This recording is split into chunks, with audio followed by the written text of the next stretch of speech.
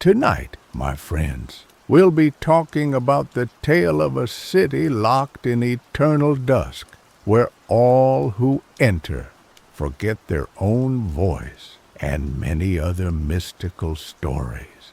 Before you get cozy, be sure to like the video and subscribe if you're new to the channel. Also, let us know where you're watching from and what time it is for you. So, get cozy, take a deep breath, and let the journey begin. The city of Ethel lay nestled in a valley perpetually shrouded in twilight. Above, the moon, a cold, lifeless disk, cast a pallid glow upon the cobblestone streets and towering structures. Ethel was a place of ancient beauty and unsettling silence, a monument to forgotten gods and a stark reminder of mortal limitations.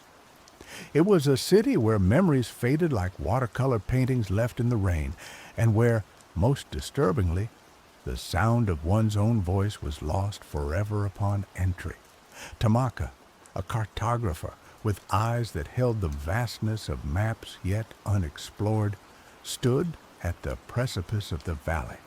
She was a woman driven by a thirst for the unknown, her spirit as restless as the winds that whipped through mountain passes. For months, she had traced rumors of Ethel, dismissing them as fanciful tales spun by superstitious travelers. But the consistency of the accounts, the shared details of the city bathed in eternal dusk, had piqued her curiosity, that relentless goad that led her to the edge of this valley. Beside her stood Juniper, a botanist whose love for the hidden language of flora rivaled Tamaka's fascination with uncharted lands. Juniper, with her gentle demeanor and calloused hands, sought not conquest, but understanding. The strange reports of Ethel's flora, plants that seemed to defy the laws of nature, blooming in perpetual twilight, had drawn her here. She carried a satchel filled with glass vials and notebooks, ready to document the city's secrets, hoping to understand how life could flourish in such an unnatural environment. Behind them, Cyrus, a historian burdened by the weight of ages past, nervously adjusted the spectacles perched upon his nose. He was a man of books and brittle parchment, more comfortable in the hushed silence of libraries than the uncertainties of the wilderness. He had come to Ethel seeking answers to a riddle that had plagued him for years, a forgotten civilization whose existence was only hinted at in fragmented texts, a people rumored to have vanished without a trace, leaving behind only whispers of a city bathed in twilight.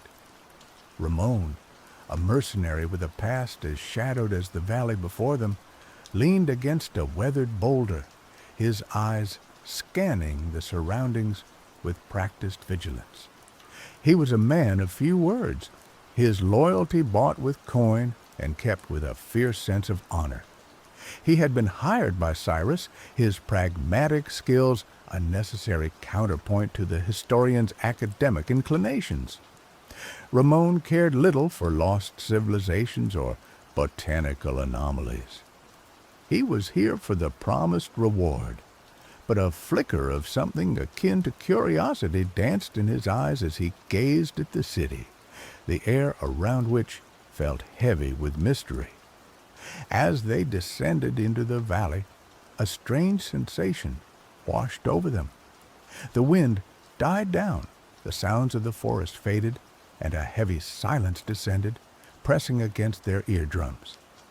Tamaka felt a prickling on her skin. Juniper's breath hitched. Cyrus stumbled, and Ramon's hand instinctively tightened on the hilt of his sword. The air itself seemed to hum with an energy that both attracted and repelled. The first glimpse of Ethel stole their breath away. The city was built of a stone that seemed to absorb the faint moonlight, glowing with a soft internal luminescence. Towers pierced the perpetually dusky sky, their spires adorned with intricate carvings that seemed to shift and writhe in the shadows. Buildings leaned against each other like wearied travelers, their windows like vacant eyes staring out into the twilight. It was a city of profound beauty, but a beauty tinged with melancholy, a silent testament to a grandeur long past. They approached the city gates, massive arches crafted from the same luminous stone. They were open, inviting, yet also strangely forbidding. Tamaka hesitated, a rare moment of doubt clouding her usually resolute expression. "Are we sure about this?" she asked. But the sound died in her throat, a mere exhalation of air. She tried again, forcing the words out, but only silence answered. Panic flared in her chest. She looked at Juniper, Cyrus, and Ramon, desperately trying to convey her fear, but they seemed oblivious, their attention already drawn to the city before them. She gestured wildly, miming the act of speaking, but they only stared back, their faces blank with incomprehension. Juniper stepped forward, drawn by the sight of strange, luminous plants growing along the base of the gate. They were unlike anything she had ever seen, their leaves shimmering with an ethereal glow. She reached out to touch one, her fingers trembling with anticipation. Cyrus, his eyes wide with wonder, pushed past them, his gaze fixed on the architecture of the city. He recognized elements of a language he had only glimpsed in ancient texts, the intricate carvings on the towers echoing symbols he had spent years deciphering. "This is it," he whispered, his voice also lost to the city's strange enchantment. "This is the city of the Silent Ones." Ramon, ever pragmatic, drew his sword, his eyes darting from shadow to shadow. He didn't trust this silence, this eerie perfection. He knew that danger often lurked beneath the surface of beauty, and Ethel radiated unsettling aura. He signed to the others, pointing to the rooftops, then to the darkened alleyways, warning them to be vigilant. They stepped through the gates entering the city of Ethel. The silence deepened, becoming almost tangible, a heavy blanket that stifled thought and choked the soul. Tamaka felt a growing sense of dread, a primal fear that resonated deep within her bones. She was a cartographer, a woman who prided herself on her ability to navigate the unknown, but here, in this silent city, she felt utterly lost. As they ventured deeper into Ethel, they encountered no living soul. The streets were deserted, the buildings empty. The only signs of habitation were the remnants of a life frozen in time. A table set for a meal, the food long since decayed, a child's toy lying abandoned in the street, a loom still threaded with unfinished cloth. It was as if the inhabitants of Ethel had simply vanished, leaving behind only the echoes of their existence. Juniper, despite the unsettling atmosphere, was enthralled by the city's flora. The plants of Ethel were unlike anything she had ever encountered, their forms twisted and alien, their colors shifting and shimmering in the twilight. She collected samples, carefully documenting their properties in her notebook, her mind racing to understand how these plants could thrive in such a lifeless environment. She discovered a grove of trees whose leaves glowed with an inner light, illuminating the surrounding area with an ethereal radiance. She felt drawn to them, as if they held a key to the city's secrets. Cyrus, meanwhile, was lost in his research.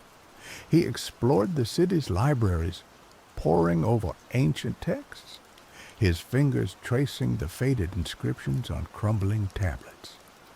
he discovered accounts of the Silent Ones, a people who had possessed a profound understanding of the natural world, a civilization that had mastered the art of manipulating energy and harnessing the power of the earth.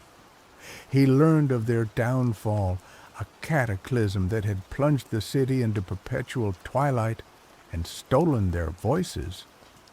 He believed that the secret to restoring Ethel lay hidden within these texts, that if he could decipher the ancient language, he could unlock the city's secrets and break the curse that held it captive. Ramon remained vigilant, his senses on high alert.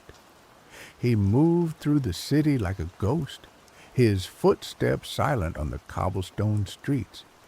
He noticed subtle details that the others missed: the faint scratch marks on the walls, the disturbed dust in the corners of rooms, the unnerving feeling of being watched. He sensed that they were not alone in Ethel, that something else was lurking in the shadows, observing their every move. Tamaka, still struggling with the loss of her voice, felt increasingly isolated. She tried to communicate with the others, but her efforts were futile. They were so engrossed in their own pursuits that they barely noticed her distress. She wandered the city alone, her heart heavy with despair. She felt like a ghost in a ghost town, a silent observer trapped in a world she could no longer understand. One evening, as the twilight deepened, Tamaka found herself drawn to the city's central plaza. In the center of the plaza stood a towering monolith, crafted from the same luminous stone as the rest of the city. The monolith was covered in intricate carvings, symbols that seemed to pulse with an inner light. As Tamaka approached, she felt a strange sensation, a tingling in her fingertips, as if the monolith was calling to her. She reached out and touched the stone, her fingers tracing the contours of the carvings. As she did so, a wave of energy surged through her body, a jolt that sent her reeling. Images flashed through her mind, visions of the Silent Ones, their faces radiant with knowledge, their voices echoing with power, visions of the cataclysm that had destroyed their civilization, the earth trembling, the sky ablaze, visions of a hidden chamber beneath the city, a place where the secrets of the Silent Ones were preserved. When the vision subsided, Tamaka gasped for breath, her heart pounding in her chest. She felt different, changed.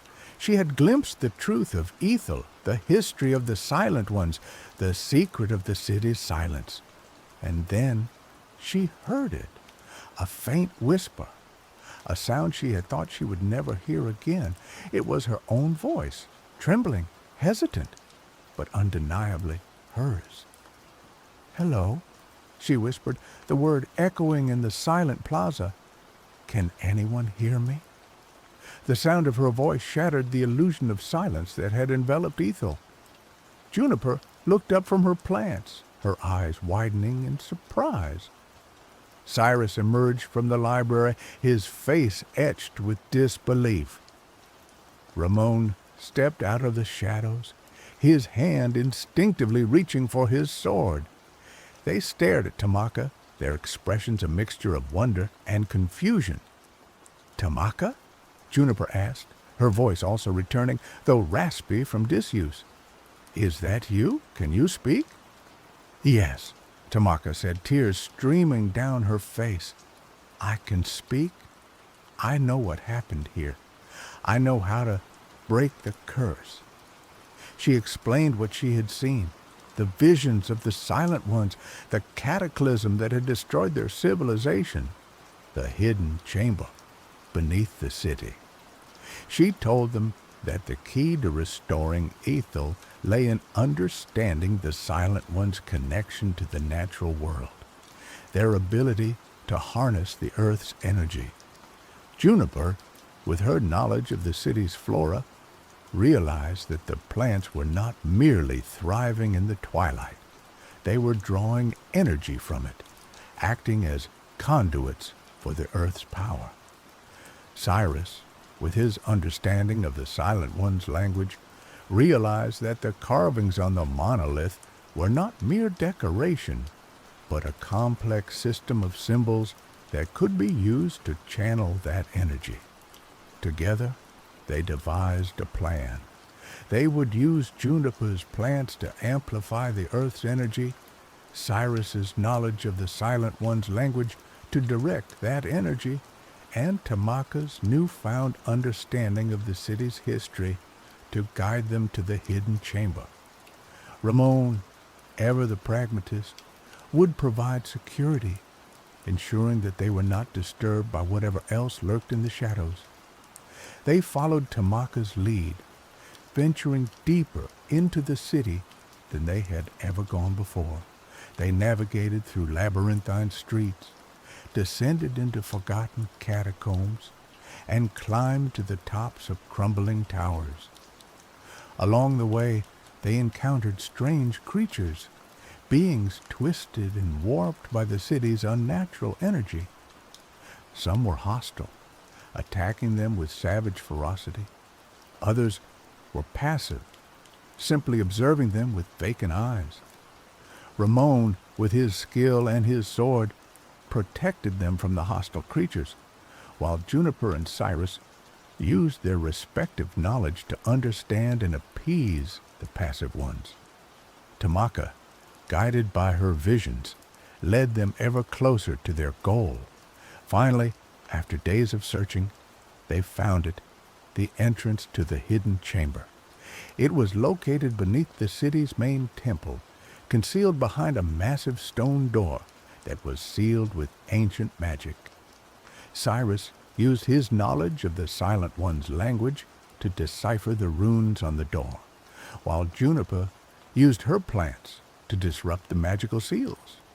Ramon, with his brute strength, forced the door open, revealing a dark and forbidding passage. They descended into the chamber, their hearts pounding with anticipation. The air was thick with energy, the silence even more oppressive than above. The chamber was vast and cavernous, its walls lined with shelves filled with ancient artifacts. In the center of the chamber stood a crystal, pulsating with a soft inner light.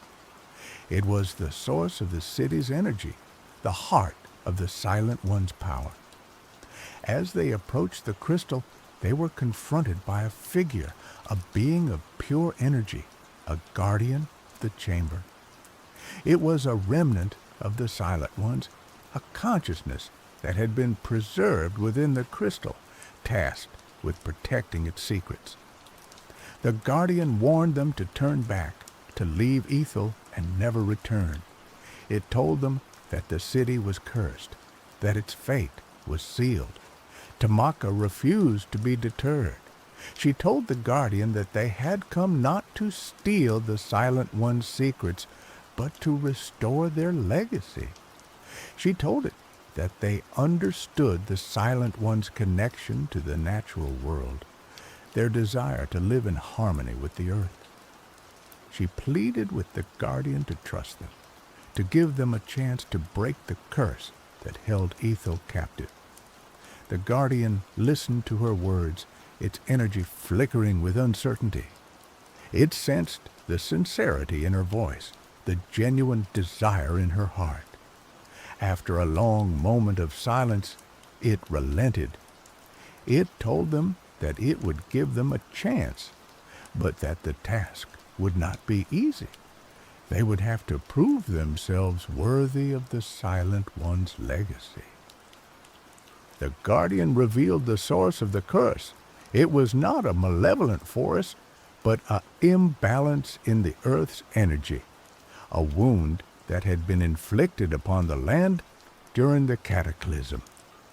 The Silent Ones had tried to heal the wound, but they had failed, and their efforts had only worsened the situation, trapping the city in perpetual twilight and silencing its inhabitants.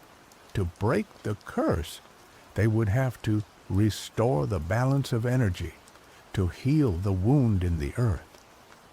The guardian showed them how to do it, teaching them the ancient techniques of the Silent Ones, guiding them through a complex ritual that would channel the earth's energy and redirect it to the point of imbalance. Together, Tamaka, Juniper, Cyrus, and Ramon performed the ritual.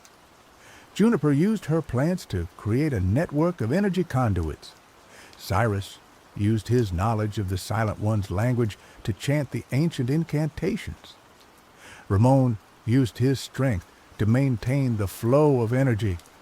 Tamaka, guided by the guardian, acted as the focal point, channeling the energy through her body and directing it to the crystal. As they performed the ritual, the chamber began to tremble. The crystal pulsed with increasing intensity, the air crackling with energy. The guardian watched with bated breath, its energy shimmering with hope. Finally, after what seemed like an eternity, the ritual reached its climax. A surge of energy erupted from the crystal, flooding the chamber with light. The wound in the earth began to heal. The imbalance of energy began to dissipate. The twilight that had enveloped Ethel began to fade, replaced by the soft glow of dawn. The silence that had haunted the city was broken by the sound of birds singing, the rustling of leaves, the murmur of voices. The inhabitants of Ethel, who had been trapped in a state of limbo, began to awaken, their memories returning, their voices restored. Ethel was reborn. The city of Whispering Stone was no more. Ethel was now a city of light and sound, a beacon of hope in a world shrouded in darkness. The Silent One's legacy was restored, their wisdom preserved for future generations.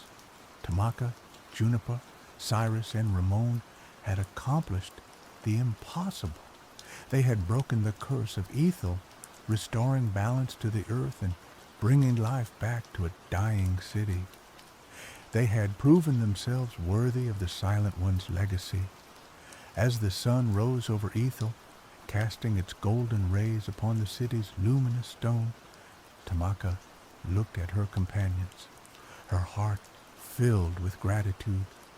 They had faced adversity, overcome obstacles, and emerged victorious. They had learned the true meaning of courage, the power of knowledge, and the importance of friendship.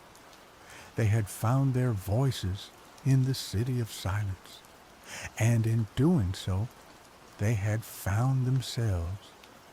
They stayed in Ethel for a time, helping the city rebuild and sharing their knowledge with its inhabitants. But eventually, the call of the unknown beckoned them once more. Tamaka yearned to explore new lands. Juniper sought to discover new species of plants. Cyrus longed to decipher new ancient texts, and Ramon craved the thrill of adventure. They knew that their journey was far from over, that there were still countless mysteries to be solved, countless challenges to be overcome. But they also knew that they were ready for whatever lay ahead, that they had the strength, the knowledge, and the friendship to face any obstacle. As they left Ethel behind, they carried with them the memory of the city of silence, a reminder of the power of hope, the importance of balance, and the enduring legacy of the Silent Ones. They knew that they would never forget their time in Ethel, that it would forever shape their lives and guide their destinies. And so they ventured forth into the unknown, their voices echoing in the wind, their hearts filled with the promise of adventure. The world awaited them, and they were ready to meet it together. Years later, the story of Ethel became a legend, a tale told around campfires and whispered in hushed tones. It was a story of courage and sacrifice, of knowledge and friendship, of the triumph of hope over despair. It was a story that inspired countless others to seek out the unknown, to challenge the impossible, and to never give up on their dreams. And somewhere, in a hidden corner of the world, the city of Ethel continued to shine, a beacon of light in the darkness, a testament to the enduring power of the human spirit.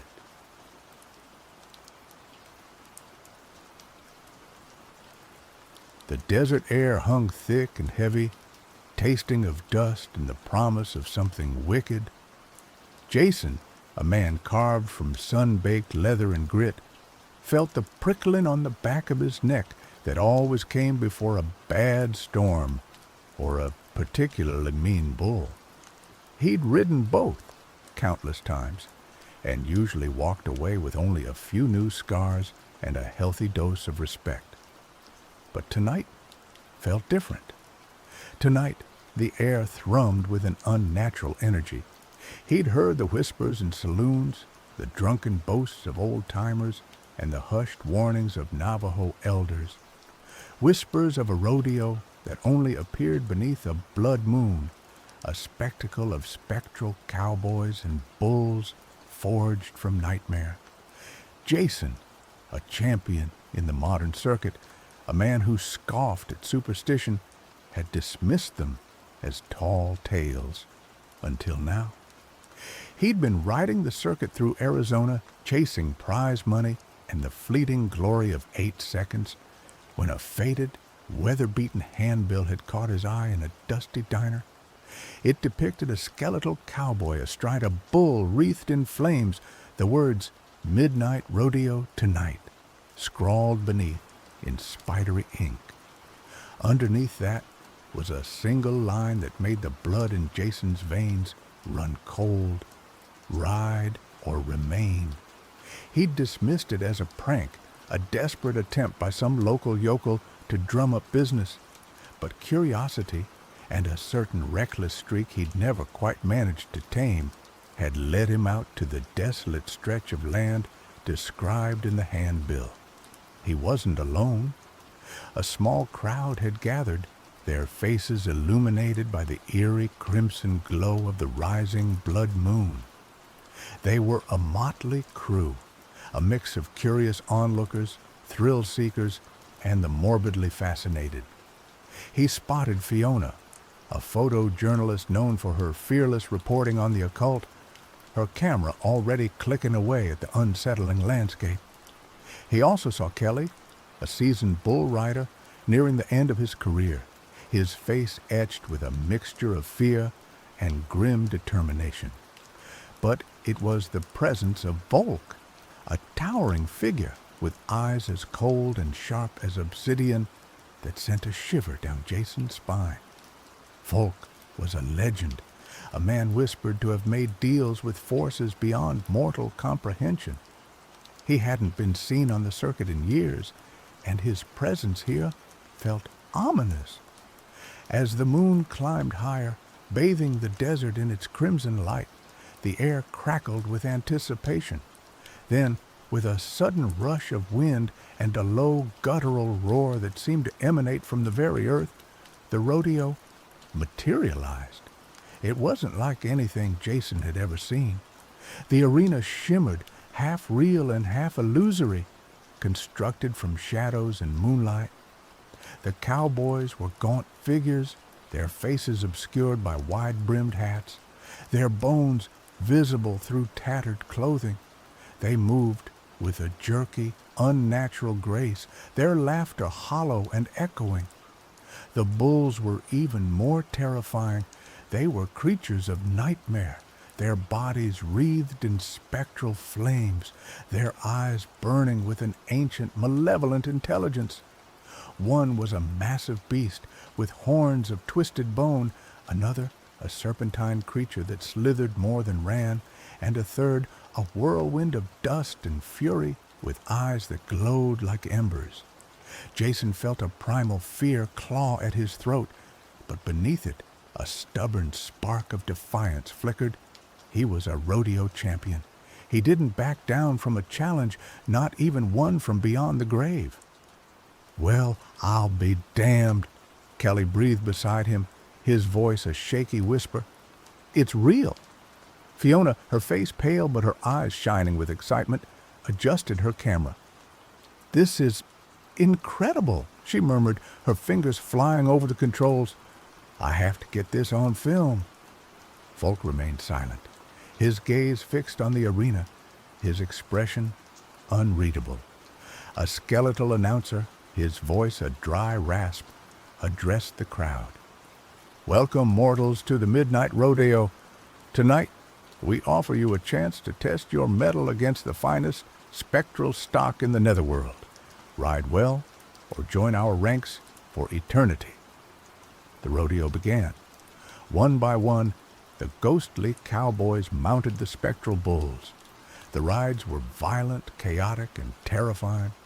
The bulls bucked and twisted with unnatural strength, their spectral flames scorching the air. Some cowboys were thrown immediately, their screams fading into the desert wind. Others managed to cling on for a few seconds, their skeletal forms contorted in impossible angles before they were inevitably thrown, their spirits absorbed into the rodeo. Jason watched, his heart pounding in his chest.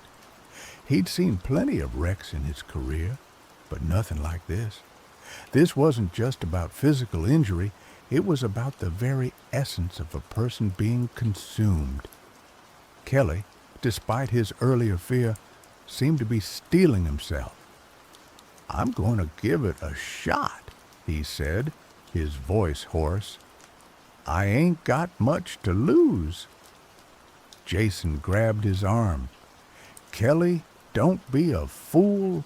This ain't no ordinary rodeo. This is something else. Kelly shook his head. I know, kid, but I ain't ready to be put out to pasture. This might be my last chance to prove I still got what it takes. He walked towards the gate, his steps slow but determined. Jason watched him go, a knot of dread forming in his stomach. Kelly climbed onto a bull that resembled a living storm cloud, its body crackling with lightning. He nodded to the gatekeeper, a shadowy figure with eyes like burning coals. The gate swung open, and the bull exploded into the arena. Kelly held on, his body a silhouette against the raging storm. He rode with a desperate ferocity, his muscles straining, his face contorted in a grimace of effort. For a moment, it seemed like he might actually make it. But then, the bull unleashed a bolt of spectral lightning, and Kelly was thrown, his body disappearing in a flash of light. Jason stared in horror. Kelly was gone, vanished without a trace, presumably absorbed into the rodeo. Fiona, her camera still clicking, lowered it slowly, her face pale. I think I've seen enough, she whispered. Jason felt a surge of anger directed at the rodeo, at the forces that had claimed Kelly, and at himself for being too late to stop him. He knew he should leave, run as far and as fast as he could, but he couldn't, not yet. The skeletal announcer's voice echoed through the arena. And now, for our final ride of the night, a challenge for any mortal fool brave enough to accept, we offer you death's own stallion nightmare. A hush fell over the crowd. Even the ghostly cowboys seemed to hold their breath. From the shadows emerged a horse unlike any Jason had ever seen. It was coal black, its coat shimmering like obsidian. Its eyes glowed with an infernal red light, and its hooves sparked with hellfire. A palpable aura of death and despair emanated from it, chilling Jason to the bone. Who among you dares to ride Nightmare? The announcer rasped. Ride him, and you shall be granted a boon beyond your wildest dreams. Fail, and you shall join our rodeo for eternity. A long silence stretched over the arena. No one moved. No one dared to even breathe. Then Folk stepped forward. His towering figure cast a long shadow in the crimson moonlight. His face was impassive, his eyes fixed on the demonic stallion. "I accept your challenge," he said, his voice a low growl that resonated through the air. Jason stared at him in disbelief. Folk, a legend, a man who seemed to possess everything, was risking his very soul for this? "Folk, what are you doing?" Jason shouted. "This is insane." Folk didn't turn to look at him. "I have my reasons," he said, his voice barely audible above the crackling of the spectral flames. He approached Nightmare, the stallion snorting and pawing the ground, its eyes fixed on Volk with a baleful glare. Volk reached out a hand and laid it on the horse's neck. To Jason's surprise, the stallion didn't rear or buck. It stood still, as if recognizing a kindred spirit. Volk swung himself onto Nightmare's back with a practiced ease that belied his age. He gripped the stallion's mane, his knuckles white. The announcer cackled, "Prepare yourselves, mortals! Behold the ride of Death's own stallion!" The gate swung open, and Nightmare exploded into the arena. The ride was unlike anything Jason had ever witnessed. Nightmare moved with impossible speed and agility, bucking and twisting in ways that defied the laws of physics. Spectral flames erupted from its hooves, scorching the ground. The air crackled with energy, and the very fabric of reality seemed to distort around them. Folk held on, his body a statue of grim determination. He rode with a skill and ferocity that surpassed even his legendary reputation. He seemed to anticipate Nightmare's every move, countering its every attempt to throw him. Jason watched, mesmerized, his fear replaced by a sense of awe. He didn't know why Volk was doing this, but he knew that he was witnessing something truly extraordinary. Fiona, her camera forgotten, stared at the scene with wide eyes, her face a mixture of terror and wonder. The ride went on, longer than any ride Jason had ever seen. It was as if time itself had stopped. The crowd of ghostly cowboys watched in silence, their skeletal faces unreadable. Then, just when it seemed like Folk might actually succeed, Nightmare unleashed its ultimate weapon. A wave of pure darkness emanated from the stallion, engulfing Volk in its suffocating embrace. Jason felt the darkness wash over him, filling him with a sense of despair and hopelessness so profound that he almost collapsed. Volk cried out, a sound of pure agony that echoed through the arena. His grip on Nightmare loosened, and he began to slip. Jason knew that if Volk was thrown, he would be lost forever. He had to do something. He didn't know what he could do, but he couldn't just stand by and watch Volk be consumed by the darkness. He ran towards the arena, ignoring the screams of Fiona and the warnings of the ghostly cowboys. He had to get to Volk. As he reached the edge of the arena, he saw Volk falling, his body enveloped in the darkness. Without thinking, Jason leaped into the arena, reaching out for Volk. His fingers brushed against Volk's hand, and he felt a surge of energy pass through him. He grabbed hold of Volk's arm, pulling him close. The darkness tried to pull them apart, but Jason held on tight, his muscles straining. He wouldn't let go. He looked into Volk's eyes, and he saw a flicker of hope, a spark of defiance in the face of overwhelming despair. "Hold on, Volk!" Jason shouted, his voice hoarse. "I'm not going to let you fall." Together, they fought against the darkness, their combined will a force to be reckoned with. Slowly, painstakingly, they began to push back the shadows. The crowd of ghostly cowboys watched in stunned silence. They had never seen anything like this before, a mortal intervening in the affairs of the netherworld. Then something remarkable happened. One of the ghostly cowboys, a figure with a tattered Confederate uniform and a face etched with sorrow, stepped forward. He reached out a hand and touched Jason's shoulder. "I'll help you, son," he said, his voice a low whisper. "I know what it's like to be trapped in this place." Another ghostly cowboy stepped forward, and then another, and another.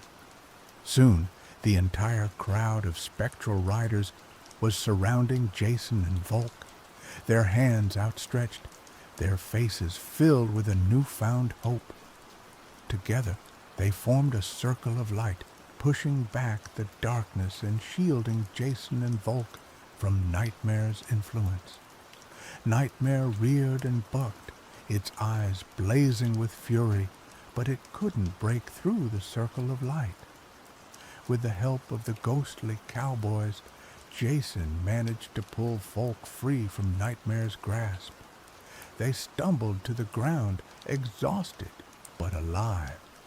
The darkness receded, and Nightmare stood panting in the center of the arena, its infernal flames dimmed. The skeletal announcer, his voice filled with disbelief, addressed the crowd. This is impossible. No mortal has ever resisted Nightmare's power." He turned to Jason and Volk, his skeletal face contorted in a snarl. "You may have won this battle, mortals, but the war is far from over. We will meet again." With a final roar, the rodeo began to fade, the arena dissolving into shadows and moonlight. The ghostly cowboys vanished, their faces filled with gratitude. Nightmare disappeared, its demonic laughter echoing in the desert wind. Jason and Volk were left standing alone in the desolate stretch of land, the blood moon casting a long, ominous shadow. Fiona ran towards them, her face flushed with excitement. "I can't believe what I just saw," she exclaimed. "It was incredible." She snapped a few quick photos of Jason and Volk, their faces etched with exhaustion and awe. "What was that all about, Volk?" Jason asked, his voice still shaking. "Why did you risk your life like that?" Volk remained silent for a moment, his eyes fixed on the horizon. Then he turned to Jason, his expression unreadable. "I had a debt to pay," he said, his voice low. "A debt to someone who saved my life a long time ago." He didn't elaborate, and Jason didn't press him. He knew that Volk was a man of secrets, a man who carried a heavy burden on his shoulders. "Well, whatever it was, I'm glad you're okay," Jason said, "and I'm glad I was there to help." Volk nodded, a rare smile gracing his lips. "Thank you, Jason," he said. "You have proven yourself to be a true friend." As the blood moon began to set, casting a long crimson shadow over the desert, Jason, Fiona, and Volk walked away from the desolate stretch of land, leaving the midnight rodeo behind them. They had witnessed something extraordinary, something that would stay with them for the rest of their lives. They had faced death, defied the forces of the netherworld, and emerged victorious, not through strength or skill, but through courage, friendship, and a willingness to believe in the impossible. The next morning, Jason found a small leather-bound book tucked into his saddlebag. It was a collection of Navajo legends, detailing the history of the land and the spirits that dwelled within it. On the first page, a single word was written in elegant script: "Gracias." He knew it was from Volk. He smiled, a genuine smile that reached his eyes.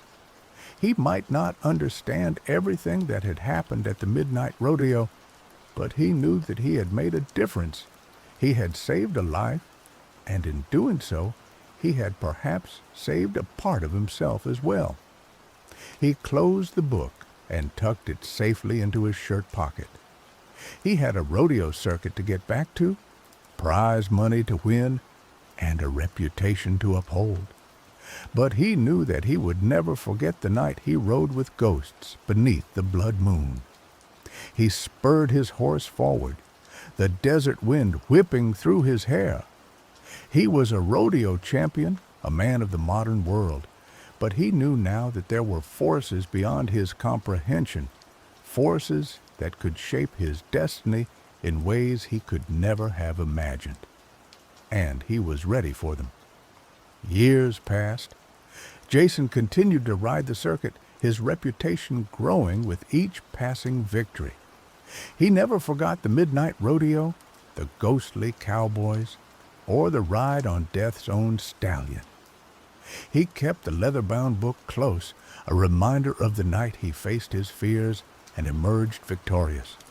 He occasionally heard whispers of Volk, stories of his exploits and his enigmatic nature, but he never saw him again. One day, while riding in a small town in New Mexico, Jason came across a familiar face. It was Fiona, older now, her hair streaked with gray, but her eyes still shining with the same spark of curiosity. "Jason!" she exclaimed, her face lighting up with recognition. "It's been ages." They embraced, exchanging stories of their lives and adventures. Fiona had continued to travel the world, documenting the strange and the unexplained. "I never forgot that night at the midnight rodeo," she said, her voice filled with awe. "It was the most incredible thing I've ever witnessed." She had published a book about her experiences, including a chapter on the midnight rodeo, but no one believed her. They dismissed it as fiction, a product of her overactive imagination.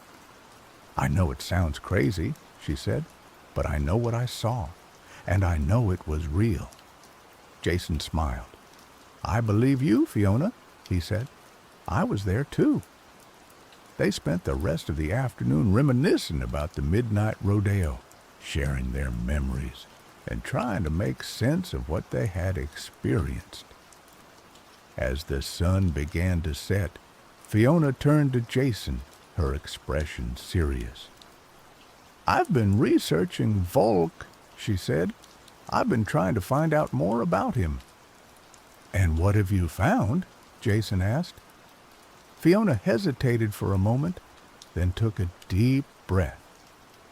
"I think I know why he risked his life at the midnight rodeo," she said. "I think I know what debt he was trying to repay." She told Jason a story she had pieced together from old legends, historical records, and whispered rumors. It was a story of a young man named Volk, who had been orphaned at a young age and left to fend for himself in the harsh wilderness. He had been taken in by a tribe of Navajo Indians, who had taught him their ways and shared their secrets.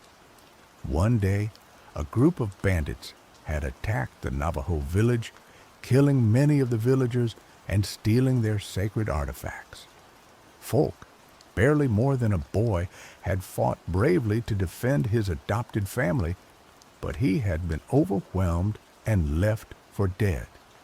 As he lay dying, he had been approached by a mysterious figure, a spirit of the land, who had offered him a deal. The spirit would save his life, but in return, Volk would have to serve him, carrying out his will for eternity. Volk had accepted the deal, and his life had been spared. He had become stronger, faster, and more skilled than any mortal man. He had hunted down the bandits and avenged the deaths of the Navajo villagers. But he had also been forced to carry out the spirit's dark deeds becoming a tool of vengeance and destruction. He had lived a long and lonely life, haunted by the choices he had made. I think that night at the midnight rodeo, Folk was trying to break free from his pact with the spirit, Fiona said. I think he was trying to repay the debt he owed to the Navajo people, to the spirit who had saved his life, and to himself. Jason listened in silence, his heart filled with a mixture of sadness and understanding. He had always sensed that Volk was carrying a heavy burden, but he had never realized the extent of it. So, what happened to him? Jason asked. Did he ever break free? Fiona shook her head. I don't know, she said. I haven't been able to find any trace of him since that night at the midnight rodeo. He vanished without a trace. She paused, her eyes filled with a mixture of hope and regret. But I believe that he did it, she said. I believe that he found a way to break free from his pact and finally find peace. Jason looked out at the setting sun, his mind filled with thoughts of Folk, the midnight rodeo, and the choices that shape our lives. He knew that he would never forget the lessons he had learned that night, the lessons of courage, friendship, and the importance of fighting for what you believe in. He knew that even in the face of the darkest darkness, there is always hope, and that even the most broken souls can find redemption. He turned to Fiona, a smile gracing his lips. Thank you, Fiona, he said. Thank you for sharing this with me. They embraced once more, a silent understanding passing between them. They had both been touched by the magic of the midnight rodeo, and they would carry its lessons with them for the rest of their lives. As Jason rode off into the sunset, he felt a sense of peace he hadn't felt in years. He knew that Volk was out there somewhere, finally free from the burden of his past, and he knew that he would never forget the night they rode with ghosts beneath the blood moon. Years later, Jason, nearing the end of his own career, found himself drawn back to the desolate stretch of land where the midnight rodeo had once appeared. He was older now, his face lined with wrinkles, his body bearing the scars of countless rides. But his spirit was still strong, his heart still filled with a sense of adventure. He stood beneath the light of the full moon, gazing out at the vast expanse of the desert. He didn't know if the midnight rodeo would ever appear again, but he felt a sense of connection to this place, a sense of belonging that he couldn't explain. He closed his eyes and took a deep breath, filling his lungs with the scent of dust and sagebrush. He could almost hear the echoes of the ghostly cowboys, the thunder of spectral hooves, and the rasping voice of the skeletal announcer. He opened his eyes and smiled. He was a rodeo champion, a man of the modern world, but he was also a part of something ancient and mysterious, something that transcended time and space. He was a part of the midnight rodeo. Suddenly, a figure emerged from the shadows, a figure that was both familiar and yet somehow different. It was Folk, older now, his face even more weathered, but his eyes still shining with the same intensity. Jason stared at him in disbelief. Folk? He exclaimed. Is that really you? Folk nodded, a rare smile gracing his lips. It is, Jason, he said. It's been a long time. They embraced, a silent understanding passing between them. They had both changed, but their bond remained as strong as ever. What are you doing here, Volk? Jason asked. Volk looked out at the desert, his expression thoughtful. I came to say goodbye, he said. I'm leaving this place for good. Where are you going? Jason asked. Volk shrugged. I don't know, he said. Somewhere where I can finally find peace." He paused, his eyes filled with a mixture of sadness and hope. "I wanted to thank you, Jason," he said. "You saved my life that night at the midnight rodeo. You gave me a second chance." "You would have done the same for me," Jason said. Folk smiled. "I know," he said. "That's what makes us friends." They stood in silence for a moment, gazing out at the desert. Then Folk turned to Jason, his expression serious. "There's something I want to give you," he said. He reached into his pocket and pulled out a small leather-bound book. It was the same book that Jason had found in his saddlebag years ago, the Book of Navajo Legends. "Take this," Folk said. "It belongs to you now." Jason hesitated for a moment, then accepted the book. "Thank you, Folk," he said. "I'll cherish it always." Folk nodded, then turned and walked away, disappearing into the shadows. Jason watched him go, his heart filled with a mixture of sadness and gratitude. He knew that he would never see Folk again, but he would always remember him, the man who had ridden with ghosts beneath the blood moon. He opened the leather-bound book and began to read, his mind filled with thoughts of the midnight rodeo, the ghostly cowboys, and the lessons he had learned. He read about the spirits of the land, the power of friendship, and the importance of fighting for what you believe in. As he read, he felt a sense of peace wash over him, a sense of belonging that he had never felt before. He was a rodeo champion, a man of the modern world, but he was also a part of something ancient and mysterious, something that transcended time and space. He was a part of the midnight rodeo. He closed the book and tucked it safely into his shirt pocket. He knew that he would carry its lessons with him for the rest of his days. He turned and walked away from the desolate stretch of land, leaving the midnight rodeo behind him. He was ready to face whatever challenges lay ahead, knowing that he was not alone. He had the memories of his friends, the lessons of the past, and the courage to face the future. As he rode off into the sunrise, he knew that the spirit of the midnight rodeo would live on in his heart, in his memories, and in the stories he would tell for generations to come. The legend of the rodeo that appeared beneath the blood moon, a testament to the enduring power of courage, friendship, and the human spirit.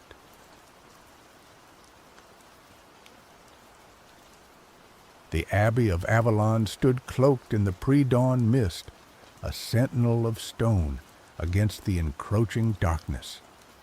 For centuries, it had been a place of peace, a sanctuary for the weary and a silent guardian of secrets older than Britain itself. Among its hallowed relics lay a treasure of unimaginable power, Excalibur, the sword of King Arthur, resting in its scabbard, waiting for the day its king would rise from the ashes.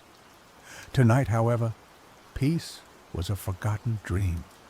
A shadow detached itself from the abbey walls, a figure cloaked in darkness, moving with a practiced silence that spoke of countless nights spent in the shadows. This was Kalen, a thief whispered about in hushed tones in taverns from Tintagel to Londinium. He was a ghost, a whisper, a phantom, and tonight he was after the greatest prize of all. Kalen wasn't driven by greed, not entirely. He was a pawn in a game far grander than he understood, manipulated by promises of power and vengeance. A nobleman, Lord Edric, stripped of his lands after backing the losing side in a succession war, had promised Kalen riches beyond measure, the freedom to live a life free from the shadows if he could retrieve the sword. Edric believed Excalibur was the key to reclaiming his birthright, a symbol to rally the discontented and ignite a new rebellion. The abbey's defenses were formidable, a labyrinth of locked doors, hidden passages, and watchful monks. But Kalen was a master of his craft. He slipped past the outer guards with ease, his movements fluid and silent as a whisper of wind. He navigated the maze of corridors, his fingers tracing the cold stone walls, guided by a map stolen from Edric's heavily guarded study. He disabled pressure plates, slid past watchful sentinels, and picked locks that had guarded their secrets for generations. Finally, he stood before the inner sanctum, the chamber where Excalibur rested. Two hulking guards stood watch, their faces grim, their hands resting on the hilts of their swords. Kalen knew he couldn't fight them head-on. Stealth was his only weapon.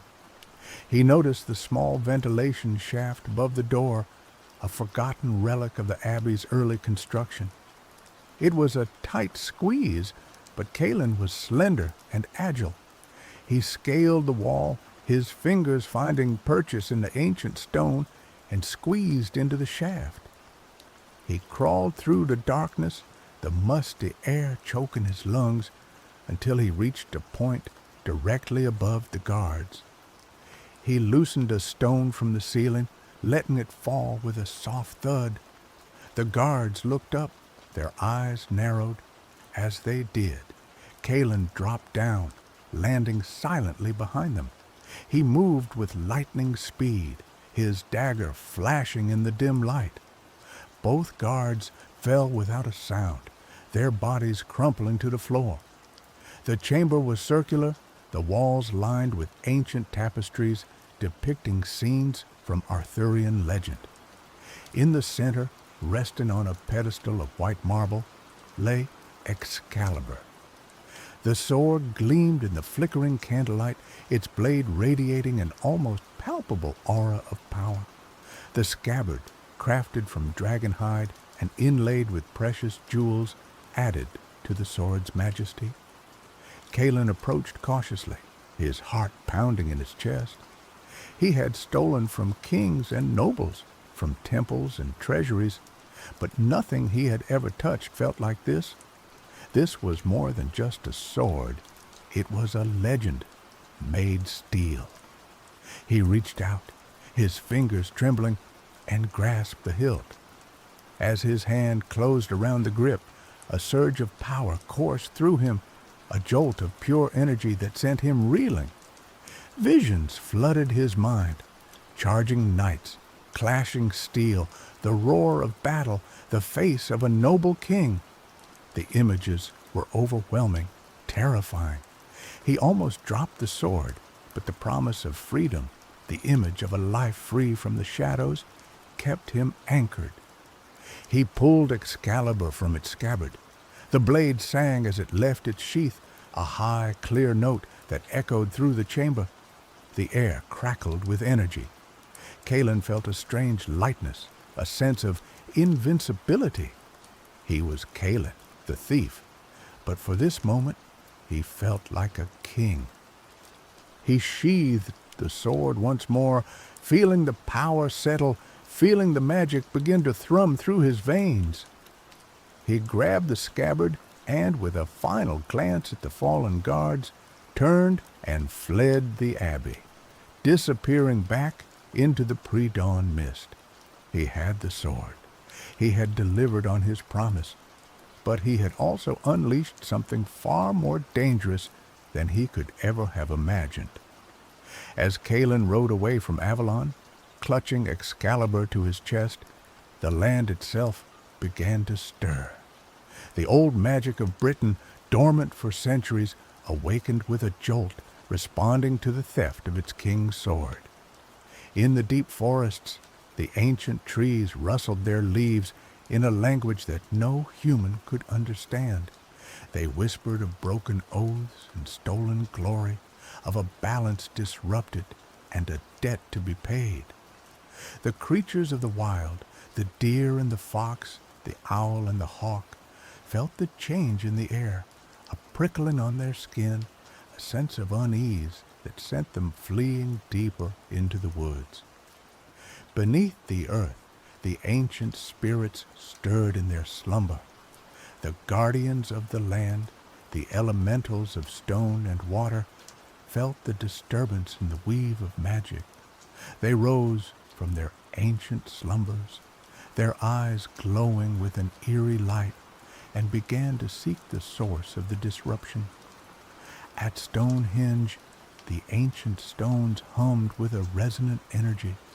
The air around the monument shimmered, and ghostly figures materialized, their faces etched with sorrow and anger. These were the spirits of the Druids, the priests and priestesses who had once held dominion over the land. They had foreseen this day, the day when the balance would be broken and the land would cry out for justice. The first sign of the awakening came in the form of unnatural weather. A storm brewed on the horizon, a tempest of wind and rain that gathered with unnatural speed. Lightning cracked across the sky, illuminating the landscape in flashes of blinding white. The wind howled like a banshee, tearing at trees and whipping the rain into a frenzy. Kalen felt the storm gathering around him, a physical manifestation of the magic he had unleashed. His horse, spooked by the lightning and the roaring wind, reared and bucked, threatening to throw him from its back. He struggled to control the animal, his hands slick with rain, his heart pounding in his chest. He pressed on, driven by the urgency of his task. He had to deliver the sword to Lord Edric, collect his payment, and disappear before the storm consumed him. But the land itself seemed to be working against him. Fallen trees blocked his path, swollen rivers forced him to detour, and the wind seemed determined to rip the sword from his grasp. As he rode through a dense forest, a figure emerged from the shadows, blocking his path. It was a woman, tall and slender, with eyes as green as the forest canopy and hair as dark as a raven's wing. She wore a cloak of woven leaves and carried a staff of twisted oak. "You cannot pass," she said, her voice as soft as the rustling of leaves, but as firm as the earth itself. "The land does not permit it." Kalen recognized her instantly. She was a druid, a guardian of the forest, a servant of the old gods. He had heard tales of their power, of their ability to command the elements and communicate with the spirits of the land. He knew he couldn't fight her. "I mean no harm," he said, his voice trembling slightly. "I am merely delivering this sword to its rightful owner." The druid's eyes narrowed. "There is only one rightful owner of that sword," she said, "and he is not among the living. You have stolen what does not belong to you, and you have awakened a power that you cannot control." "I was paid to do this," Kalen protested. "I had no choice." "Everyone has a choice," the druid said. "You chose to serve greed and ambition. Now, you must face the consequences." She raised her staff, and the forest around them seemed to come alive. The trees swayed and groaned, the ground trembled, and the air crackled with energy. Kalen felt a surge of fear, a primal terror that threatened to overwhelm him. He knew he couldn't stay and fight. He spurred his horse forward, hoping to break through the druid's blockade, but the forest seemed to close in around him, the trees reaching out to ensnare him, the ground opening up to swallow him whole. He managed to escape the druid's grasp, but he knew he couldn't outrun the wrath of the land. The storm raged around him, the wind howling, the lightning flashing, the rain lashing at his face. He was lost, alone, and hunted by forces far beyond his understanding. Lord Edric waited impatiently in his castle, a crumbling fortress perched on a craggy hilltop. He paced the great hall, his boots echoing on the stone floor, his eyes fixed on the storm raging outside. He had sent for Callan days ago, and the thief should have arrived by now. Edric was a man consumed by ambition. He had once been a powerful nobleman, but his fortunes had been reversed when he chose the losing side in the succession war. His lands had been confiscated, his title stripped, and he had been forced into exile. But he had never given up hope of reclaiming his birthright. He believed that Excalibur was the key to his success. He had studied the ancient texts, consulted with sorcerers and seers, and convinced himself that the sword held the power to restore his family's glory. He imagined himself leading an army, wielding Excalibur, and overthrowing the usurper king. He knew that the theft of Excalibur would not go unnoticed. The king would send his knights, his spies, and his assassins to retrieve the sword. But Edric was prepared. He had gathered a loyal band of followers, men who had also been wronged by the king, and he had fortified his castle, preparing for a siege. Finally, he saw a figure approaching through the storm. It was Callan, his face pale, his clothes soaked, his horse lathered in sweat. Edric rushed out to meet him, his eyes gleaming with anticipation. "You have it?" he asked, his voice barely a whisper. Callan nodded, his hand trembling as he reached into his cloak and pulled out Excalibur. The sword gleamed in the dim light, its blade radiating an aura of power. Edric gasped, his eyes wide with awe. "At last," he said, "the power of kings is mine." He took the sword from Callan, his fingers closing around the hilt. He felt a surge of energy, a sense of invincibility. He raised the sword above his head, his voice ringing with triumph. "With this sword," he cried, "I will reclaim my birthright. I will overthrow the usurper king. I will rule Britain." But as he spoke those words, the castle shuddered, the ground trembled, and the air crackled with energy. The storm outside intensified, the wind howling, the lightning flashing, the rain lashing against the walls. A figure materialized in the center of the hall, a knight clad in shining armor, his face hidden behind a visor. He carried a shield emblazoned with the crest of Camelot and a lance that glowed with an ethereal light. "You are not worthy to wield that sword," the knight said, his voice echoing through the hall. "Excalibur belongs to the rightful king, and you are nothing but a pretender." Edric recognized him instantly. It was Sir Lancelot, the greatest knight in the land, the champion of King Arthur.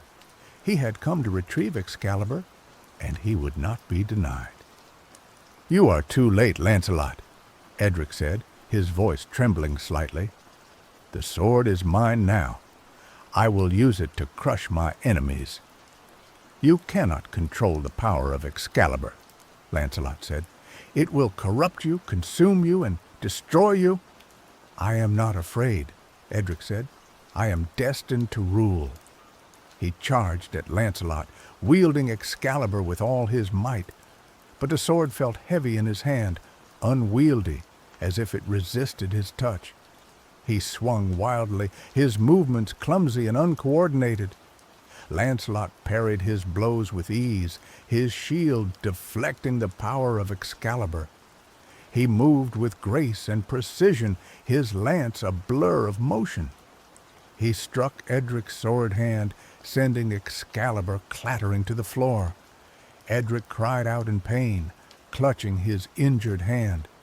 He staggered backward, his eyes wide with fear. He had underestimated Lancelot, underestimated the power of Excalibur, and underestimated the forces arrayed against him. Lancelot picked up Excalibur, his fingers closing around the hilt. He felt the power of the sword surge through him, a familiar energy that resonated with his soul. He raised the sword above his head, his voice ringing with authority. "By the power of Excalibur," he cried, "I command you to yield. Surrender the sword, and I will spare your life." Edric hesitated, his mind racing. He knew he was defeated, but he couldn't bear to give up his dream of power. He looked at his followers, his loyal band of rebels, and saw the fear in their eyes. He knew they would not stand and fight. "Very well," he said, his voice filled with bitterness. "I yield." Lancelot lowered the sword, his eyes fixed on Edric. "You have made the right choice," he said. "Now, you must face the consequences of your actions." He ordered his knights to seize Edric and his followers, to take them back to Camelot, to face the king's justice. He sheathed Excalibur, feeling the power of the sword settle once more. He knew that the theft of Excalibur had unleashed a chain of events that would have far-reaching consequences for the land. Lancelot returned to Camelot, bringing Edric and his followers as prisoners and Excalibur as a testament to the power of good over evil. King Arthur was overjoyed to see his sword returned, but he was also troubled by the events that had transpired. He knew that the theft of Excalibur was not merely an act of greed or ambition. It was a sign that the old magic of Britain was stirring, that the balance of power was shifting, and that the land was crying out for a true king. Arthur summoned his advisors, his knights, and his sorcerers to discuss the matter.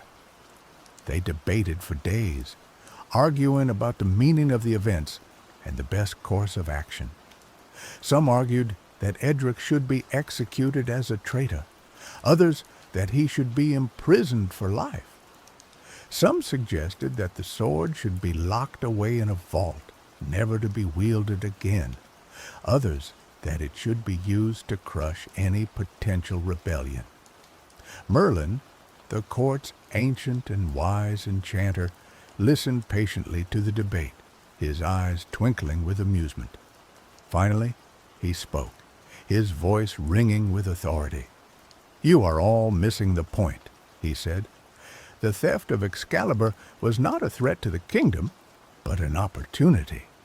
It was a test, a sign that the land is ready for a new king." "What do you mean, Merlin?" Arthur asked, his brow furrowed with confusion.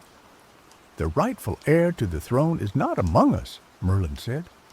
"He or she is hidden, waiting for the time to come when they will reveal themselves. The theft of Excalibur was a catalyst, an event that will draw the true heir out of the shadows." "But how will we find this heir?" Arthur asked. "How will we know if they are worthy to wield Excalibur?" "The sword will choose its own master," Merlin said. "It will only respond to the touch of the true heir. You must organize a tournament, a trial of skill and courage, where any who claim to be worthy can attempt to draw Excalibur from its stone. The one who succeeds will be the rightful king or queen of Britain." Arthur agreed to Merlin's plan. He sent messengers throughout the land, announcing the tournament and inviting any who believed themselves worthy to participate. The news spread like wildfire, attracting knights, nobles, and adventurers from far and wide. Among those who heard the call was a young woman named Isolde.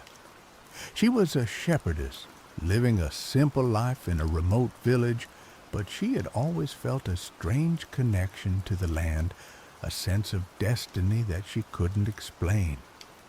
She had grown up hearing tales of King Arthur and Excalibur, and she had always dreamed of one day wielding the sword herself.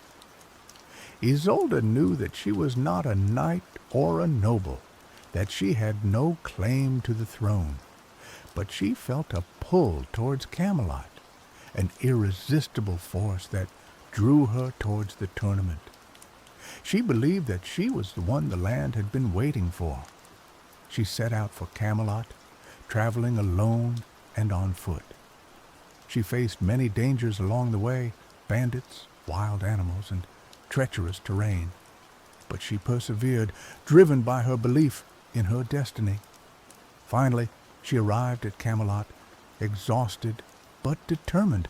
She stood before the castle, gazing up at its towering walls, and felt a surge of excitement and trepidation. She was just a simple shepherdess, but she was about to compete for the throne of Britain.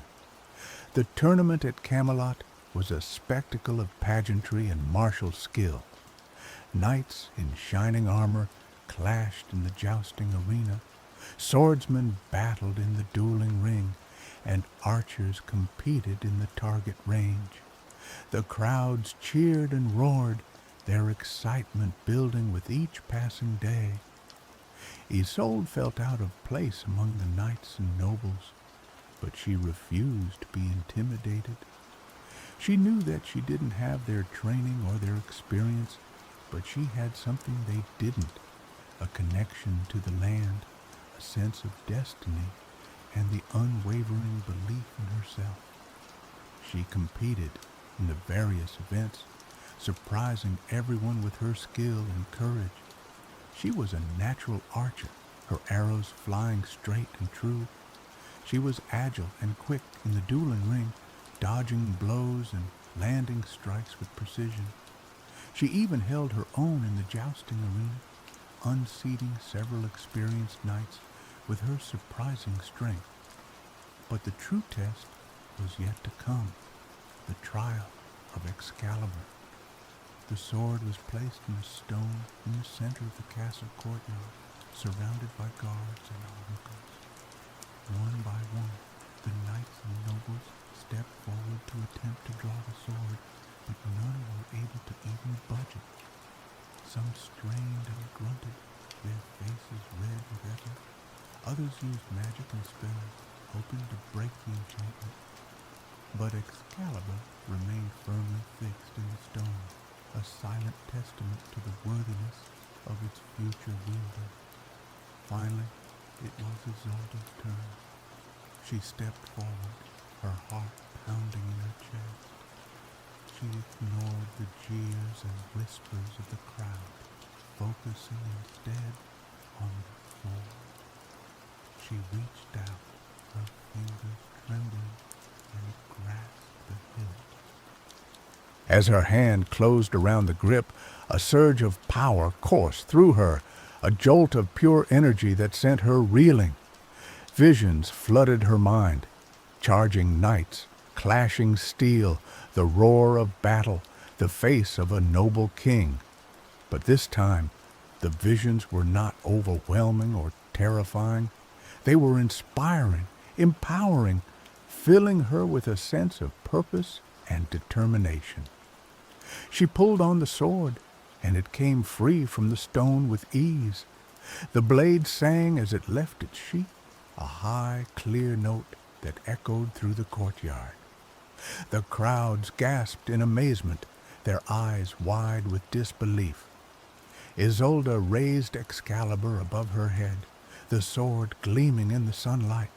She felt the power of the sword surge through her, a familiar energy that resonated with her soul. She was no longer just a simple shepherdess. She was the chosen one, the rightful heir to the throne of Britain. King Arthur stepped forward, his face beaming with pride. He knelt before Isolde, offering her his fealty. "You are the true King of Britain," he said. "I pledge my loyalty to you." The crowds followed suit, cheering and shouting their support for the new ruler.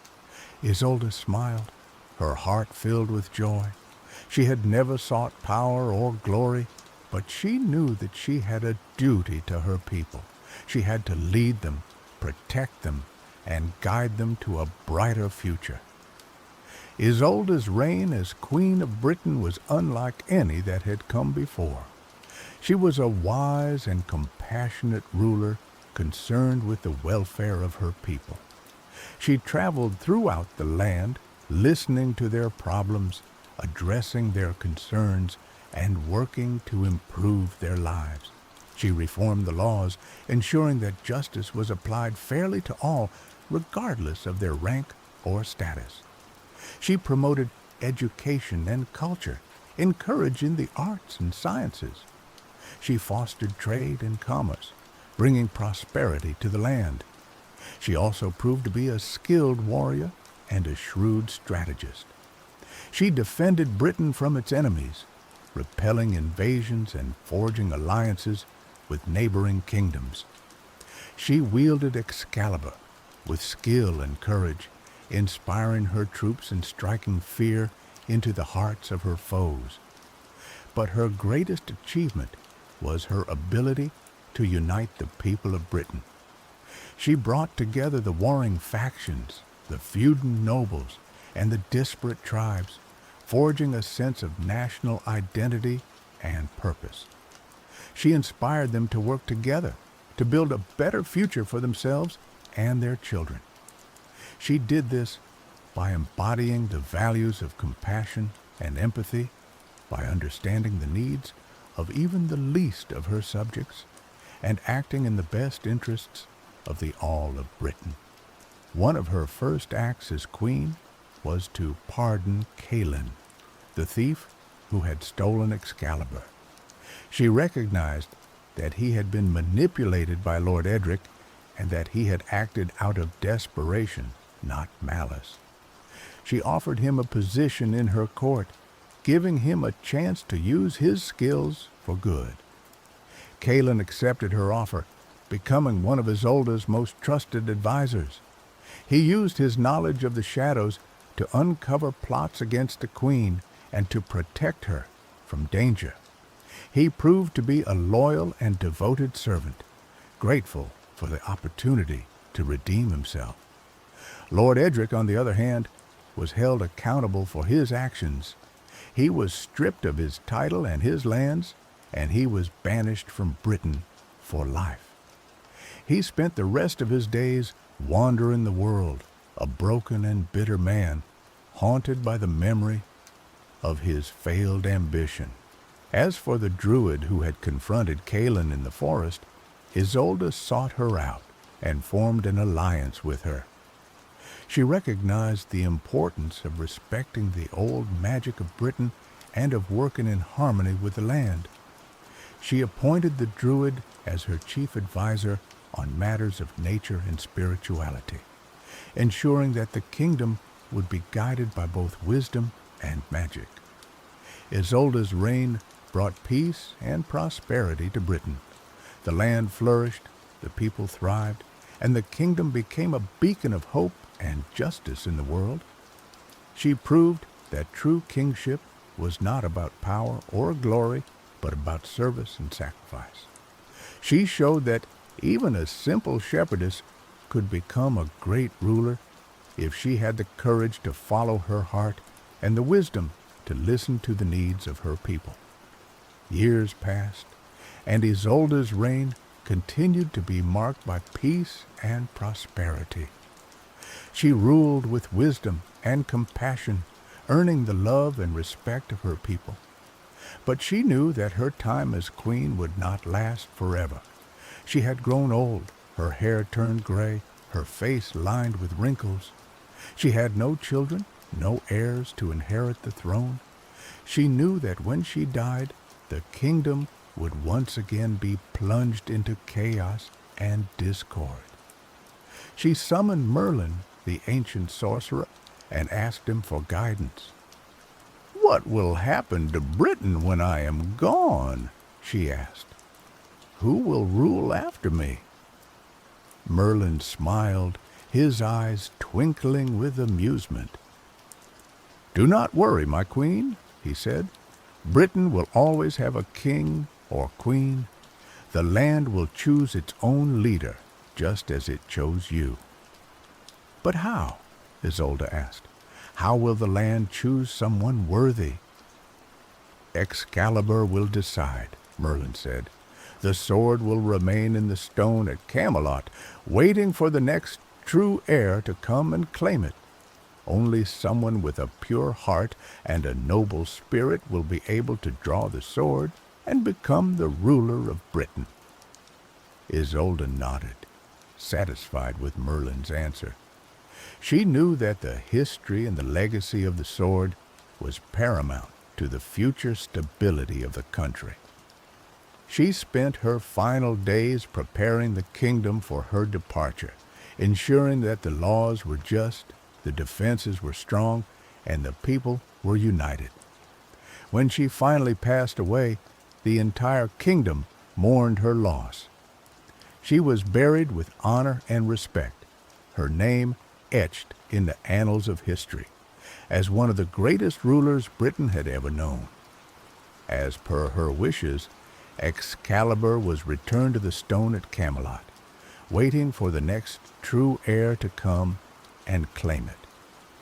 The kingdom was once again without a ruler, but the people knew that the land would choose someone worthy, someone who would lead them to a brighter future. And so, the legend of Excalibur continued, a symbol of power, justice, and destiny, waiting to be wielded by the next rightful ruler of Britain. The tale of the thief, the lord and the shepherdess, the magic of the land, and the legacy of the sword will be told and retold for generations to come. A reminder that true kingship was not about blood or birthright, but about character, compassion, and the courage to serve.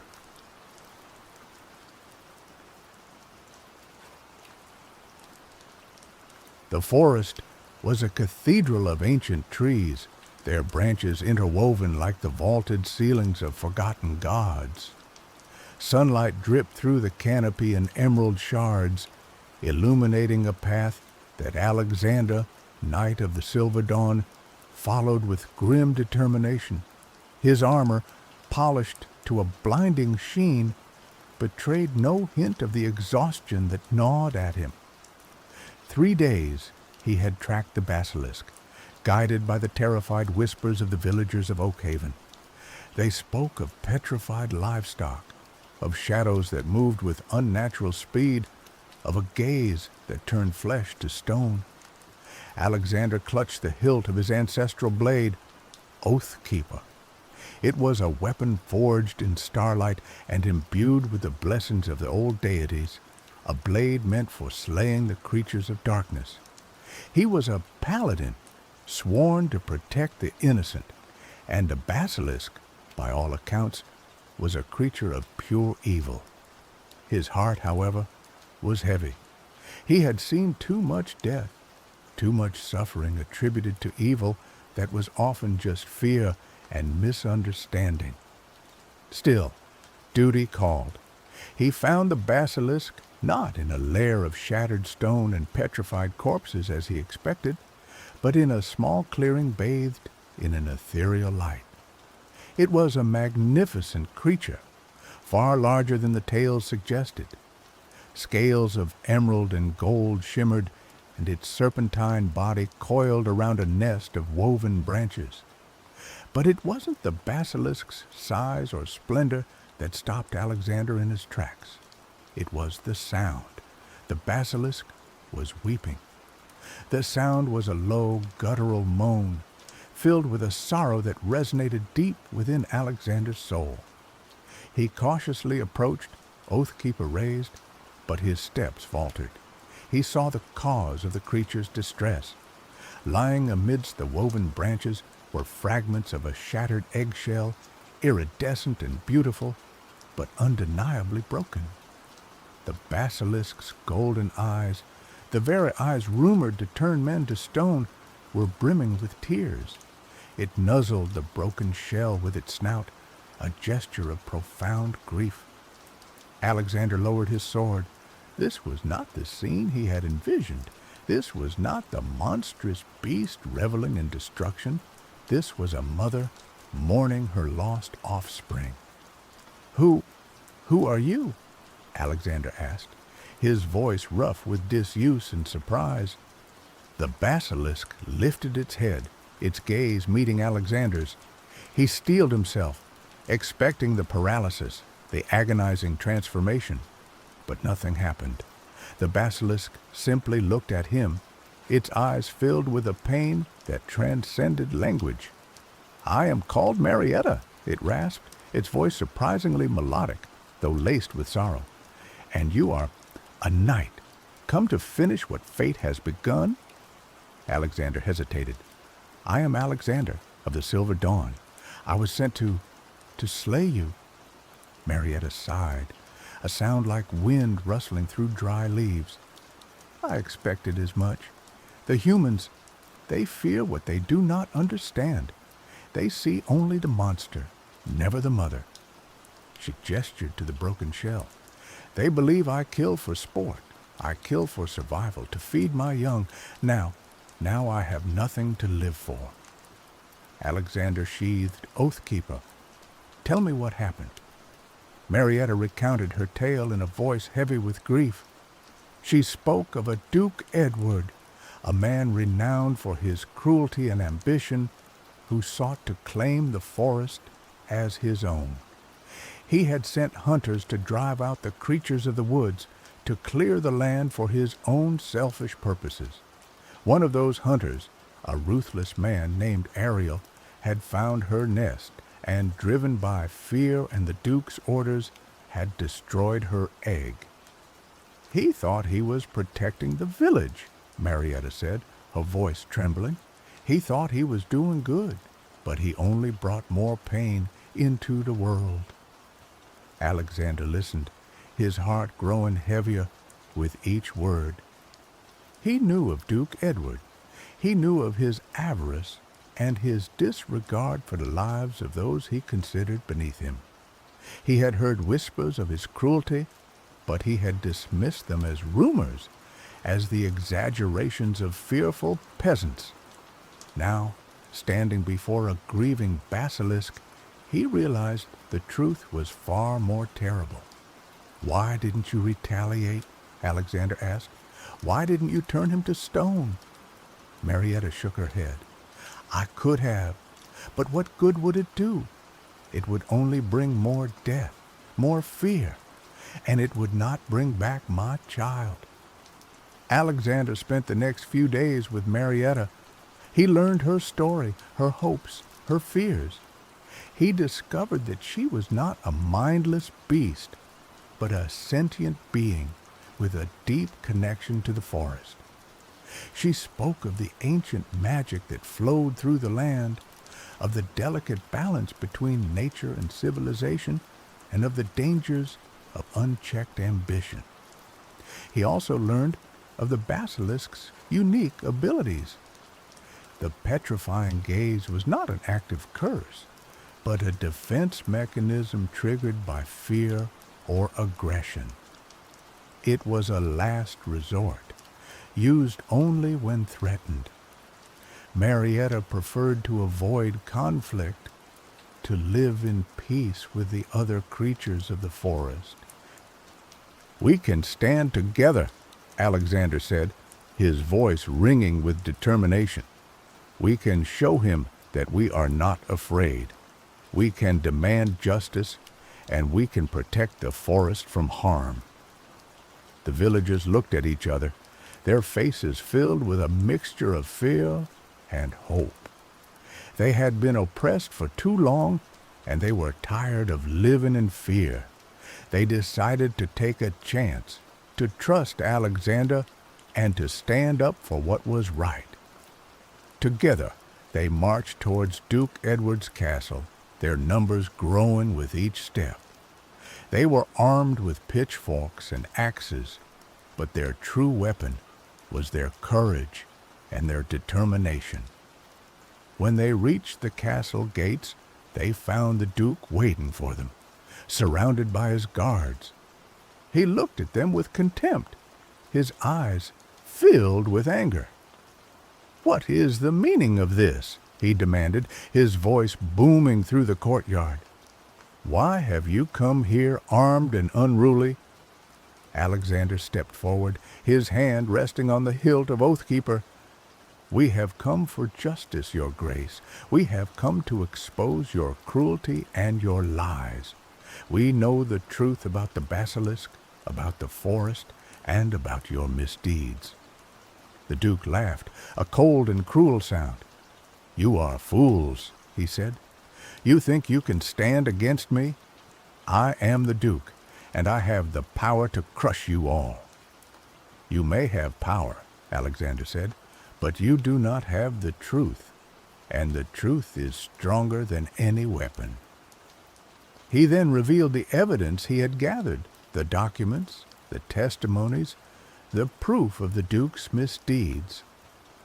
The villagers listened in stunned silence, their faces growing angrier with each revelation. The Duke's face turned red with rage. He ordered his guards to attack, but the villagers stood firm. They fought with courage and determination, fueled by their anger and their desire for justice. Alexander fought alongside them, Oathkeeper flashing in the sunlight. He moved with grace and skill, cutting down the Duke's guards with ease. The battle raged for hours, the courtyard filled with the clash of steel and the cries of the wounded. But in the end, the villagers prevailed. They overwhelmed the Duke's guards and captured the Duke himself. Alexander stood before the Duke, Oathkeeper pointed at his throat. You have been judged, your grace, he said, and you have been found wanting. The Duke looked at him with hatred, his eyes filled with rage. You will regret this, he snarled. I will have my revenge. Your reign of terror is over, Alexander said. You will be brought before the Queen and judged for your crimes. The Duke was taken away, and the villagers rejoiced. They had won a great victory, and they had finally freed themselves from the Duke's oppression. Alexander returned to the forest, to Marietta's clearing. He found her tending to the broken eggshell, her eyes still filled with sorrow. It is done, Alexander said. The Duke has been captured, and he will be brought to justice. Marietta looked at him, her eyes filled with gratitude. Thank you, Alexander, she said. You have done a great thing for my people and for the forest. Alexander smiled. It was the least I could do, he said. I am here to help rebuild your nest, if you will allow it. Together, they began to rebuild the nest, weaving branches and gathering leaves. As they worked, Alexander felt a sense of peace and fulfillment he had never known before. He had found his purpose, not in slaying monsters, but in protecting the innocent and fighting for justice. He stayed with Marietta for many months, helping her to heal and to rebuild her life. He learned more about the forest, about the ancient magic that flowed through it, and about the delicate balance between nature and civilization. He also learned that Marietta was not the last of her kind. There were other basilisks in the forest, hidden deep within the woods, living in peace and harmony with nature. Alexander eventually returned to the Queen's court, where he testified against Duke Edward. The Duke was found guilty of his crimes and sentenced to life imprisonment. Alexander was hailed as a hero, but he refused to accept the accolades. He knew that the true heroes were the villagers of Oak Haven, who had stood up for what was right, and Marietta, who had shown him the true meaning of compassion and understanding. He returned to the forest, where he continued to protect the innocent and fight for justice. He became known as the Knight of the Forest, a protector of the creatures of the woods and a champion of the oppressed. And Marietta, the basilisk, who had once wept over a broken egg, became a symbol of hope and resilience She taught the villagers of Oakhaven to respect the forest and to live in harmony with nature. The forest thrived, and the villagers prospered. They learned that the true monsters are not the beasts, but those who hunt them. And they learned that even in the darkest of times, there is always hope for a better future. As Alexander listened, he began to question everything he had believed. He had always seen the world in black and white, good versus evil, but Marietta showed him the shades of gray, the complexities of morality, the blurred lines between hunter and hunted. He also realized that the villagers of Oakhaven were not entirely innocent. They had allowed Duke Edward to exploit them, to turn them against the creatures of the forest in exchange for empty promises of protection. They had been blinded by fear and greed, and they had become complicit in the Duke's cruelty. Alexander knew he could not simply return to Oakhaven and tell them the truth. They would not believe him. They were too deeply entrenched in their fear and prejudice. He needed to find a way to expose Duke Edward's cruelty, to show the villagers the true monster that lurked in their midst. He decided to return to Duke Edward's castle under the guise of a knight who had slain the basilisk. He would gather evidence of the Duke's misdeeds, and then he would reveal the truth to the villagers and to the Queen herself. It was a dangerous plan, but it was the only way he could see to bring justice to the forest and to Marietta. He said goodbye to Marietta, promising to return and to help her rebuild her nest. He left a part of his heart in that clearing amidst the broken eggshells and the sorrowful gaze of the basilisk. As he journeyed towards Duke Edward's castle, Alexander felt a profound shift within himself. He was no longer just a knight of the Silver Dawn, blindly following orders. He was a protector of the innocent, a champion of the oppressed, and a seeker of truth. He was ready to face whatever challenges lay ahead, knowing that he was fighting for something greater than himself. The Duke's castle loomed on the horizon, a stone behemoth that seemed to suck the light from the sky. Alexander steeled himself and rode towards the gates, ready to confront the darkness that dwelled within. He presented himself to the guards, claiming to be the knight who had slain the basilisk. They ushered him in with a mixture of awe and suspicion. Duke Edward, a corpulent man with a cruel smile and eyes that glittered with ambition, greeted him in the great hall. "Sir Knight," the Duke boomed, his voice echoing through the chamber, "you have done a great service to my people. The basilisk was a menace, a terror that threatened our very existence. You deserve a hero's welcome." Alexander bowed his head. "I only did what was right, Your Grace. It was my duty." The Duke clapped him on the shoulder, his grip surprisingly strong. "Modesty becomes you, Sir Knight. But you must be rewarded for your bravery. Tell me, what is your heart's desire?" Alexander paused, considering his words carefully. "I desire only justice, Your Grace. I desire to see your people prosper and to see the forest protected from harm." The Duke chuckled. "A noble sentiment, Sir Knight, but justice is a complicated thing. And the forest, well, the forest must be tamed for the good of civilization." Alexander spent the next few days in the Duke's castle, observing, listening, and gathering evidence. He saw the Duke's cruelty firsthand.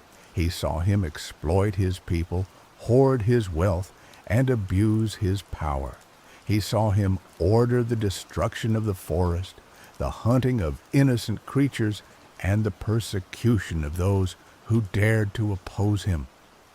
He also discovered the truth about Ariel, the hunter who had destroyed Marietta's egg. Ariel was not just a ruthless man, but a pawn in the Duke's game. He had been promised land and riches in exchange for his loyalty, and he was willing to do anything to please his master. Alexander knew he had to act quickly. The Duke was growing suspicious of him, and he feared that his true intentions would soon be revealed. He decided to gather the villagers of Oakhaven and confront the Duke in front of them all. He slipped out of the castle under the cover of darkness and rode towards Oakhaven. He found the villagers huddled in their homes, their faces etched with fear and despair. He gathered them in the village square and told them the truth about Duke Edward. He told them about Marietta, the grieving basilisk, and about the Duke's cruelty and ambition. He showed them the evidence he had gathered, the documents that proved the Duke's misdeeds, the testimonies of those who had suffered under his rule. At first, the villagers were skeptical. They had been taught to fear the basilisk and to trust the Duke.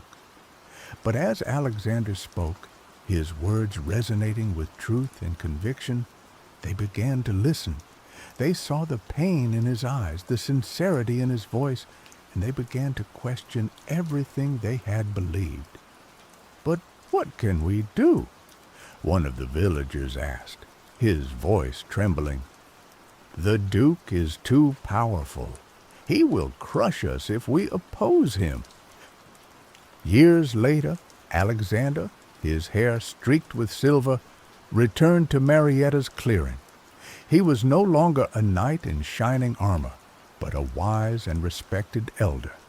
He found Marietta surrounded by young basilisks, her eyes filled with love and joy. "You have done well, Alexander," she said, her voice filled with warmth. "You have brought peace to the forest and to the hearts of men." Alexander smiled. "It was all thanks to you, Marietta," he said. "You showed me the true meaning of compassion and understanding." He sat beside her, watching the young basilisks play in the sunlight.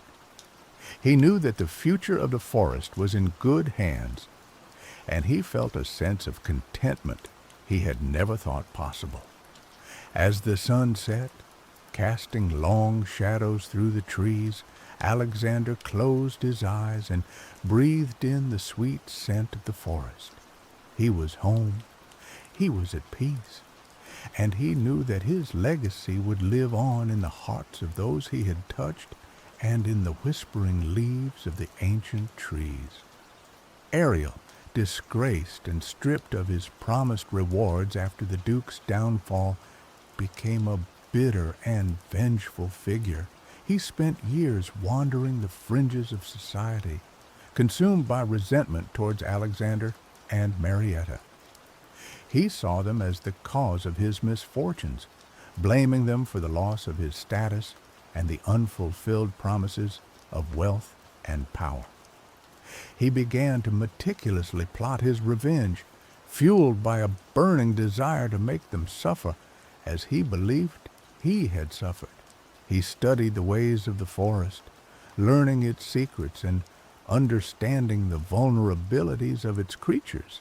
He sought out dark magic, dabbling in forbidden arts to enhance his hunting skills and imbue his weapons with deadly power. His appearance changed over time, reflecting his descent into darkness. His once keen eyes became clouded with malice, and his face bore the lines of bitterness and resentment. He became a wraith-like figure, a shadow lurking in the woods, driven by an unquenchable thirst for vengeance. He knew that he could not confront Alexander directly. The knight was too skilled, too honorable to be easily defeated. He needed to find a weakness, a vulnerability that he could exploit, and he found it in Marietta's young. He observed the basilisks, studying their habits and learning their vulnerabilities.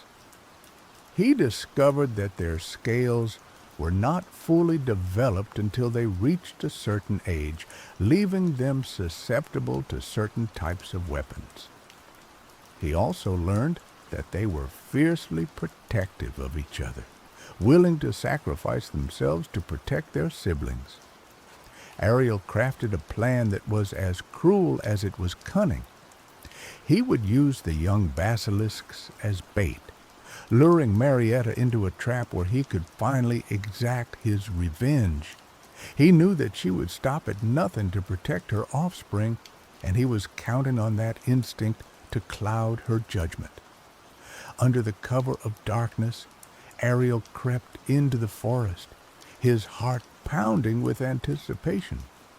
He carried with him a specially crafted net, woven with enchanted threads that would ensnare the basilisks without harming them.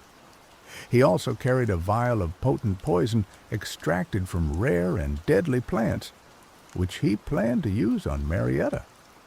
He found the young basilisks playing near a stream, their scales shimmering in the moonlight.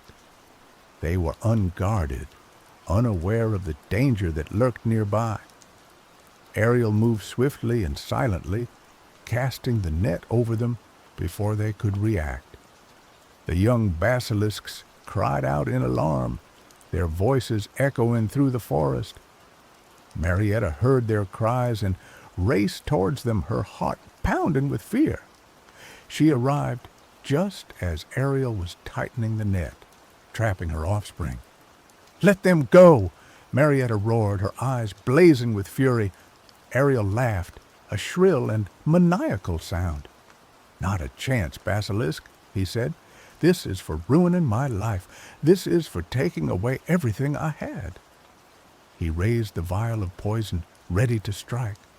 But before he could act, Alexander appeared, his sword drawn and his eyes filled with fury. "Ariel!" Alexander shouted, his voice echoing through the forest. "Release the basilisks!" Ariel turned to face Alexander, his face contorted with hatred. "You," he snarled, "this is all your fault. You and that monster." He lunged at Alexander, his weapon raised. Alexander parried the blow and struck back, his sword flashing in the moonlight. The two men fought fiercely, their blades clashing and their bodies straining. Marietta watched the battle with growing concern. She knew that Alexander was a skilled fighter, but Ariel was driven by rage and desperation.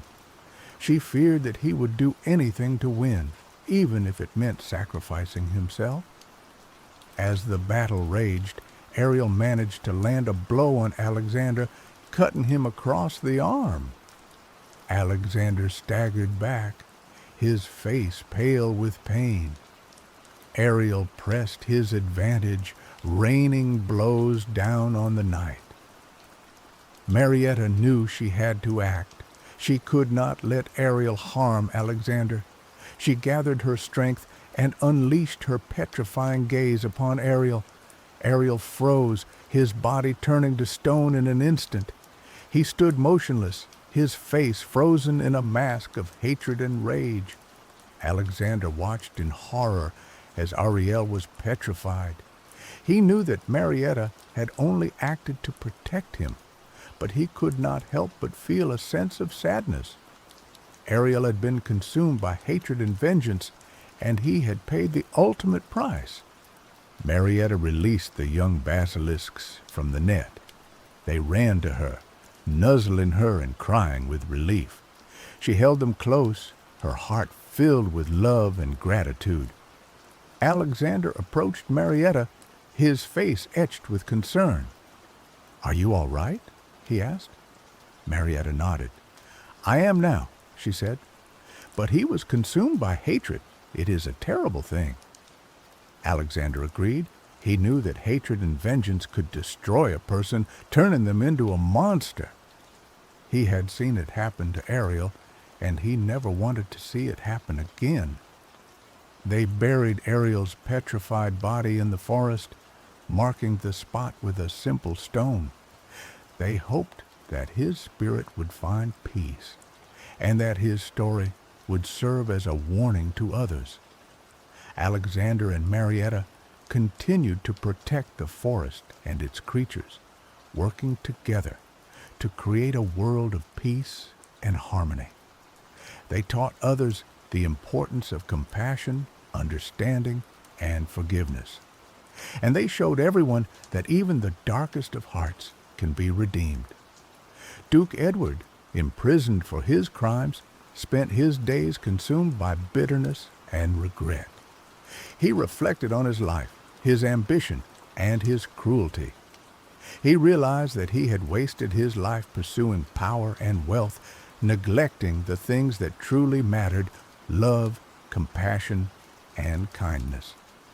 He began to write letters to the villagers of Oak Haven, apologizing for his misdeeds and seeking their forgiveness. He offered to use his remaining wealth to help them rebuild their lives and to protect the forest. At first, the villagers were skeptical. They had been hurt by the Duke for so long, and they found it hard to believe that he had truly changed. But as they read his letters, they began to see a glimmer of hope. They saw a man who was genuinely remorseful for his actions, a man who wanted to make amends. They decided to visit the Duke in prison to see for themselves if he was truly sincere. They found him weak and frail, his face etched with sadness and regret. He spoke to them with humility and honesty, admitting his mistakes and begging for their forgiveness. The villagers were moved by his sincerity. They realized that he had truly changed, and they decided to forgive him. They accepted his offer of help, and they worked together to rebuild their lives and to protect the forest. The Duke spent the rest of his days in prison, but he found peace and redemption in his final years. He used his wealth to support the villagers and to protect the forest. He wrote letters to Alexander and Marietta, thanking them for their kindness and forgiveness. When he died, the villagers mourned his loss. They remembered him not as a cruel and ambitious duke, but as a man who had found redemption in the end. The story of Alexander, Marietta, and Duke Edward became a legend, a tale of hope, compassion, and forgiveness. It was a reminder that even the darkest of hearts can be redeemed, and that even the most terrible mistakes can be forgiven.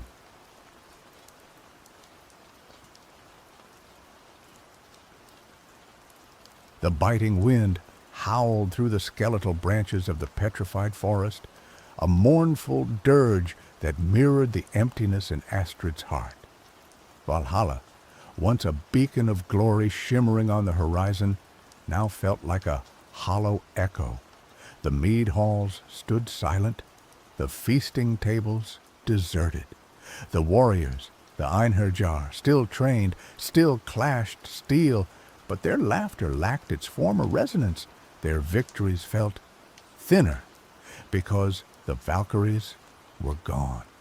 For generations, the Valkyries, Odin's shield maidens, had descended upon the battlefields, selecting the bravest warriors to join the ranks of the Einherjar in Valhalla. Their winged forms, soaring through the blood-soaked skies, were a symbol of hope and an assurance of eternal glory. But for the last 10 winters, their wings had been silent. No Valkyrie had graced the mortal realm. No fallen hero had been chosen. Valhalla was slowly starving, not for sustenance, but for souls. Astrid, shield maiden of the North Wind tribe, felt the loss acutely.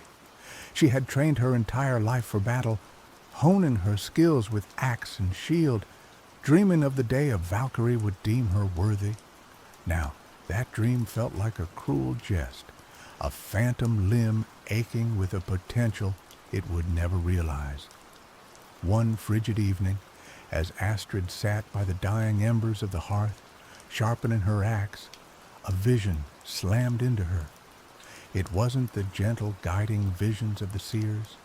This was a brutal intrusion, a kaleidoscope of fractured images searing themselves onto the back of her eyelids.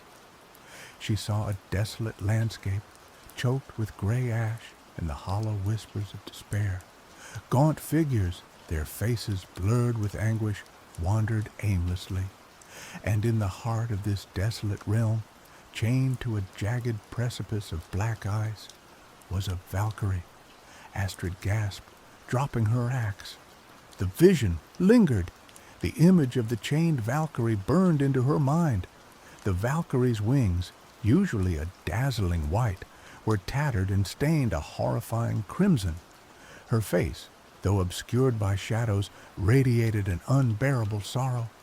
A voice, ancient and weary, echoed in Astrid's mind, a desperate plea carried on the wind. Helka. Then, as abruptly as it began, the vision vanished, leaving Astrid trembling and breathless. The fire crackled mockingly, the silence of the longhouse pressing down on her. She knew what she had to do. The next morning, Astrid presented her vision to the tribal elders. They listened with skeptical faces, their expressions a mixture of pity and concern. "The Valkyries are gone, Astrid," the chief, her uncle Bjorn, said, his voice heavy with resignation. "Perhaps they have abandoned us. Perhaps the All-Father has turned his gaze elsewhere, but to venture into Helheim, that is madness." Helheim, the land of the dead, was a place of cold and despair, ruled by the monstrous goddess Hel. Mortals rarely entered its gates, and even fewer returned. It was a realm where hope withered and souls became lost forever. "But the Valkyrie," Astrid insisted, her voice ringing with conviction. "She is trapped. If we do not save her, Valhalla will fade, and with it all hope of glory." Her arguments were met with stony silence. The elders feared the wrath of Hel, and they feared the loss of another warrior. Astrid understood their fear, but she could not ignore the desperate plea she heard in the vision. She would go, even if she had to go alone. That night, under the cloak of a new moon, Astrid prepared for her journey. She sharpened her axe until its edge gleamed like frost. She donned her leather armor, its worn surface bearing the scars of countless battles. She packed provisions, dried meat, hard bread, and a flask of strong mead. And most importantly, she gathered the tools she would need to navigate the treacherous paths to Helheim. She sought out the village seeress, a wizened woman named Ilara, who lived on the fringes of the settlement. Ilara, her eyes milky with age, had initially dismissed Astrid's vision as a fever dream. But she saw the fire in Astrid's eyes, the unwavering determination that flickered like a stubborn flame in the face of despair. "Helheim is not a place for the living, Astrid," Ilara croaked, her voice like rustling leaves. "Its paths are shrouded in illusion, its guardians are relentless, and its mistress, she is merciless." "I know the risks," Astrid replied, her voice firm, "but I must go." Ilara sighed, her frail hand reaching out to grasp Astrid's. "Then I will give you what little aid I can. Take this." She handed Astrid a small pouch filled with shimmering dust. "This is shimmering ash from the roots of Yggdrasil. It can pierce through illusions and reveal the true path. Use it wisely." She then presented Astrid with a tarnished silver ring etched with ancient runes. "This ring belonged to a shaman who walked between worlds. It will offer you some protection against the spirits that haunt Helheim. But be warned, it's a fragile ward. Don't rely on it entirely."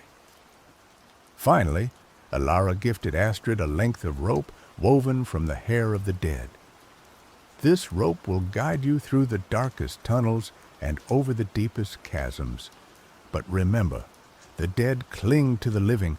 Do not let them drag you down. With these gifts and a heavy heart, Astrid bid farewell to Alara and slipped into the night. Her destination was the Whispering Falls, a secluded waterfall said to be a gateway to the underworld.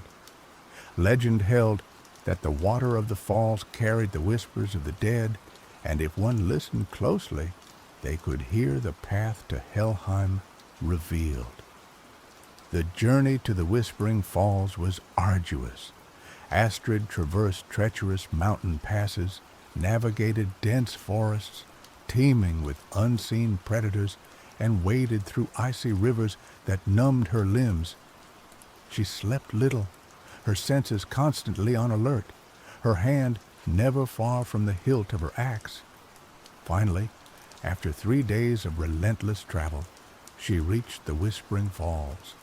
The waterfall cascaded down a sheer cliff face, its thunderous roar echoing through the desolate valley. The air was thick with mist, and the ground was slick with moss.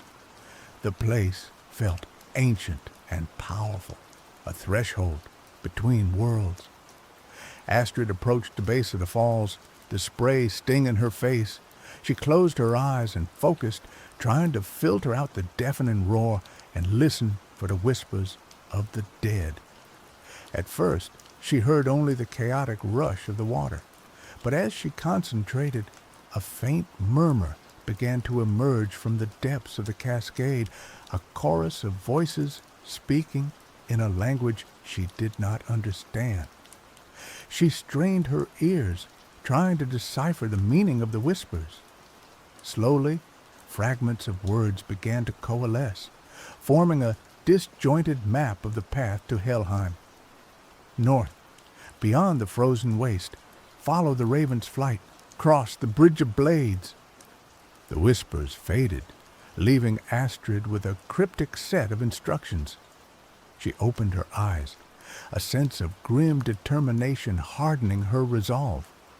She knew the path would be fraught with peril, but she was ready. She had to be. The first step of her journey was to venture north into the frozen waste. Astrid traveled for days across a barren landscape of ice and snow, the wind whipping at her face like a frozen whip. The sun was a distant memory, obscured by perpetual gray clouds. The only signs of life were the occasional tracks of Arctic foxes and the skeletal remains of long-dead trees. She followed the flight of a solitary raven, its black wings a stark contrast against the white expanse. The raven led her through treacherous crevasses and over icy ridges, its unwavering flight a constant reminder of her purpose.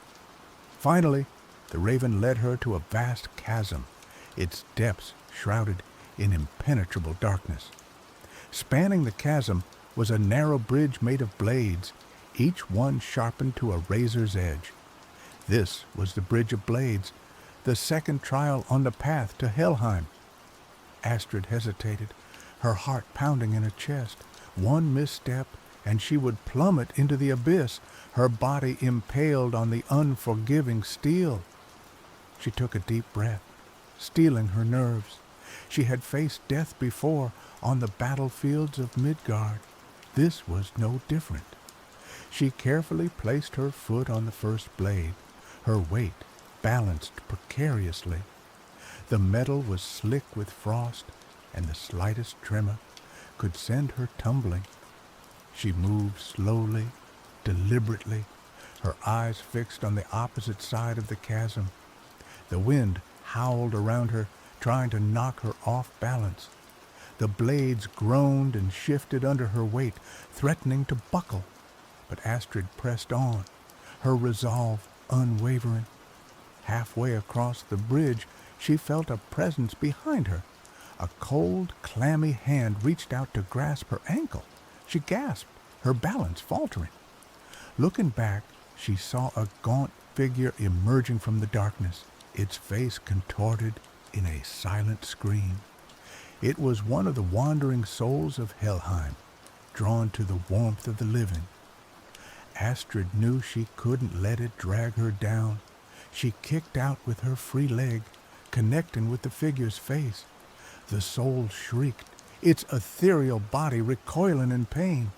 It released its grip and tumbled into the chasm, its screams fading into the darkness. Astrid regained her balance and continued across the bridge, her heart pounding in her ears. Finally, she reached the other side, collapsing onto the frozen ground, her body trembling with exhaustion.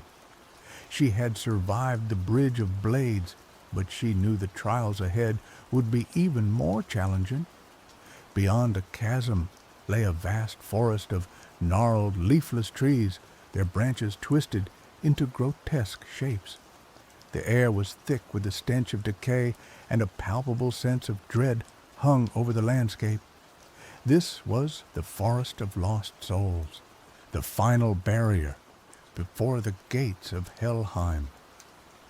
As Astrid ventured into the forest, she felt the eyes of countless spirits upon her. Whispers slithered through the trees, taunting her, trying to break her resolve. Illusions flickered at the edge of her vision, tempting her to stray from the true path. She remembered Alara's words and reached into her pouch, retrieving the shimmering ash from the roots of Yggdrasil. She sprinkled the ash into the air, and the illusions shimmered and dissolved, revealing the true path ahead. As she journeyed deeper into the forest, the whispers grew louder, more insistent. They spoke of her failures, her fears, her deepest insecurities. They tried to convince her to give up, to turn back, to abandon her quest. Astrid clenched her fists, trying to block out the voices. She focused on the image of the chained Valkyrie, her desperate plea echoing in her mind. She would not falter. She would not break. Suddenly, the ground beneath her feet began to tremble. A towering figure emerged from the trees, its eyes glowing with malevolent intent. It was a Draugr, a reanimated corpse imbued with dark magic, one of Hell's most formidable guardians. The Draugr roared, its voice a guttural growl that shook the forest. It charged at Astrid, its massive axe raised high. Astrid braced herself, knowing that this would be a battle for her life. The Draugr swung its axe, the blow landed with bone-jarring force against Astrid's shield. She staggered back, her arm numb from the impact. She retaliated with a swift thrust of her own axe, but the Draugr deflected the blow with ease. The battle raged on, the clash of steel echoing through the desolate forest. Astrid fought with courage and skill, but the Draugr was stronger, more relentless. It seemed impervious to pain, its movements fueled by dark magic. Astrid realized that she couldn't defeat the Draugr through brute force alone. She needed to find its weakness, to exploit its vulnerabilities. She remembered the tales of the Draugr, their bodies often vulnerable to specific types of attacks. As the Draugr lunged again, Astrid noticed a patch of exposed flesh on its neck, where the skin had rotted away. It was a small target, but it was her only chance. She ducked under the Draugr's axe and lunged forward, aiming her own axe at the exposed flesh. Her axe struck true, sinking deep into the Draugr's neck. The Draugr roared in pain, its body convulsing. Dark ichor spewed from the wound, and the Draugr staggered back, its movements becoming sluggish. Astrid pressed her advantage, hacking away at the Draugr's exposed flesh. Finally, with one last mighty blow, she severed the Draugr's head from its body. The Draugr's body collapsed to the ground, its dark magic dissipating into the air. Astrid stood over the fallen Draugr, her chest heaving, her body covered in sweat and blood.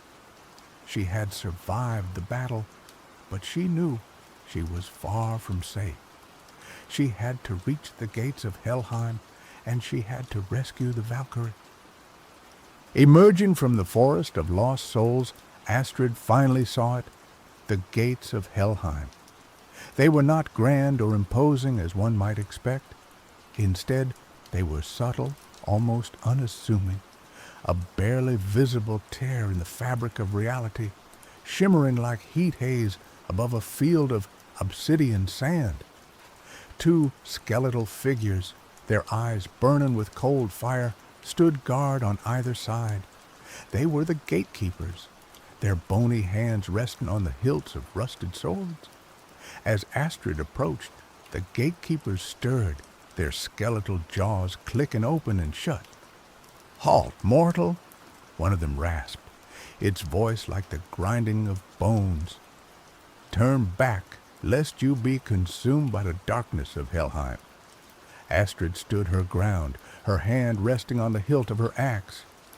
"I seek passage to Helheim," she said, her voice firm. "I have come to rescue a prisoner held within your realm." The gatekeepers exchanged glances, their skeletal faces devoid of emotion. "No mortal may enter Helheim without the permission of Hel," the other gatekeeper said. "Turn back, or face our wrath." Astrid knew that reasoning with the gatekeepers was futile.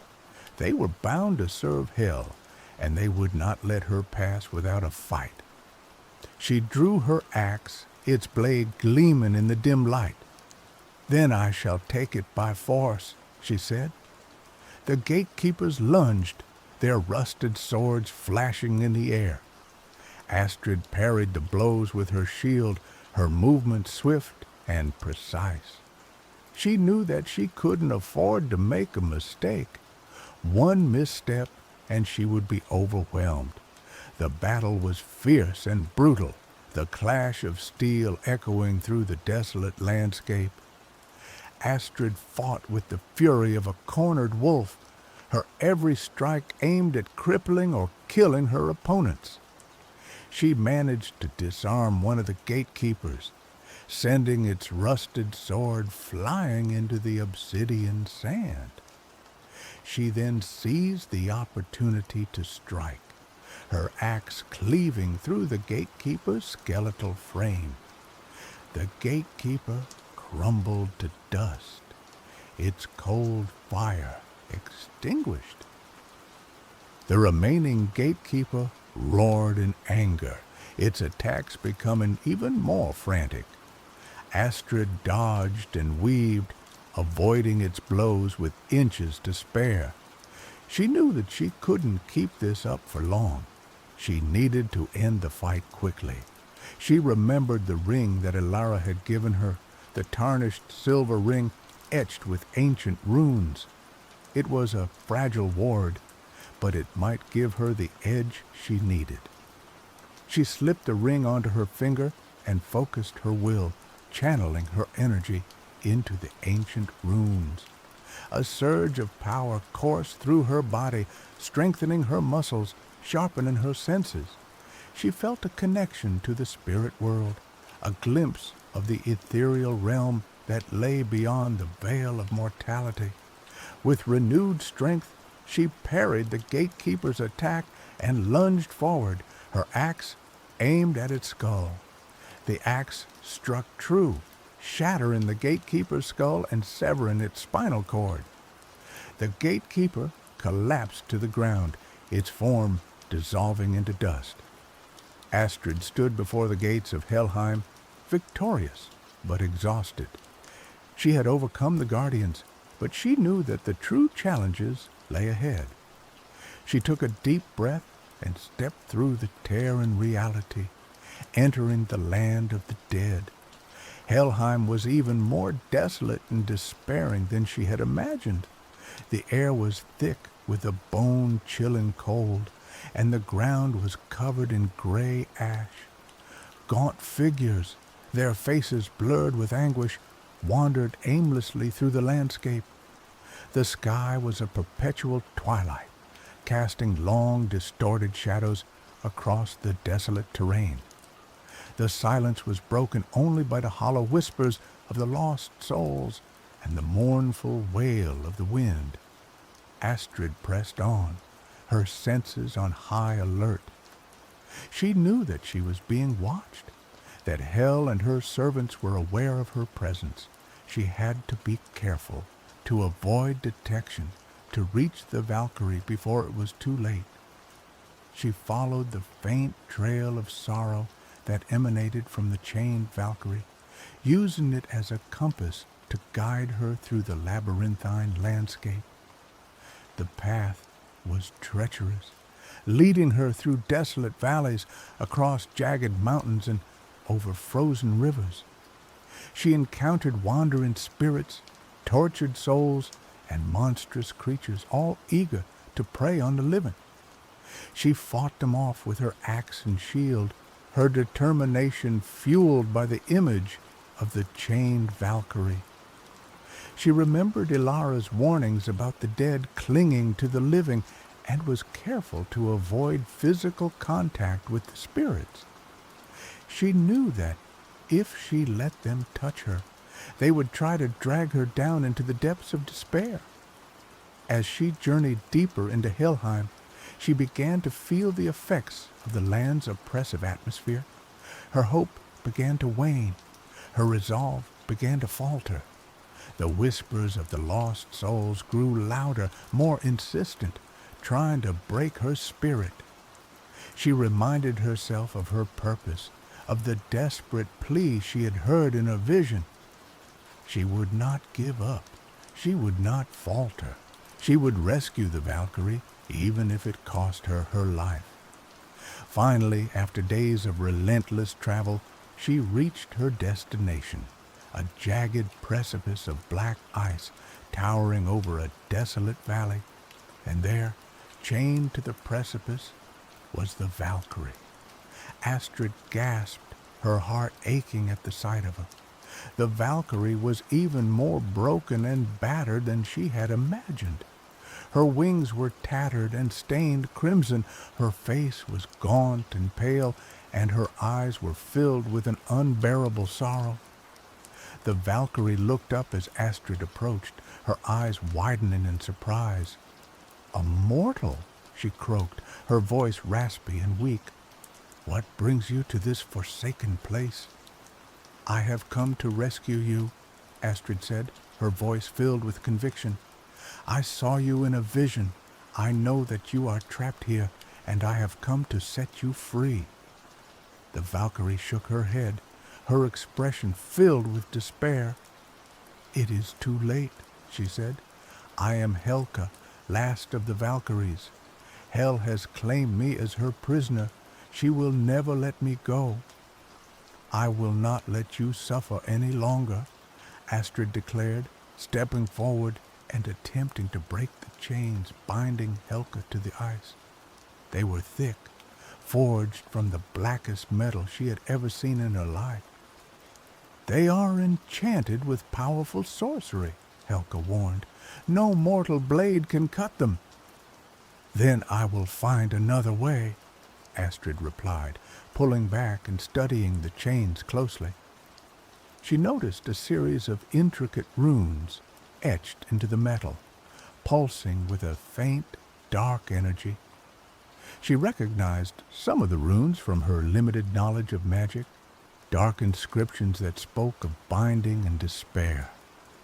An idea formed in her mind.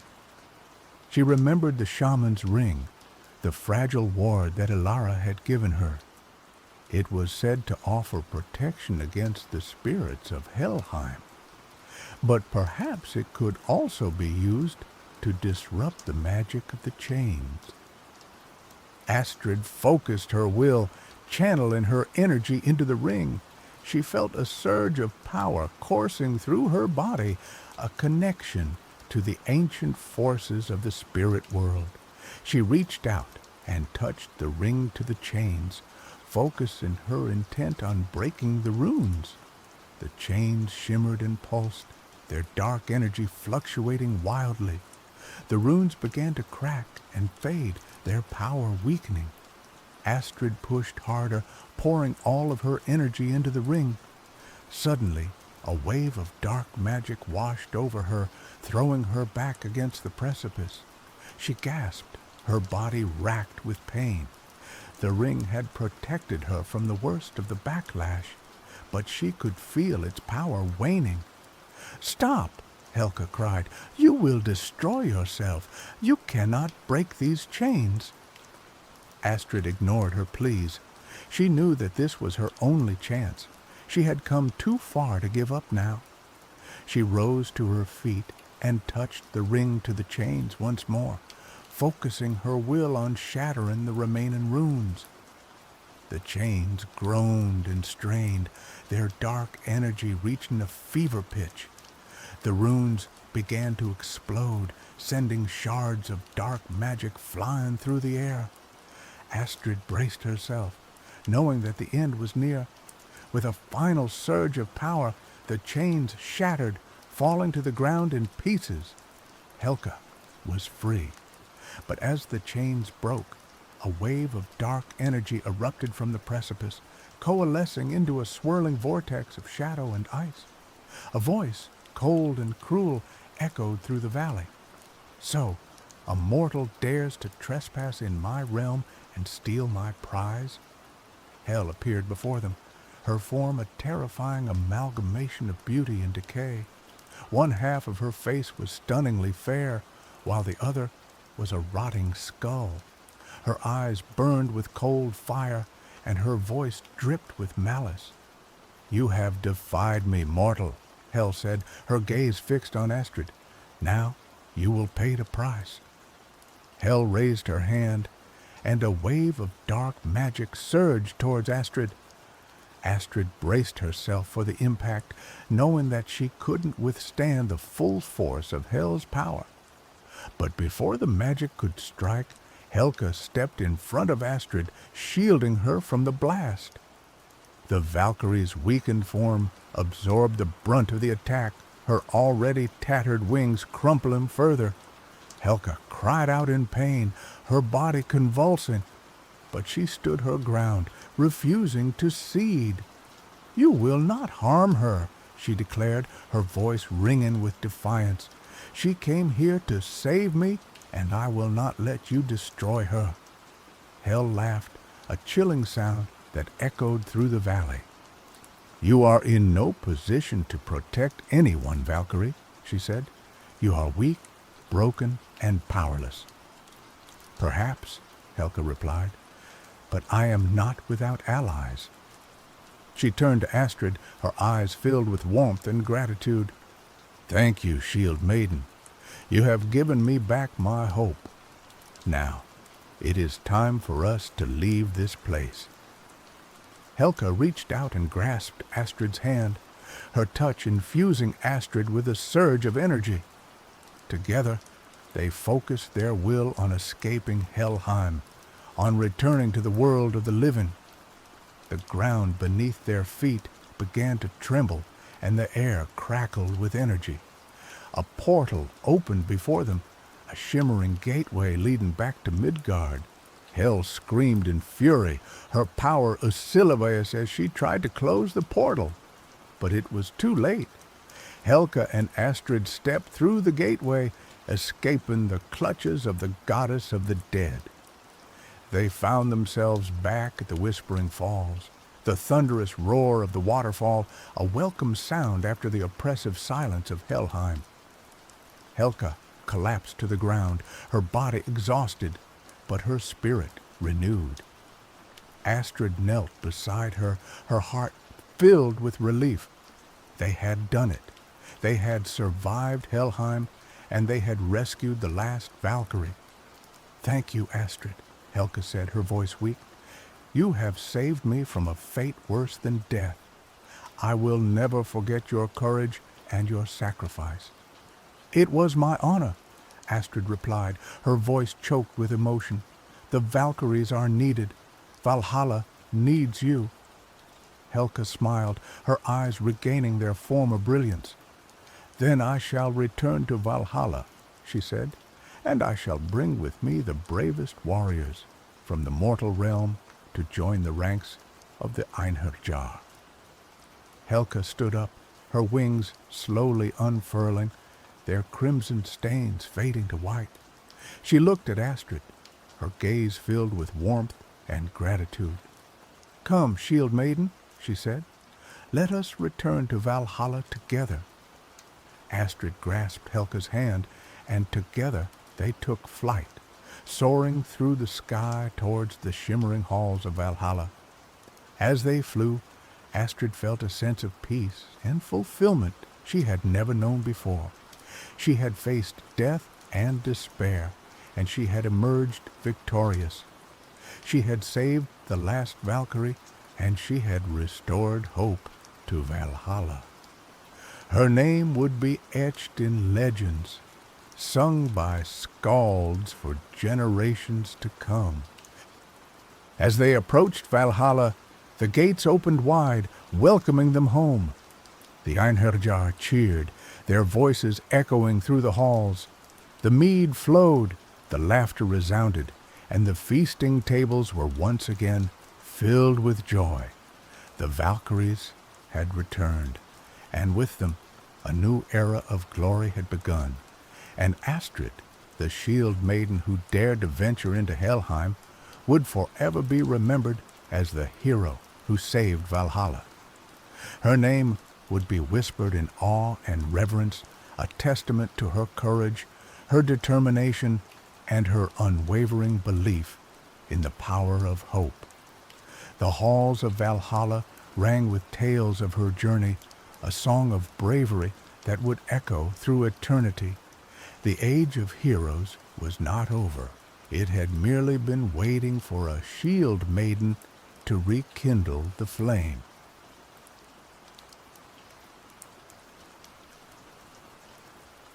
The year is 1088. England, a land bruised and battered by the Norman conquest, simmers with discontent. Queen Matilda, a woman forged in the fires of political maneuvering and tempered by the cold realities of power, sits uneasy on her throne. Her husband, King William Rufus, is a reckless gambler, more interested in hunting and feasts than governing. Whispers of rebellion slither through the countryside like vipers, fueled by Saxon resentment and Norman greed. Matilda knows she needs strength, something beyond the reach of swords and armies, to secure her family's reign. It was Brother Thomas, an aging monk with eyes that held the weight of centuries, who first spoke of the prophecy. In the dimly lit scriptorium of Winchester Cathedral, surrounded by the scent of parchment and beeswax, he unfolded a brittle scroll, its ink faded, but its words still ringing with power. 3 crowns, he rasped, his voice thin as ancient paper. Forged in the heart of Albion, imbued with the very essence of this land, the crown of the North, said to command the loyalty of men, the crown of the West, capable of bending nature to the wearer's will, and the crown of the East, which grants dominion over the spirit and the very soul. Matilda, a pragmatist by nature, had initially dismissed it as superstitious drivel. But desperation gnawed at her. The threats to her throne were real, tangible. What if these crowns were not mere legend? What if they held the key to securing her dynasty's future? "Tell me more, Brother Thomas," she commanded, her voice a low, urgent hum. The monk explained the prophecy in hushed tones. Each crown, he warned, possessed a unique magic, but each demanded a terrible price. The crown of the North, forged in Hadrian's wall from the iron of Roman legions and the blood of Celtic warriors, would grant unwavering loyalty, but only in exchange for the wearer's capacity for empathy. The crown of the West, crafted from the petrified wood of the oldest oak, in the forest of Dean, and adorned with gems born from the caves of Wales, would command the elements, but at the cost of the wearer's own vitality, slowly draining their life force. And the crown of the East, whispered to be made of solidified moonlight and the tears of ancient goddesses, would grant control over the spirit, but would leave the wearer vulnerable to the whims of the very souls they sought to command, twisting their perceptions and eroding their sanity. Matilda listened, her mind racing. The risks were immense, but the potential rewards were too great to ignore. She decided to take the gamble. Secretly, she summoned her most trusted advisers, Sir Reginald, a seasoned knight whose loyalty was beyond question, Lady Eleanor, a cunning strategist with a network of spies that stretched across the kingdom, and Master Alastair, a scholar and alchemist rumored to dabble in forbidden arts. "Find these crowns," she ordered, her voice unwavering. "Find them and bring them to me, but tread carefully. This is a matter of utmost secrecy. No one must know what we seek." The quest began, shrouded in secrecy and fraught with peril. Sir Reginald, with a small company of loyal men, rode north towards Hadrian's Wall. Lady Eleanor dispatched her agents throughout the West Country, infiltrating ancient druidic circles and scouring forgotten libraries. Master Alastair delved into arcane texts, seeking clues to the crown of the East's whereabouts, his experiments filling the castle tower with strange fumes and unsettling whispers. Sir Reginald's journey to the north was arduous. The land was wild and unforgiving, the people suspicious and resentful of Norman rule. He followed the ancient Roman road, the stones worn smooth by centuries of marching feet. As he neared Hadrian's Wall, he felt a growing sense of unease, a palpable weight in the air. The wall itself loomed before him, a stark reminder of the divisions that had always plagued this land.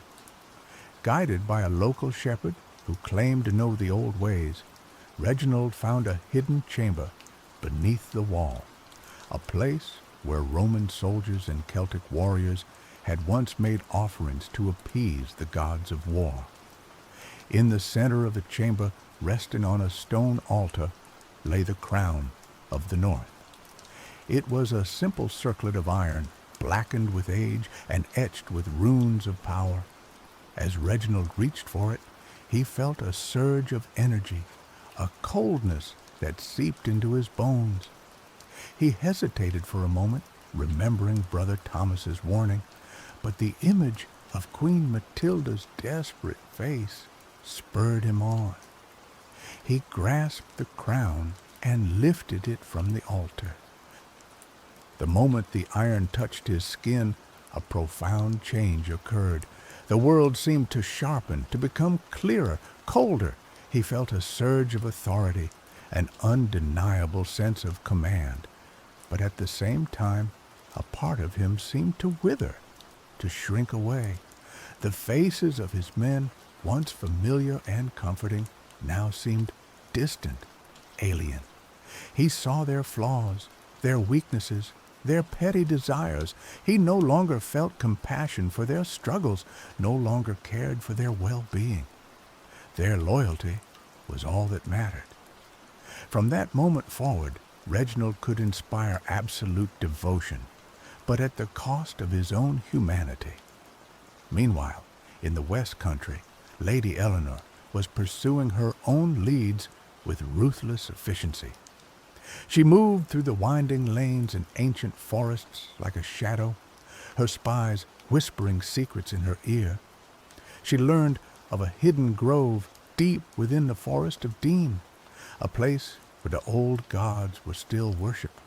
There, amongst the gnarled oaks and moss-covered stones, she found an entrance to a cavern, a place of primeval darkness. Inside, she discovered a subterranean lake, its waters shimmering with an unnatural light. In the center of the lake, resting on a bed of moss, lay the crown of the West. It was a thing of breathtaking beauty, crafted from petrified wood and adorned with glittering gems. As Eleanor reached for it, she felt the power of the earth surge through her, a raw, untamed energy. She lifted the crown from its resting place and placed it upon her head. The moment the wood touched her skin, she felt a jolt of energy, a vibrant, almost painful surge of life. The air around her crackled with power. She could feel the pulse of the earth beneath her feet, the whisper of the wind in the trees. She could command the elements, summon storms, and conjure life from barren soil.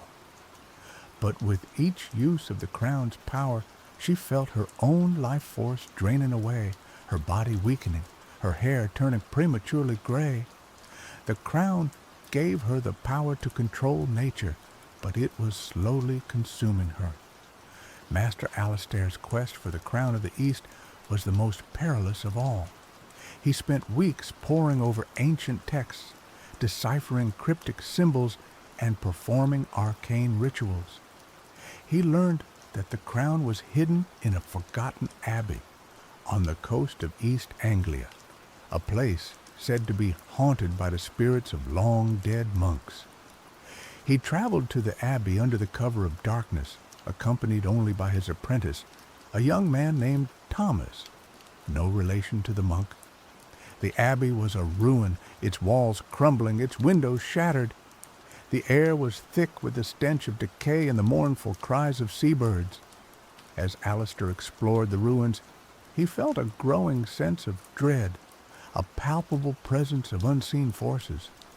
In the abbey's crypt, he found a hidden chamber, a place where the monks had once practiced dark arts. In the center of the chamber, floating in mid-air, was the crown of the East. It was a shimmering, ethereal thing made of solidified moonlight and tears. As Alistair reached for it, he heard voices, whispers that seemed to come from everywhere and nowhere at once. He ignored them, focusing on the crown. He reached out and grasped it. The moment the crown touched his skin, he was flooded with sensations, a cacophony of voices, images, and emotions. He could see the past, the present, and the future. He could feel the thoughts and desires of everyone around him, living and dead. He had dominion over the spirit, the power to manipulate souls. But the influx of energy was overwhelming, shattering his sanity. The voices grew louder, more insistent, twisting his perceptions, filling his mind with paranoia and madness. He began to see enemies everywhere, to distrust everyone, even his own apprentice. The crown gave him control over the spirit, but it was driving him insane. One by one, the 3 crowns were brought back to Queen Matilda. She received them in her private chamber, surrounded by her advisors. The sight of the crowns filled her with a mixture of awe and trepidation. She knew the risks, the potential consequences of wielding such power, but she was convinced that it was the only way to save her kingdom. She decided to test the crowns, to see their power firsthand. First, she summoned Sir Reginald, who was now completely devoted to her, his eyes devoid of all emotion save loyalty. She ordered him to quell a minor rebellion in the north. Reginald obeyed without question, leading his men with ruthless efficiency, crushing the rebels without mercy. Matilda was impressed by his unwavering loyalty, but she was also disturbed by his coldness, his lack of compassion. Next, she tested the crown of the West. She summoned Lady Eleanor and ordered her to conjure a storm to devastate the lands of a neighboring lord who had been plotting against her. Eleanor, her face pale and drawn, obeyed. The sky darkened, the wind howled, and a torrential rain fell upon the Lord's lands, washing away his crops and flooding his villages. Matilda was impressed by the crown's power, but she was also alarmed by Eleanor's deteriorating health. The crown was clearly taking a toll on her.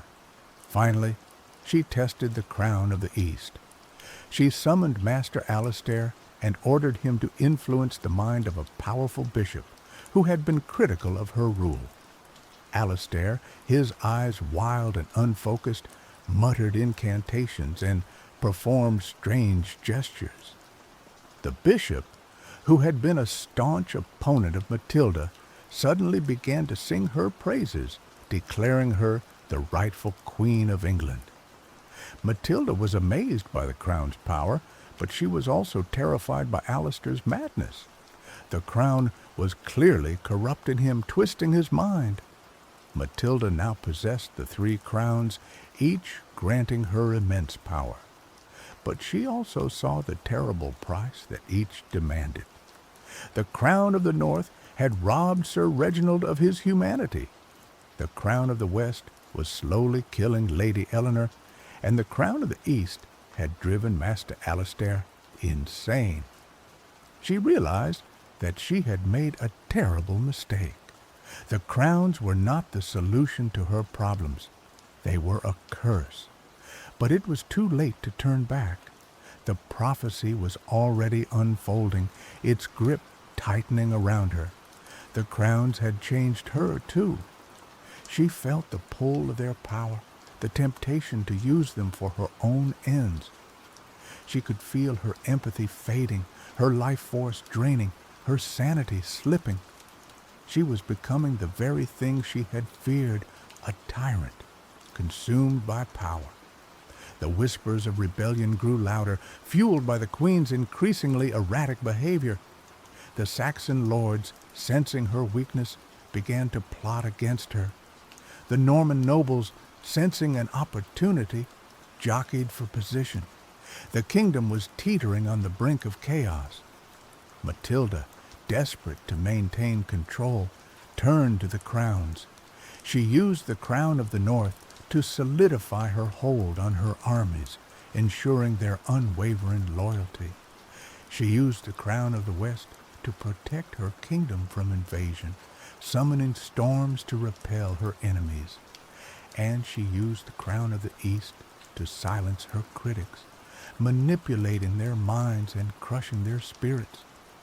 But with each use of the crowns, the price she paid grew higher.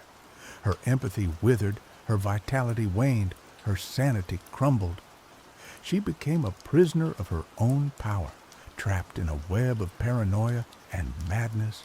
She trusted no one, saw enemies everywhere. She was surrounded by sycophants and assassins, all vying for her favor or plotting her demise. One day, a young woman named Eliana, a herbalist of Saxon descent, managed to infiltrate the castle.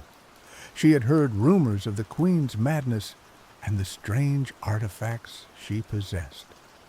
Driven by a desire to help her people, Eliana sought to find a way to break the crown's power. Eliana befriended Master Alastair's apprentice, Thomas. Seeing his master's descent into madness, Thomas was disillusioned and terrified. He secretly despised his master and was eager to help Eliana. Together, they began to investigate the crowns, studying ancient texts and performing their own experiments. They discovered a hidden truth. The crown's power was not absolute. They were vulnerable to certain rituals, certain herbs, certain words. Eliana and Thomas hatched a plan to destroy the crowns, a plan that would require immense courage and sacrifice. They knew that they would be risking their lives, but they were willing to do anything to save their kingdom. On the night of the full moon, Eliana and Thomas crept into the Queen's chamber. Matilda was asleep, her face pale and drawn, the 3 crowns resting on a table beside her bed.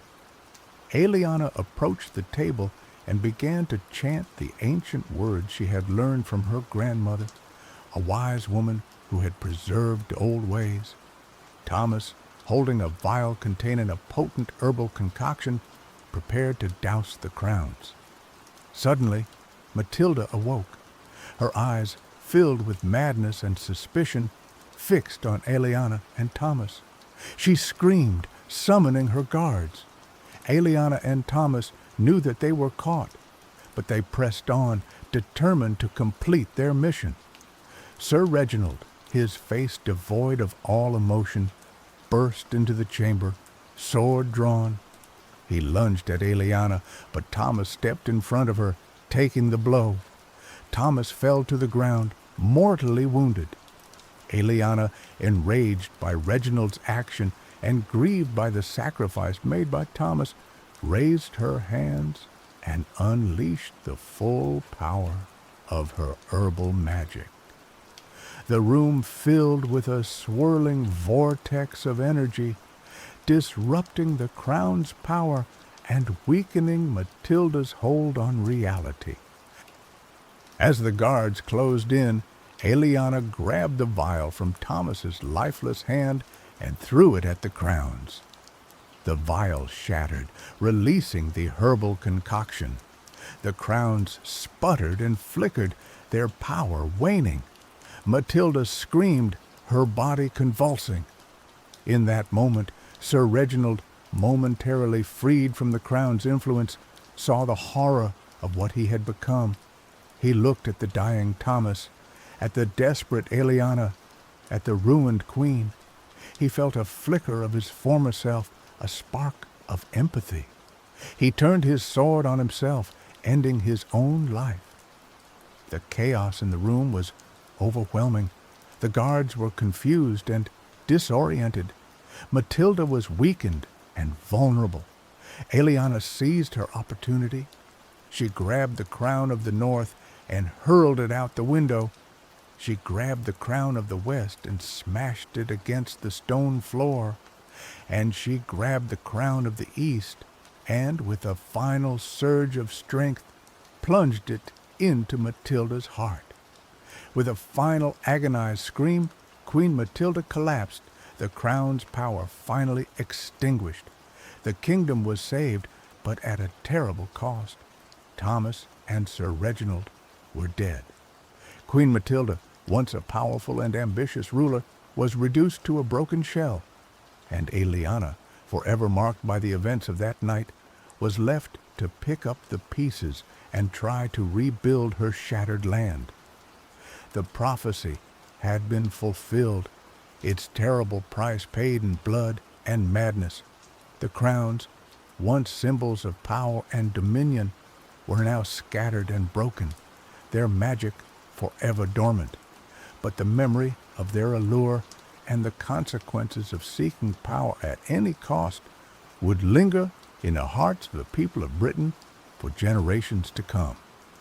The tale served as a grim reminder that true power lies not in magic or dominion, but in empathy, compassion, and the courage to resist the temptations of darkness. And so, the new era dawned, and the story of the crowns passed into the realm of legend.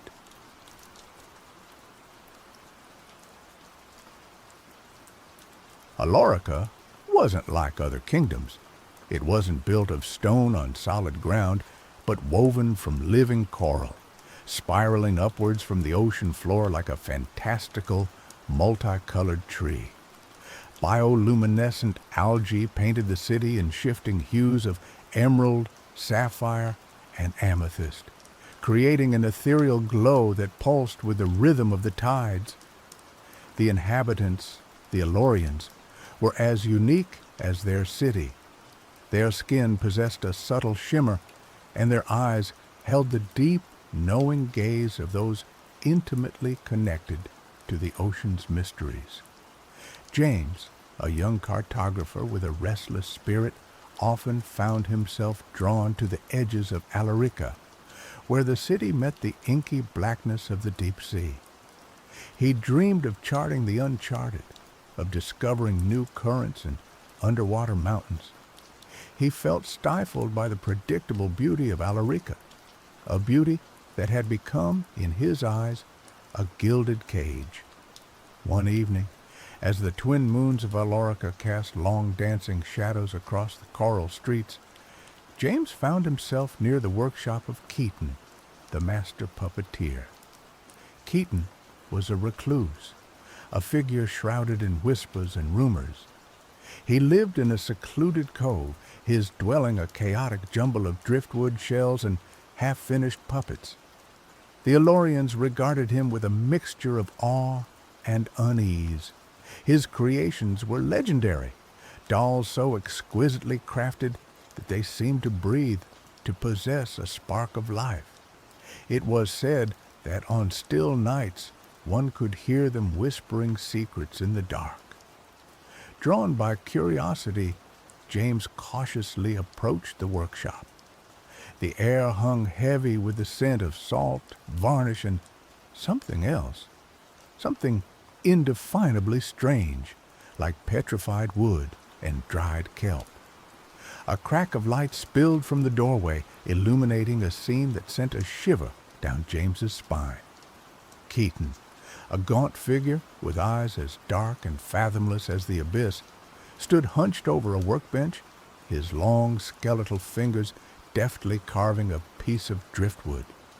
The wood resembled a human face, and as James watched, a startlingly lifelike expression began to emerge, a look of serene contemplation, almost sadness. The workshop was filled with puppets, hundreds of them. Some were suspended from the ceiling, their empty eyes staring blankly ahead. Others lay scattered on shelves, their limbs tangled in a macabre embrace. Each puppet was unique, a miniature representation of an Alorian, their features captured with uncanny accuracy. James recognized the likenesses of several villagers, the baker, the fisherman, even the high priestess. As James watched, Keaton picked up a small, ornate music box.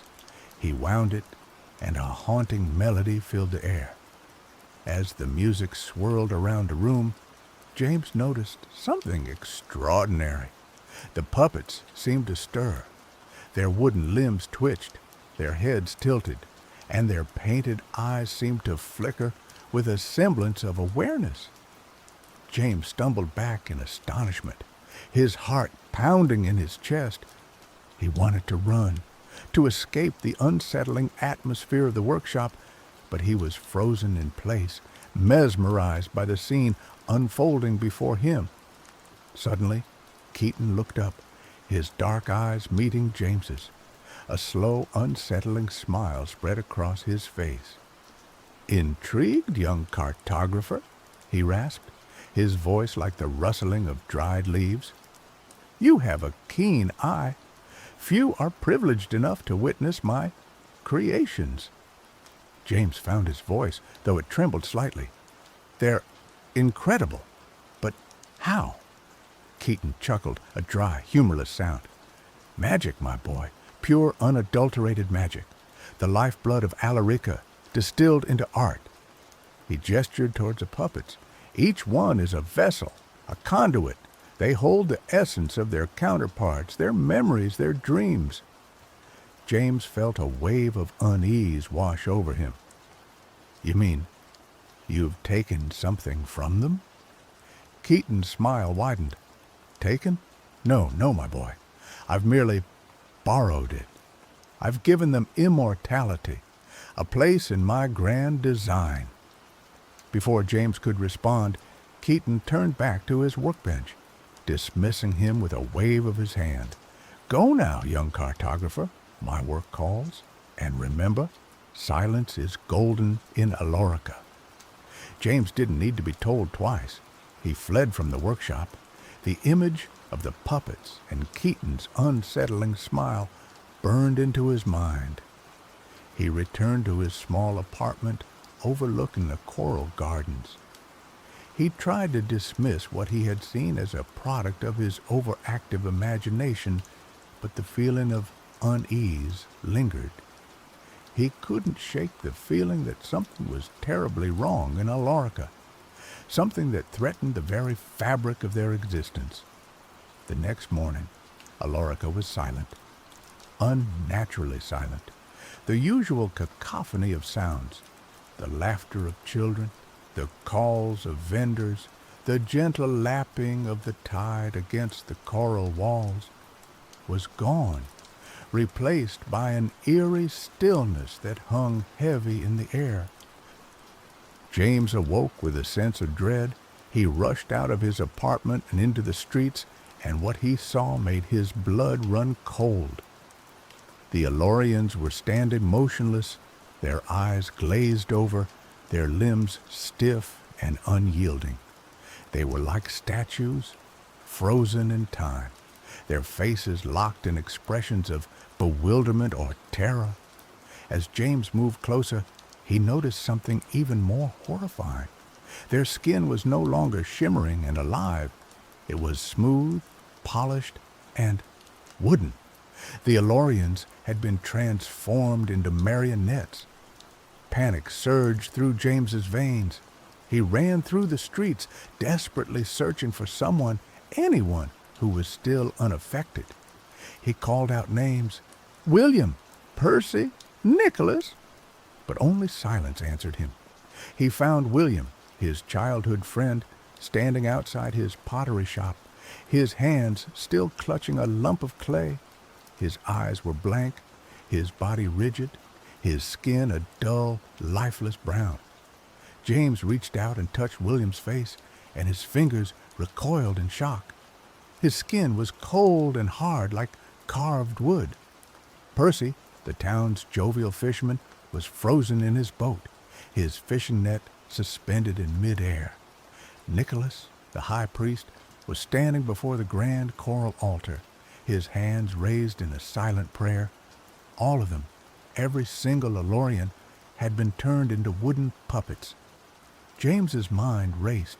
He remembered Keaton's words, "I've given them immortality, a place in my grand design." He realized the horrifying truth. Keaton had somehow used his magic, his puppets, to transform the entire population of Alorica into marionettes. But why? What was his motive? Was he mad? Or was there something more sinister at play? James knew that he was the only one who could save Alorica.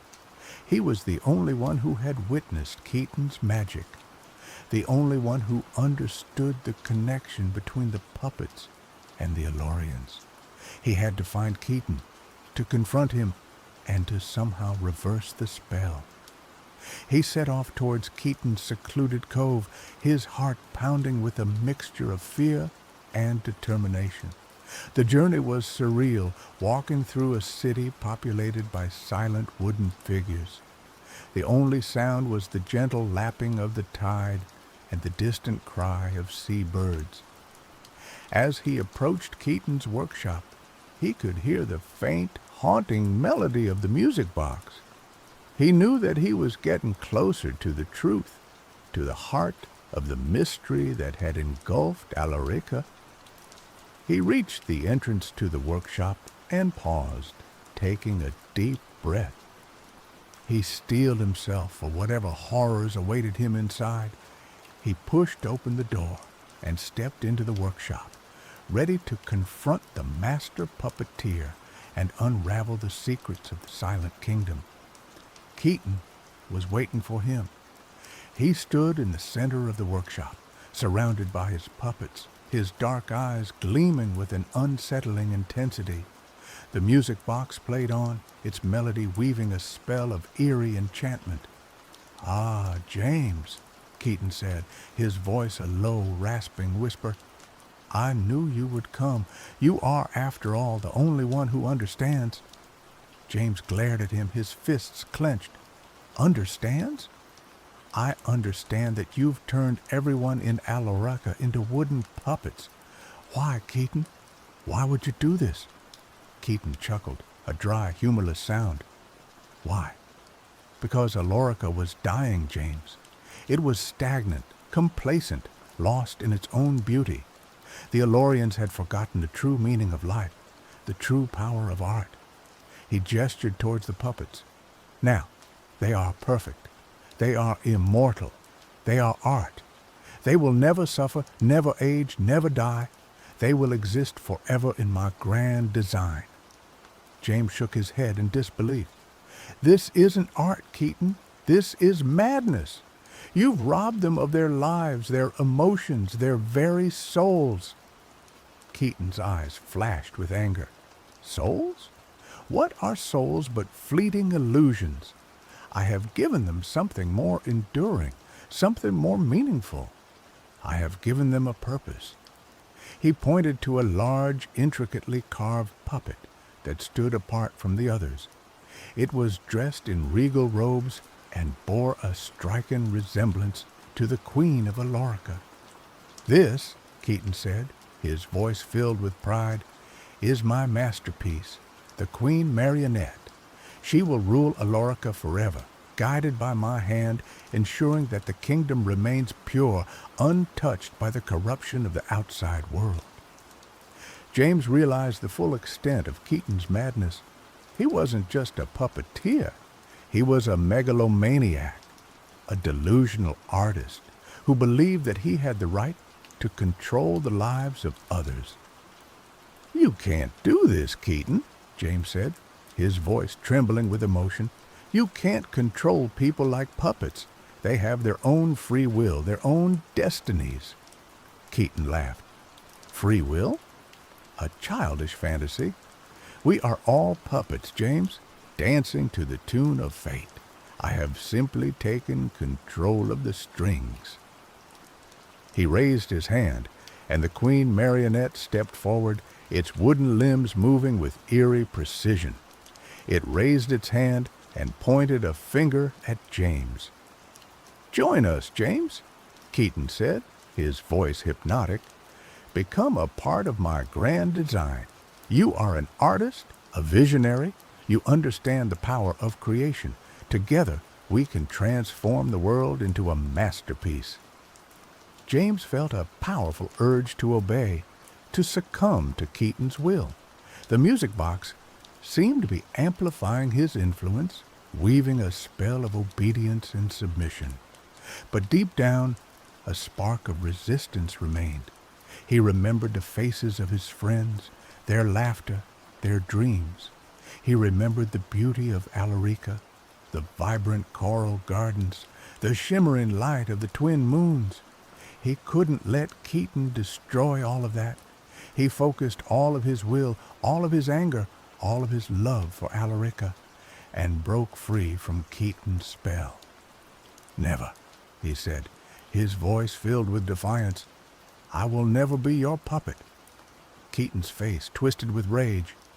Then you are a fool, James, a fool who will be silenced. He snapped his fingers, and the puppets sprang to life, their wooden limbs moving with unnatural speed and strength. They surrounded James, their empty eyes filled with a chilling emptiness. James knew he was outnumbered, outmatched. He was just a cartographer, not a warrior. But he refused to surrender. He had to find a way to stop Keaton, to break the spell, to save Alorica. He dodged and weaved through the advancing puppets, his mind racing, searching for a weakness, a way to turn the tide. He noticed that the puppets seemed to be controlled by the music box. The melody was their life force, their connection to Keaton's will.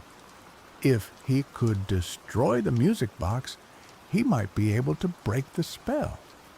He fought his way towards Keaton, dodging the grasping limbs of the puppets. He grabbed a driftwood carving from a nearby shelf and used it as a makeshift weapon, smashing it against the puppets' wooden faces. Keaton watched him with a mixture of anger and amusement. You can't win, James. My magic is too powerful. James ignored him and continued to fight his way closer to the music box. He leapt onto the workbench and grabbed the music box, raising it above his head. Keaton screamed, his voice filled with rage. "No, don't do it!" James hesitated for a moment, knowing that destroying the music box might have unforeseen consequences. But he had no choice. He had to take the risk. He smashed the music box against the workbench, shattering it into pieces. The melody abruptly stopped, and the puppets froze in place, their wooden limbs twitching. A wave of energy surged through the workshop, knocking James off his feet. He landed hard on the floor, his head spinning. When he looked up, he saw that the puppets were no longer moving. Their eyes were still glazed over, but their expressions seemed to have softened. Keaton was on his knees, his face buried in his hands, his body shaking with sobs. "What have I done?" he whispered, his voice filled with despair. "What have I done?" James slowly stood up, his body aching, his mind reeling. He looked around the workshop, at the hundreds of wooden puppets, at the shattered remains of the music box, at the broken figure of Keaton. He had stopped Keaton, but the Elorians were still trapped in their wooden shells. The spell was broken, but its effects lingered. He knew that he couldn't leave them like this. He had to find a way to restore them, to bring them back to life. He approached Keaton, his heart filled with a mixture of pity and disgust. "How do I fix this, Keaton?" he asked, his voice pleading. "How do I bring them back?" Keaton looked up, his eyes filled with tears. "I don't know," he said, his voice barely audible. "I don't know how to reverse the spell. I only know how to create." James felt a surge of anger. "You're lying! You must know! You created this mess! You have to fix it!" Keaton shook his head.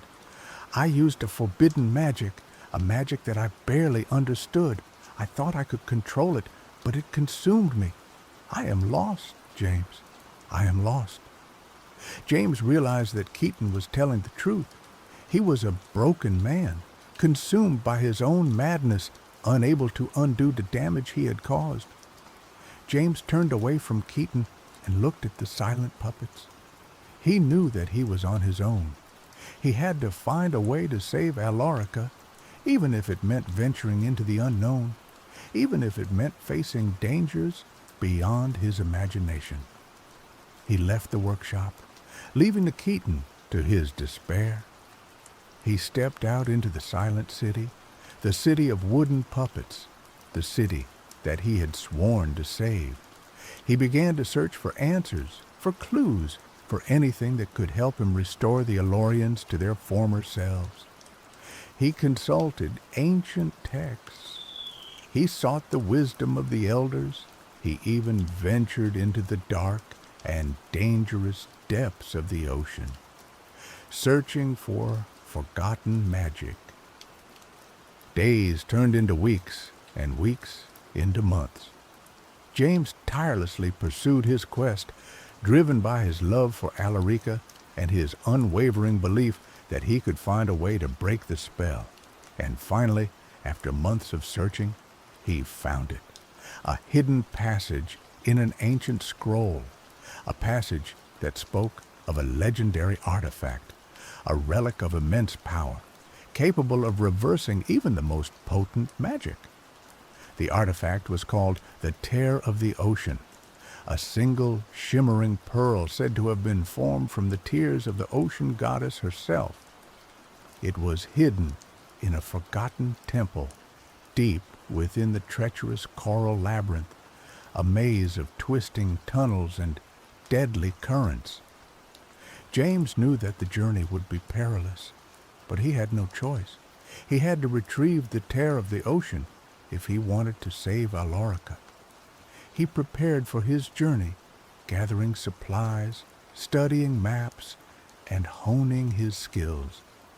He knew that he would face many challenges, but he was determined to succeed. He set off into the coral labyrinth, his heart filled with hope and determination. He navigated the treacherous tunnels, battling strong currents, avoiding dangerous creatures, and overcoming countless obstacles. He faced his fears, he pushed his limits, and he never gave up. And finally, after many days of relentless searching, he found it. The forgotten temple, a majestic structure of shimmering coral, stood at the heart of the labyrinth. It was guarded by ancient spirits, powerful entities that tested James's worthiness, his courage, and his compassion. He faced their trials, he proved his worth, and he was finally granted access to the inner sanctum of the temple. And there, in the center of the sanctum, resting on a pedestal of pure white coral, was the tear of the ocean. It was more beautiful than anything James had ever seen. It shimmered with an ethereal light, pulsating with the life force of the ocean. He reached out and took the tear of the ocean, his hands trembling with emotion. He could feel its power, its immense energy, its connection to the very soul of Alorica. He knew that he had found a key to saving his kingdom. He returned to Alorica, holding the tear of the ocean high above his head. He stood before the silent puppets, his heart filled with hope. He closed his eyes and focused all of his will, all of his love, all of his energy into the tear of the ocean. He whispered an ancient incantation, a prayer to the ocean goddess, asking for her forgiveness, her guidance, and her blessing. And then he unleashed the power of the tear of the ocean. A wave of energy surged through Alorica, washing over the wooden puppets, filling them with life, with warmth, with emotion. The wooden skin began to fade, replaced by the shimmering flesh of the Alorians. The glazed eyes began to clear, filled with awareness, with recognition, with gratitude. The silent city began to awaken, filled with the sounds of laughter, of joy, of reunion. The Alorians were back. They were free. They were alive. The celebration in Alorica was unlike anything James had ever witnessed. The Alorians danced and sang, their hearts overflowing with joy and gratitude. They showered James with praise, hailing him as a hero, a savior, the one who had brought them back from the brink of oblivion. But James didn't feel like a hero. He felt exhausted, drained, and haunted by what he had seen, by what he had done. He knew that he had saved Alorica, but he also knew that the kingdom would never be the same. The memory of the silent puppets, the image of Keaton's despair, the knowledge of the forbidden magic that lurked beneath the surface of their world, these were things that would forever haunt his dreams. He also knew that he couldn't stay in Alorica. He had changed too much. He had seen too much. He needed to escape, to find a new purpose, a new direction for his life. He approached the queen, the real queen, the one who had been restored to her throne, the one who had witnessed the horrors of Keaton's reign. "Your Majesty," he said, his voice filled with respect, "I have come to say goodbye." The queen looked at him with understanding in her eyes. "I know, James," she said. "You have done so much for Alorica. You deserve to find your own peace, your own happiness." She paused, then added, "But before you go, I have a request, a final task for you, if you are willing." James nodded. "Anything, Your Majesty." The queen smiled. "I want you to chart the uncharted, to explore the unknown, to map the deepest depths of the ocean. I want you to use your skills, your courage, your compassion, to discover new worlds, to forge new alliances, to bring new hope to the people of the sea." She handed him a scroll, a blank map of the ocean, waiting to be filled with his discoveries. "Alorica will always be your home, James," she said, "but the ocean is your destiny. James accepted the scroll, his heart filled with a mixture of sadness and excitement. He knew that the queen was right. His destiny lay beyond the familiar shores of Alorica, in the vast, mysterious depths of the ocean. He bid farewell to the queen, to his friends, to the people of Alorica. He boarded his small ship, the Sea Wanderer, and set sail into the unknown. He charted new currents. He discovered new islands. He encountered strange and wonderful creatures. He faced storms and monsters. He navigated treacherous reefs and hidden whirlpools. He learned to trust his instincts, to rely on his skills, to embrace the unknown. He discovered the true meaning of freedom, the true power of exploration, the true beauty of the ocean. He filled the blank map with his discoveries, creating a legacy that would inspire generations of Alorians to explore the depths of the sea. And as he sailed into the sunset, he knew that he had found his purpose, his destiny, his place in the grand tapestry of the ocean. He was James, the cartographer, the savior of Alorica, the explorer of the unknown, and he was finally free. Years later, a young Alorian girl stood on the shores of Alorica, gazing out at the vast ocean. She held a scroll in her hands, a map of the ocean, filled with the discoveries of James, the legendary cartographer. She dreamed of following in his footsteps, of exploring the unknown, of discovering new worlds. She knew that the ocean was full of dangers, but she also knew that it was full of possibilities. She looked up at the twin moons of Alorica, their light shimmering on the surface of the water. She whispered a prayer to the ocean goddess, asking for her guidance, her protection, and her blessing. And then she set sail into the unknown, ready to face whatever challenges lay ahead, ready to embrace her destiny, ready to become the next legend of the sea. The silent kingdom of Alorica had been saved, and its spirit of exploration lived on, inspiring new generations to venture into the depths of the ocean, to discover the secrets that lay hidden beneath the waves, and to never forget the lessons of the past. The tale of the puppeteer served as a constant reminder. Beauty could mask darkness, and the pursuit of perfection could lead to devastating consequences. The Alorians, forever changed, learned to cherish their freedom, their individuality, and the vibrant tapestry of life that made their underwater kingdom so unique.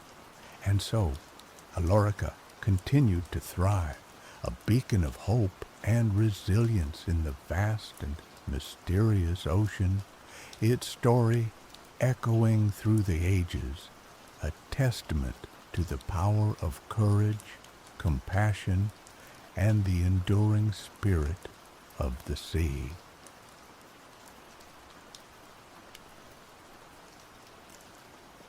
Liam knelt before the stark white marble of Una's tomb, the chill of the mortal world clinging to him deeper than the autumn air.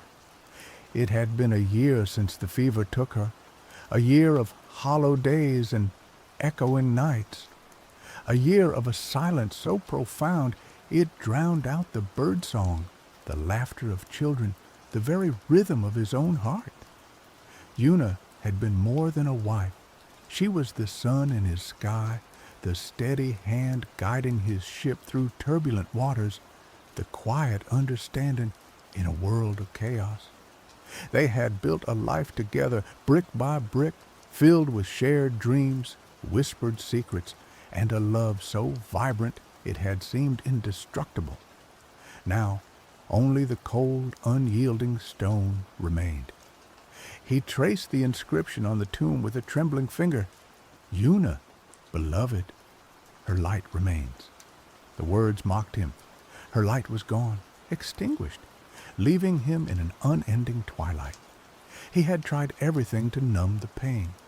Work consumed him by day, yet the nights were a battlefield where memories, sweet and cruel, waged relentless war.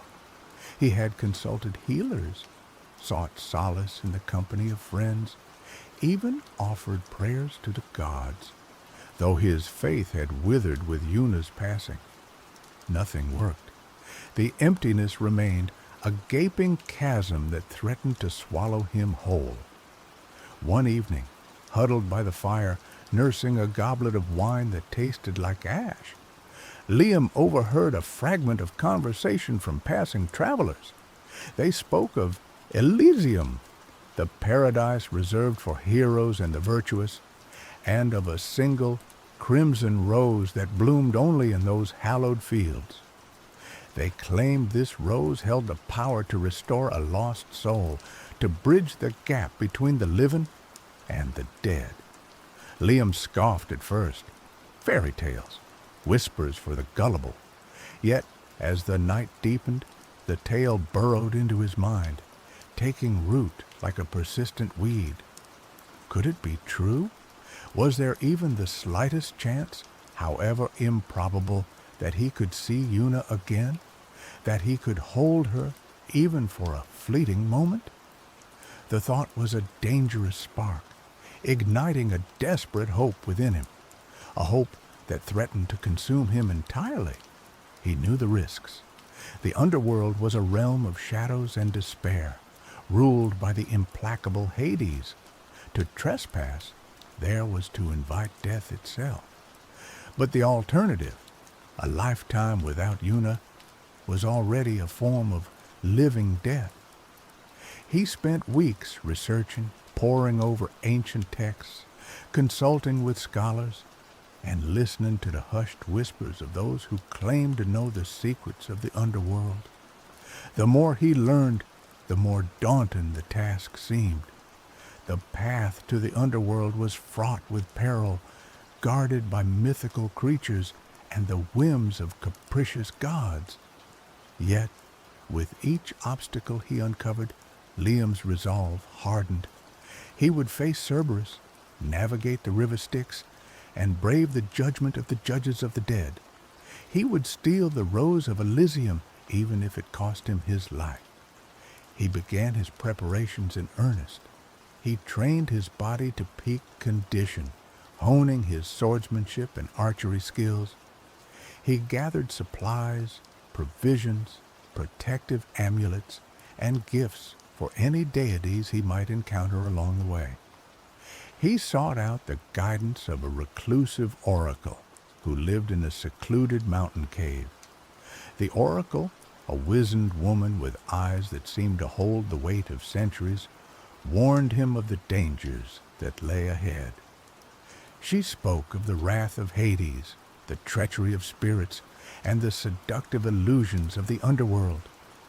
The path you seek is paved with sorrow and despair, she croaked, her voice like dry leaves rustling in the wind. Many have tried, but few have returned. Are you truly prepared to face such darkness? Liam met her gaze, his eyes filled with a resolve that surprised even himself. I have already faced the greatest darkness imaginable, he said, his voice hoarse with emotion. A world without Una. I have nothing left to lose. The oracle nodded slowly, a flicker of understanding in her ancient eyes. Then go, mortal, but remember this. The underworld is a reflection of your own soul. What you find there will depend on what you carry within you. She then provided him with a cryptic map, supposedly charting a hidden passage to the realm of Hades. It was a starting point, at least. With a heavy heart and a grim determination, Liam kissed Una's tombstone one last time. He whispered a promise to bring her back, even if it meant defying the gods themselves. Then he turned his back on the world of the living and set out on his perilous journey to the underworld.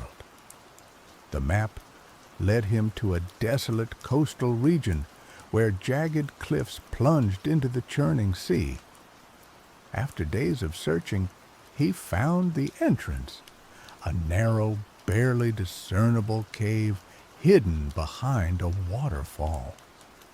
The air within the cave was thick with a palpable sense of dread, a suffocating darkness that seemed to press down on him from all sides. He lit a torch, its flickering flame casting long dancing shadows on the damp cave walls. The passage descended steeply, winding deeper and deeper into the earth. The temperature plummeted, and a chilling wind seemed to whisper through the tunnels, carrying voices of sorrow and despair. He encountered his first obstacle, a chasm spanned by a rickety rope bridge. The bridge swayed precariously in the wind, threatening to collapse with every step. Liam took a deep breath and carefully made his way across, his heart pounding in his chest. Looking down into the abyss, he saw nothing but a swirling darkness that seemed to reach up and pull him down. On the other side of the chasm, the tunnel opened into a vast cavern. The air was thick with the stench of sulfur, and the ground was littered with bones. In the center of the cavern, a monstrous figure stirred. Cerberus, the three-headed hound of Hades, guardian of the underworld. The beast was even more terrifying than the legends had described. Each head roared with a different voice, one a deep, guttural growl, another a high-pitched whine, and the third a chilling shriek. Its eyes glowed with malevolent red light, and its teeth were like jagged daggers. Liam knew he couldn't defeat Cerberus in a direct confrontation. He had to use his wits. He remembered hearing that Cerberus was fond of sweet things. He reached into his pack and pulled out a honeyed cake he had baked before leaving. He tossed the cake towards the beast. Cerberus hesitated for a moment, then lunged at the offering, the three heads snarling and snapping at each other in their eagerness to devour the treat. While the beast was distracted, Liam slipped past, his heart pounding in his chest. He continued his descent, the tunnels becoming increasingly twisted and labyrinthine. He encountered lost souls, trapped in the underworld for eternity, their faces etched with despair. Some begged him for help, others warned him of the dangers ahead. He offered them words of comfort and encouragement, but he knew he couldn't save them. He had his own quest to complete. Finally, after what seemed like an eternity, he reached the river Styx, the boundary between the world of the living and the realm of the dead. The river was a murky, black torrent, its waters swirling with the souls of the departed. A gnarled old ferryman, Karen, waited on the bank, his eyes like burning coals. He demanded payment for passage, a silver coin for each soul. Liam had anticipated this. He placed 2 silver coins in Karen's outstretched hand, one for his passage and one for his return, if he ever managed to escape. Karen grunted and gestured for him to board the ferry. The boat was rickety and overcrowded with souls, each wailing and lamenting their fate. As they crossed the river, Liam felt a cold dread wash over him. He was entering the realm of the dead, a place from which few ever returned. On the other side of the Styx, Liam found himself in a desolate wasteland. The sky was a perpetual twilight, and the air was heavy with the scent of decay. He could feel the weight of countless souls pressing down on him, their collective sorrow a palpable force. He soon encountered the judges of the dead, Minos, Rhadamanthus, and Iacchus, who sat in judgment on the souls of the departed. They questioned him about his purpose in the underworld, their voices cold and impartial. Liam told them the truth. that he sought to retrieve his beloved Una from Elysium. The judges exchanged glances, their faces unreadable. "Your quest is a transgression against the natural order," Minos said, his voice echoing through the wasteland. "The dead must remain dead. To interfere with their fate is to invite the wrath of the gods." "I understand the risks," Liam replied, his voice firm, "but I cannot live without Una. I am willing to face any consequences." The judges deliberated for a moment, then Rhadamanthus spoke. "Very well, we will allow you to proceed, but be warned, the path to Elysium is guarded by many trials. If you fail, you will be condemned to spend eternity in the underworld." They granted him passage, but their words hung heavy in the air, a chilling reminder of the stakes. He continued his journey, guided by the faint glimmer of Elysium in the distance.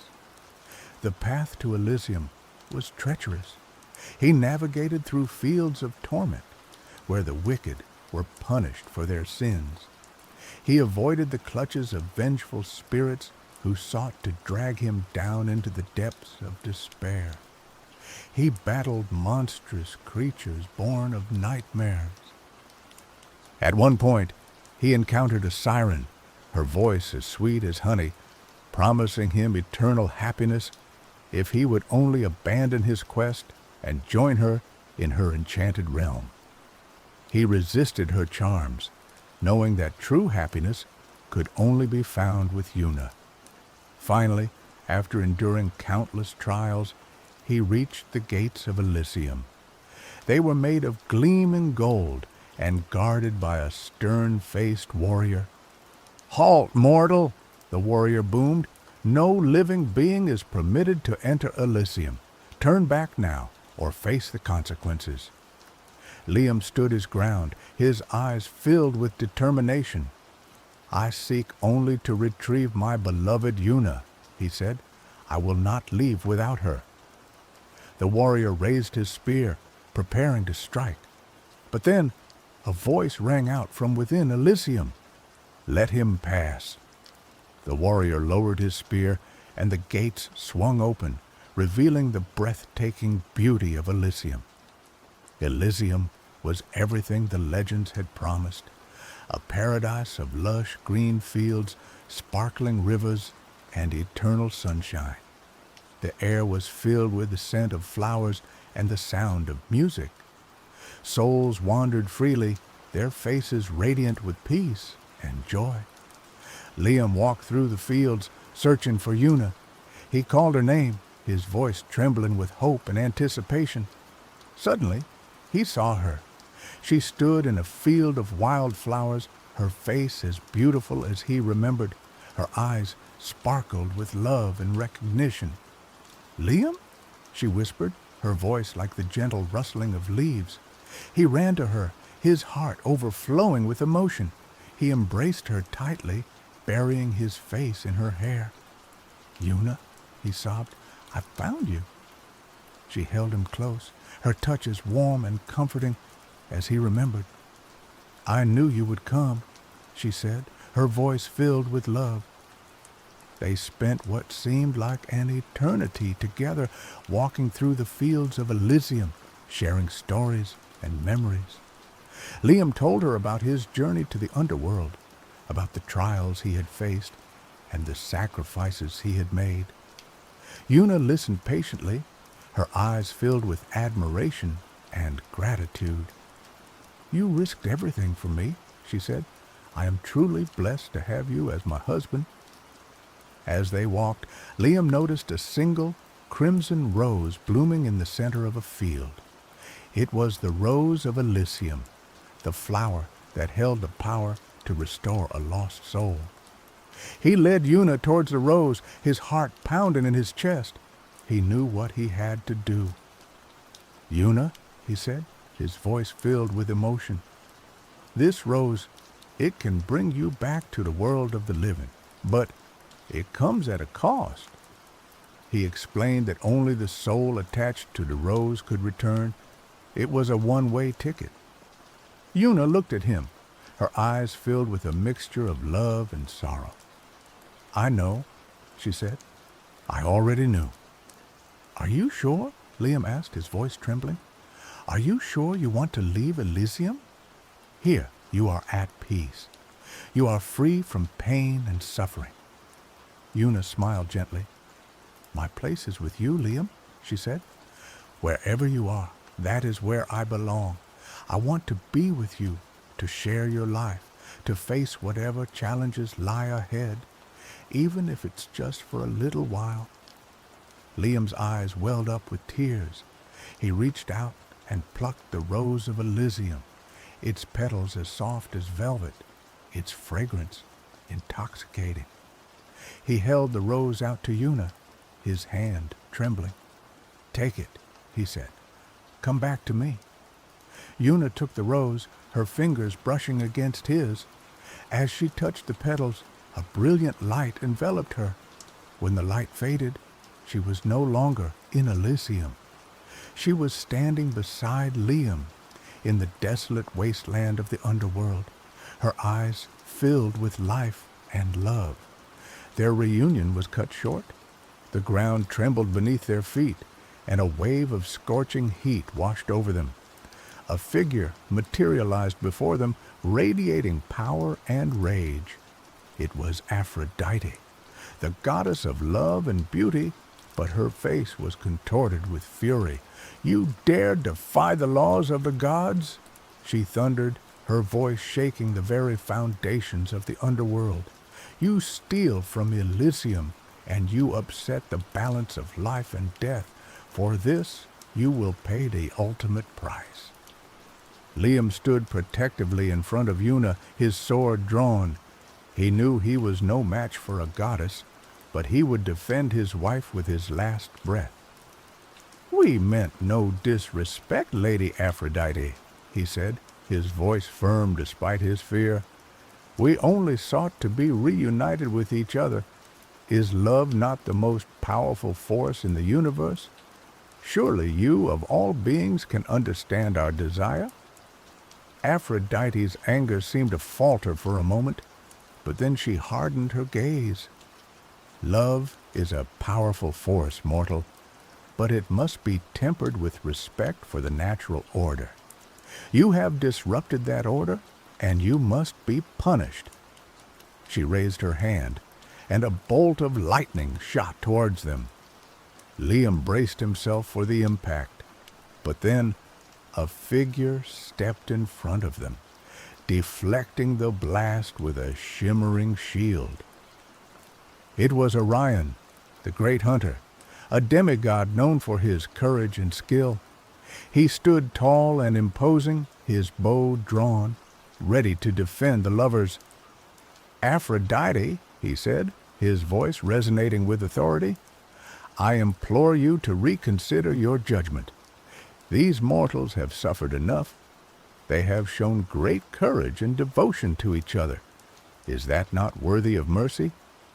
Aphrodite glared at Orion, her eyes filled with disdain. "You would defend these transgressors, Orion? You, who have always been a thorn in my side?" "I defend what is right, Aphrodite," Orion replied, "and these mortals deserve a chance at happiness." A tense silence hung in the air, the fate of Liam and Una hanging in the balance. Aphrodite and Orion locked eyes, their wills clashing like thunder. Finally, Aphrodite sighed, her anger seeming to dissipate slightly. "Very well," she said. "I will spare their lives, but they must face a trial." She declared that Liam and Una must complete 3 impossible tasks to prove their worthiness. If they succeeded, they would be allowed to return to the world of the living together. If they failed, they would be condemned to eternal torment in the underworld.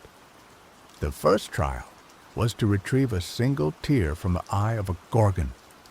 The Gorgons were monstrous creatures whose gaze could turn men to stone. To get close enough to collect a tear was to risk certain death. Liam and Una traveled to the Gorgon's lair, a desolate island shrouded in mist and fear. They knew they couldn't face the Gorgon Medusa directly. Her gaze was too deadly. They devised a plan to use a polished shield, reflecting her image back at her. Liam approached the Gorgon's lair cautiously, shielding Una behind him.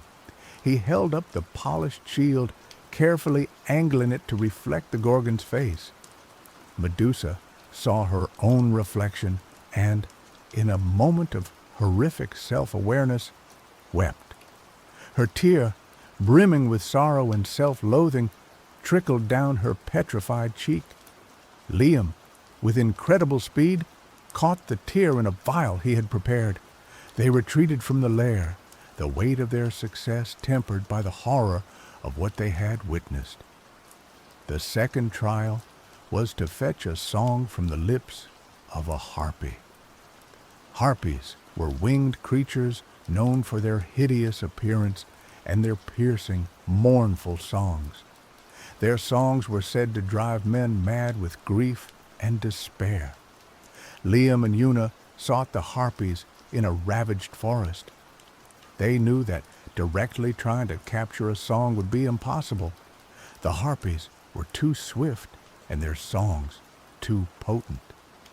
Una came up with the idea to lure them in with a scent they found irresistible. Una, remembering lullabies her mother used to sing, began to hum a beautiful, haunting melody. The melody echoed through the forest, drawing the attention of the harpies. They descended from the trees, drawn by the sweet, mournful tune. As the harpies listened, transfixed by Una's song, one of them began to sing along, its voice blending with hers. The song was a lament for lost loves, for forgotten dreams, for the pain of existence. Liam carefully captured the harpy's song in a specially crafted flute. The third trial was to extract a promise from the lips of Hades himself. This was the most daunting task of all. To even approach Hades was to invite death, and to attempt to persuade him was to risk his eternal wrath. Liam and Una descended into the deepest, darkest recesses of the underworld, guided by the flickering light of their torches. They finally reached the throne room of Hades, a cavernous space filled with shadows and despair. Hades sat on his throne, his face as cold and implacable as the stone from which it was carved. He regarded them with a look of disdain. "Mortals," he said, his voice like the grinding of bones, "you dare trespass in my domain again? Have you learned nothing from your previous encounter?" Liam knelt before him, his head bowed. "Great Hades," he said, "we have come to ask for your mercy. We have completed the trials set before us by Aphrodite. We ask only for the chance to return to the world of the living together." Hades laughed, a chilling sound that echoed through the throne room. "Mercy? In the underworld? Such a concept is unknown here. Why should I grant you your request? What do I gain from it?" Liam thought for a moment, then spoke with conviction. "You gain nothing, Lord Hades, but perhaps you would gain a small measure of respect. By granting us our wish, you would show that even in the realm of death, love and compassion can exist." Hades was silent for a long moment, studying Liam with his penetrating gaze. Finally, he spoke. "I will grant you your wish," he said, "but on one condition." Liam's heart leaped with hope. "Anything, Lord Hades," he said. "Name your price." "The Rose of Elysium," Hades said. "You must return it to the fields from whence it came. You cannot take it back to the mortal world. It belongs here, in the realm of the dead." Liam hesitated. He had risked everything to obtain the rose. It was the symbol of his love for Una, the key to their reunion. But he knew he had no choice. Very well, Lord Hades, he said. We accept your condition. Hades nodded, his expression unreadable. With a wave of his hand, he opened a portal back to the world of the living. Liam and Una emerged from the portal, blinking in the sunlight. They were back in their world together, but their journey was not yet complete. They traveled back to the entrance to the underworld, back to the fields of Elysium. With heavy hearts, they walked to the spot where Liam had plucked the rose of Elysium. Liam took the rose from Una's hand, his fingers brushing against hers. He looked into her eyes, his heart filled with love and sorrow. "Are you sure about this, Una?" he asked. "Once we return this rose, you will be bound to the natural order. We will never be able to return to the underworld, even in death." Una smiled gently. "I am sure, Liam," she said. "I have seen the wonders of Elysium, but my place is with you in the world of the living. I want to experience life with you, to share your joys and sorrows, to grow old together, even if it means facing the challenges and uncertainties of the mortal world." Liam nodded, his eyes filled with tears. He placed the rose of Elysium back in the earth, its crimson petals a stark contrast to the green grass. As he released the flower, a wave of warmth washed over them. Una felt a sense of peace settle over her, a feeling of acceptance and belonging. They turned and walked away from the entrance to the underworld, hand in hand, their hearts filled with hope and determination. They had defied the gods, faced death, and endured countless trials. But they had also found a love that transcended the boundaries of life and death. Their trials continued in the mortal world. Una, having been brought back unnaturally, found that her body was frail. She tired easily, and she was haunted by memories of the underworld. Liam cared for her tenderly, nursing her back to health and shielding her from the harsh realities of the world. They rebuilt their lives, brick by brick, just as they had done before. They found joy in the simple things, the warmth of the sun, the laughter of children, the comfort of each other's presence. Years passed, and Una's health gradually improved. She grew stronger, her spirit renewed. They traveled, saw new places, and met new people. They lived life to the fullest, cherishing every moment together. They never forgot their journey to the underworld or the sacrifices they had made.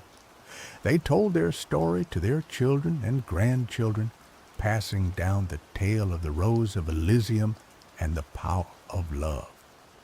Their story became a legend, a testament to the enduring strength of the human spirit. It was a reminder that even in the face of death, love can triumph. When Una finally passed away many years later, Liam was by her side, holding her hand. He felt a pang of grief, but it was not the same crushing despair he had felt before.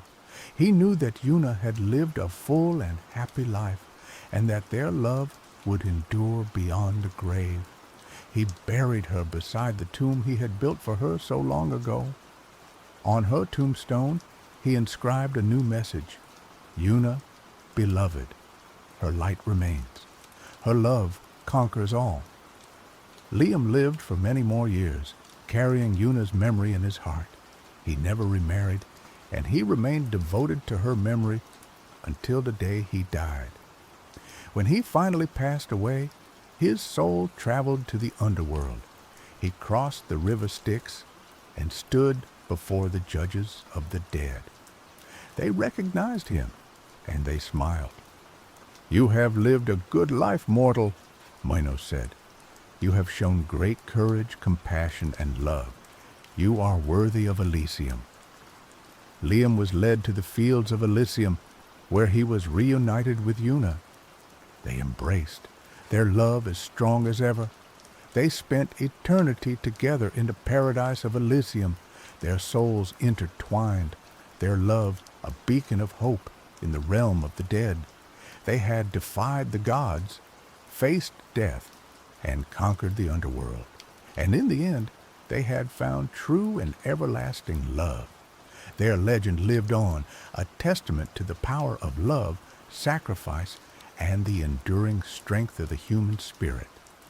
And somewhere, in a quiet corner of Elysium, a single crimson rose bloomed eternally, a symbol of their love and their triumph over death.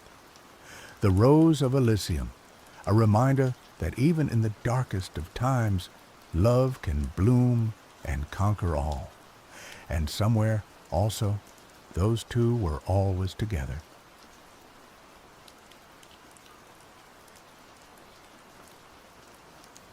The salt-laced wind whipped around Silas's face, stinging his cheeks and tugging at the brim of his worn-out woolen cap. He squinted, his eyes scanning the churning gray expanse of the Atlantic. For 5 years, the isolated granite sentinel on the New England coast had been his world. The lighthouse, affectionately, or perhaps begrudgingly, nicknamed Old Bess by the locals, was his post, his responsibility, and more often than not, his prison. He preferred the term refuge. Silas wasn't running from anything, not exactly. He was running toward something, solitude, peace, and a chance to unravel the tangled threads of his own thoughts. The constant rhythmic pulse of the lamp, the crashing waves, the cries of gulls, these were the sounds he needed to piece himself back together. He'd been a history professor once, bright and articulate, but the academic world had become a suffocating maze of politics and egos.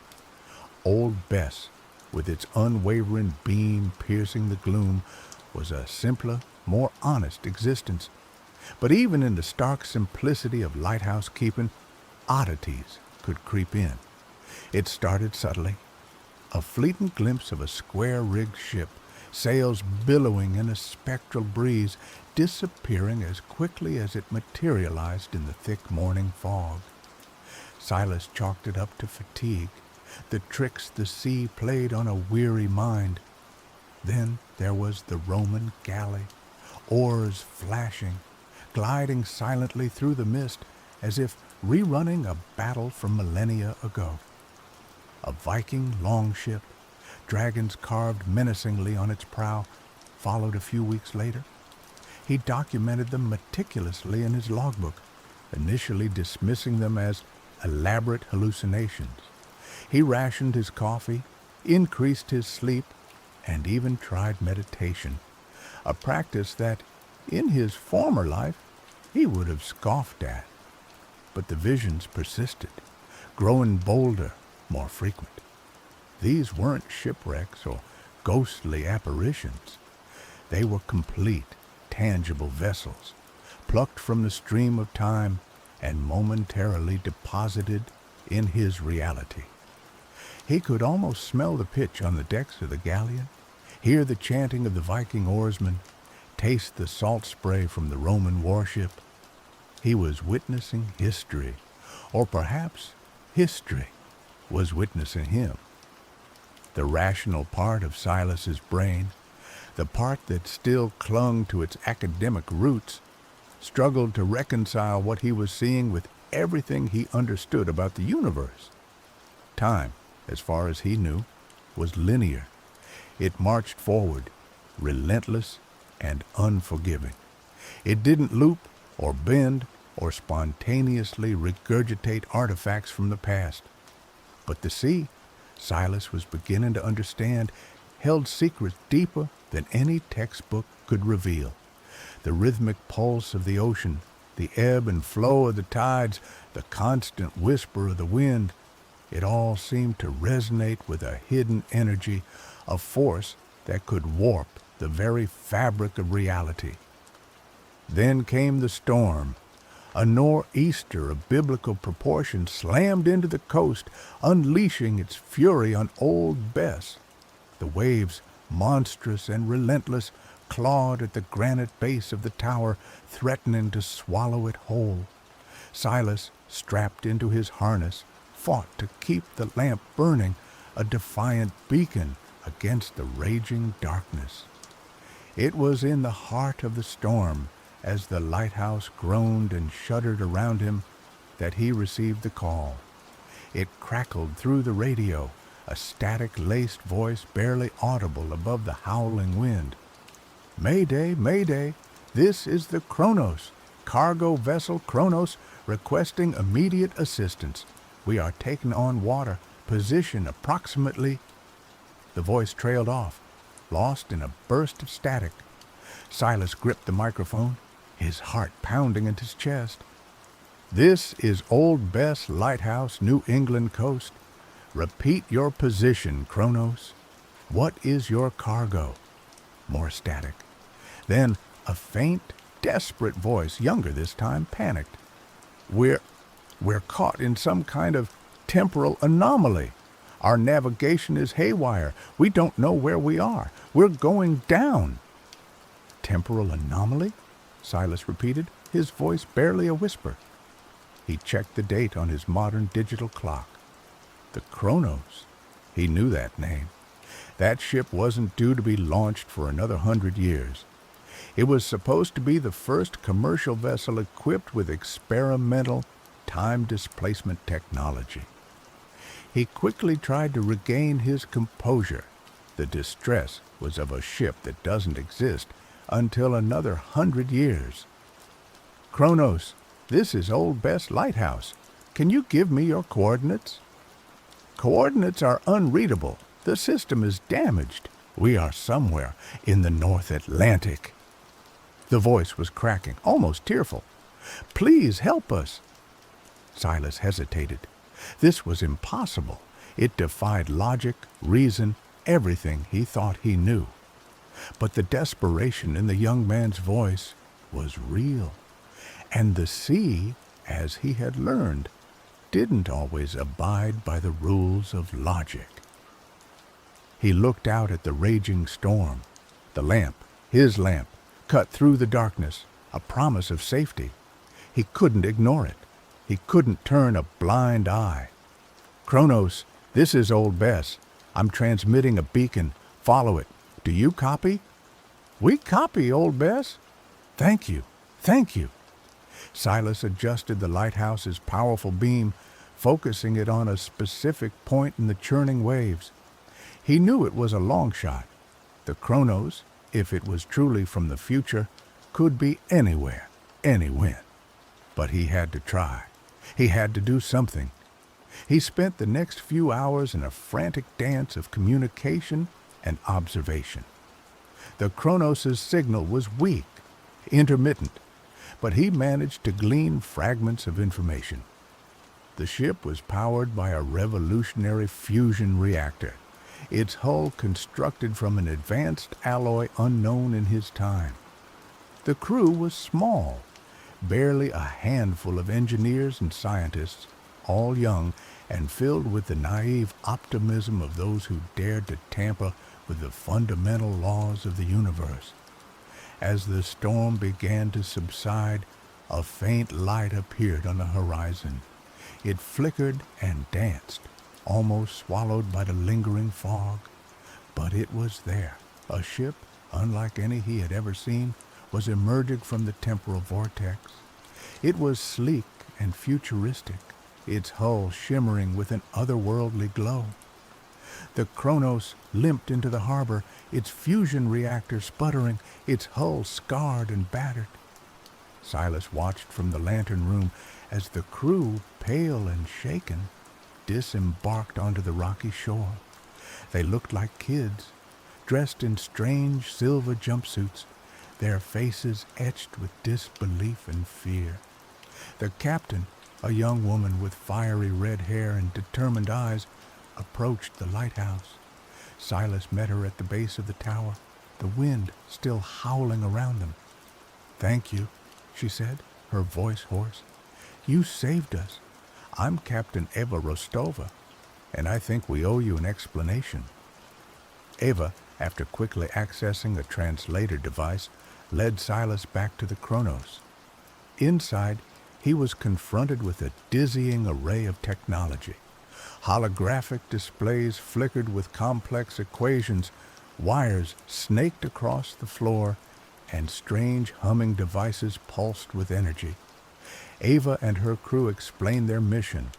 The Chronos was a prototype designed to test the feasibility of temporal cargo transport. Their goal was to transport valuable resources from the future to the present, alleviating shortages and driving scientific advancement. But something had gone wrong. The ship had become destabilized, caught in a temporal eddy, and flung back in time.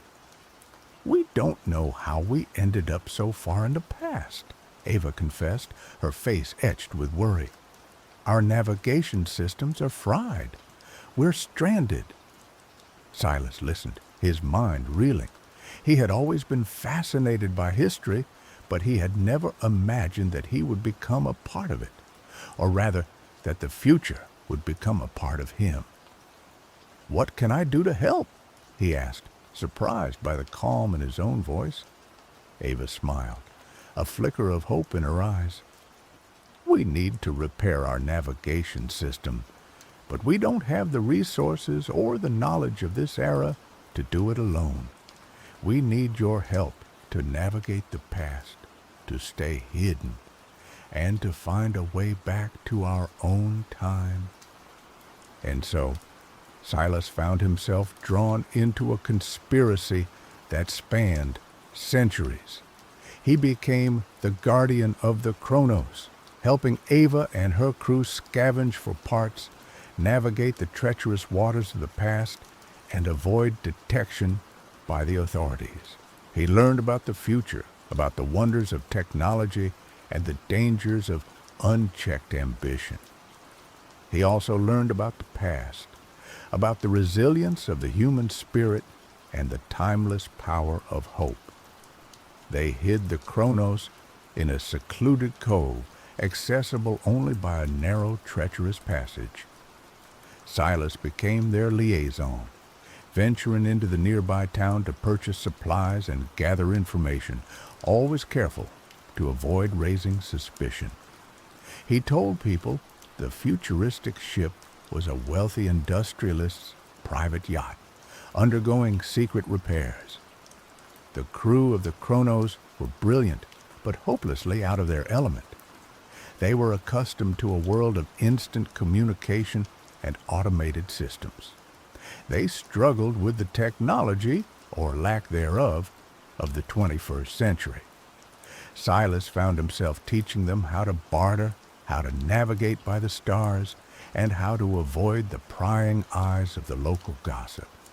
One night, while huddled around a makeshift campfire on the beach, Ava asked Silas about his past. He hesitated, reluctant to dredge up the painful memories. "I was a professor," he said finally. "I taught history, but I lost my way." "What happened?" Ava asked gently. Silas sighed. "I believed in the power of knowledge, in the ability of history to teach us about ourselves, but I became disillusioned. I saw how easily history could be manipulated, distorted, used to justify agendas and fuel conflicts." "So you ran away?" Ava asked. Silas nodded. "I came here to find peace, to escape the noise and the lies. But I guess you can't escape the past or the future, no matter how hard you try." Ava smiled. "Maybe you were meant to be here, Silas. Maybe you were meant to help us." As the weeks turned into months, Silas and Ava grew closer. They shared their hopes and their fears, their dreams and their regrets. Silas found himself drawn to Ava's energy, her intelligence, her unwavering determination. She, in turn, was captivated by his wisdom, his compassion, and his quiet strength. But their sanctuary couldn't last forever. The Chronos' presence in the past was creating ripples in the timeline, anomalies that were becoming increasingly difficult to ignore.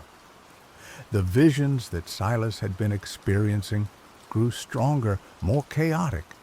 He saw glimpses of future wars, of technological disasters, of realities that could never be allowed to exist. One day, a stranger arrived in town. He was a tall, imposing man with cold eyes and sharp suit. He introduced himself as Agent Thorne, a representative of a shadowy organization known only as the Chronal Integrity Agency. Thorne knew about the Chronos. He knew about Ava and her crew, and he knew about Silas. "We've been monitoring your activities, Mr. Blackwood," Thorne said, his voice smooth and menacing. "You've become involved in something far beyond your understanding. The Chronos is a threat to the stability of time itself. It must be neutralized." Silas stood his ground. "They're not a threat. They're just trying to get home. Their very existence here is a paradox," Thorne countered. "They are contaminating the timeline.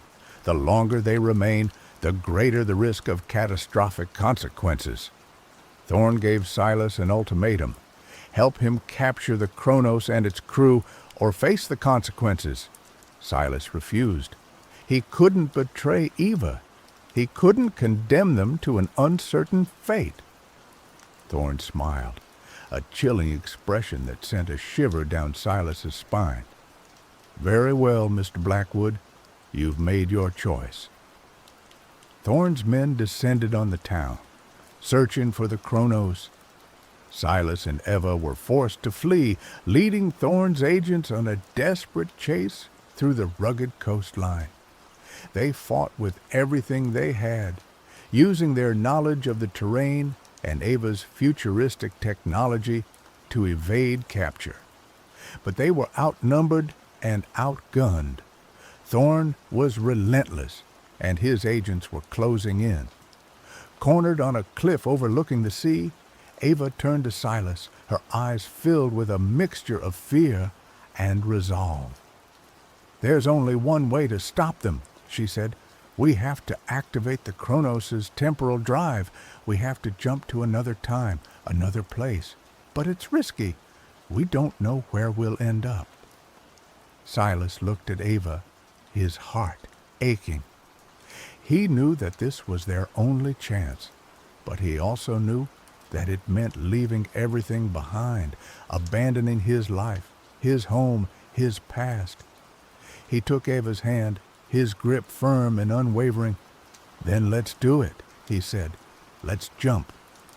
They raced back to the Chronos, Thorne's agents hot on their heels.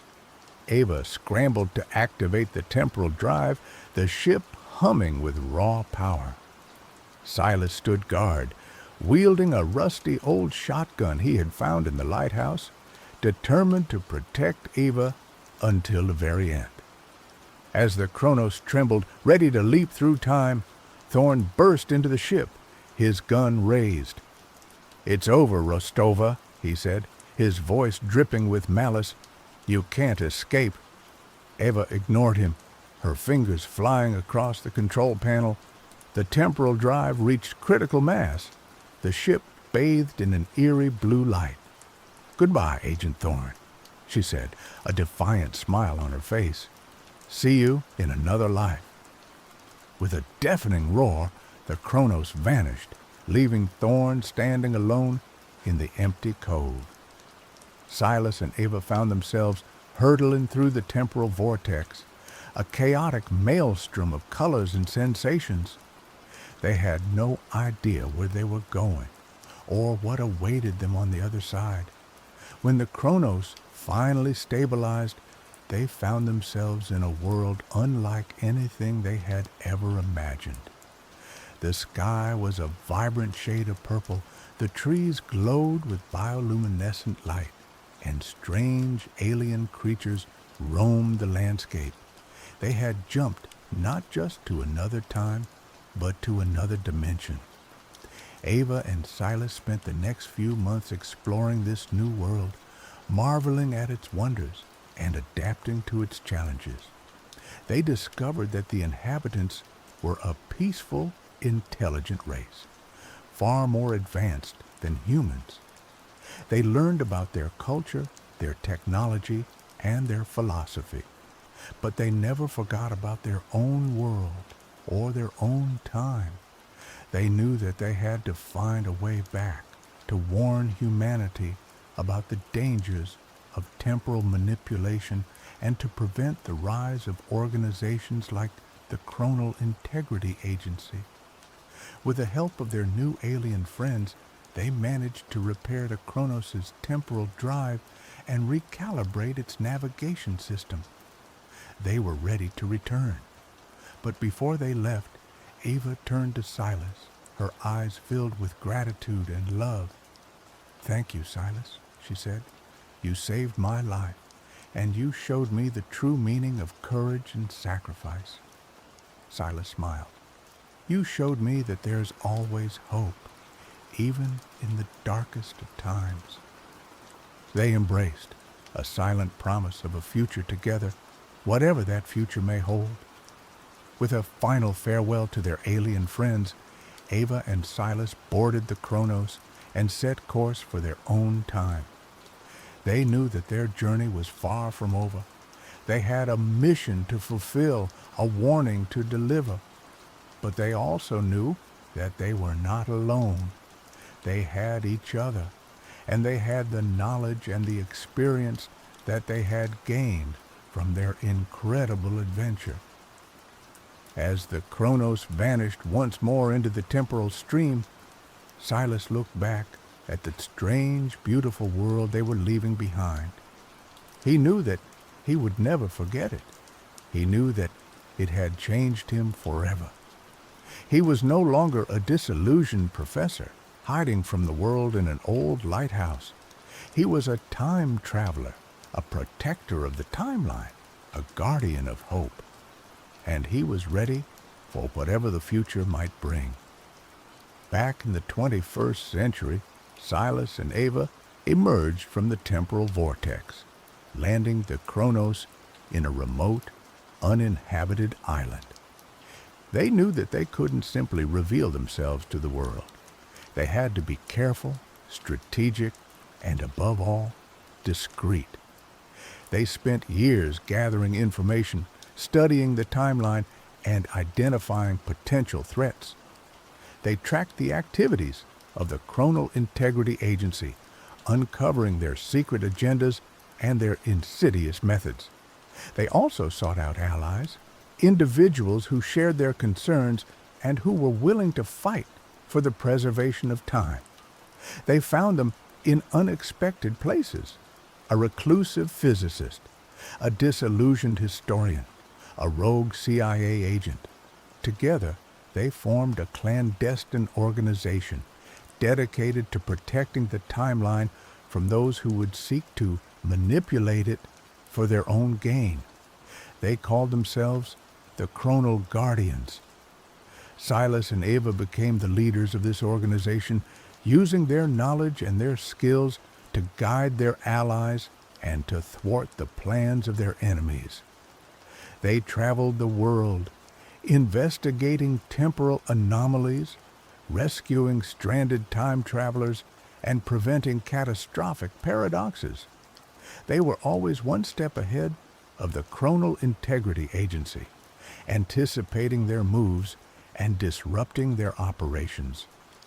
They exposed their lies, revealed their secrets, and ultimately brought them down, dismantling their organization and dismantling their control over the timeline. In the end, Silas and Ava achieved their mission. They secured a future of time, ensuring that it would remain a stable and predictable force. They became legends, whispered about in hushed tones by those who knew the truth. But they never forgot their humble beginnings or the lessons they had learned in the old lighthouse on the New England coast. They continued to protect the timeline, vigilant and unwavering, always ready to face whatever challenges the future might bring. And so the story of the lighthouse keeper and the time traveler became a timeless tale, a reminder that even the most ordinary of people can become extraordinary when faced with the impossible. A tale still lingering in the salty winds that whip along the coast, among the waves crashing and the warning of Old Bess.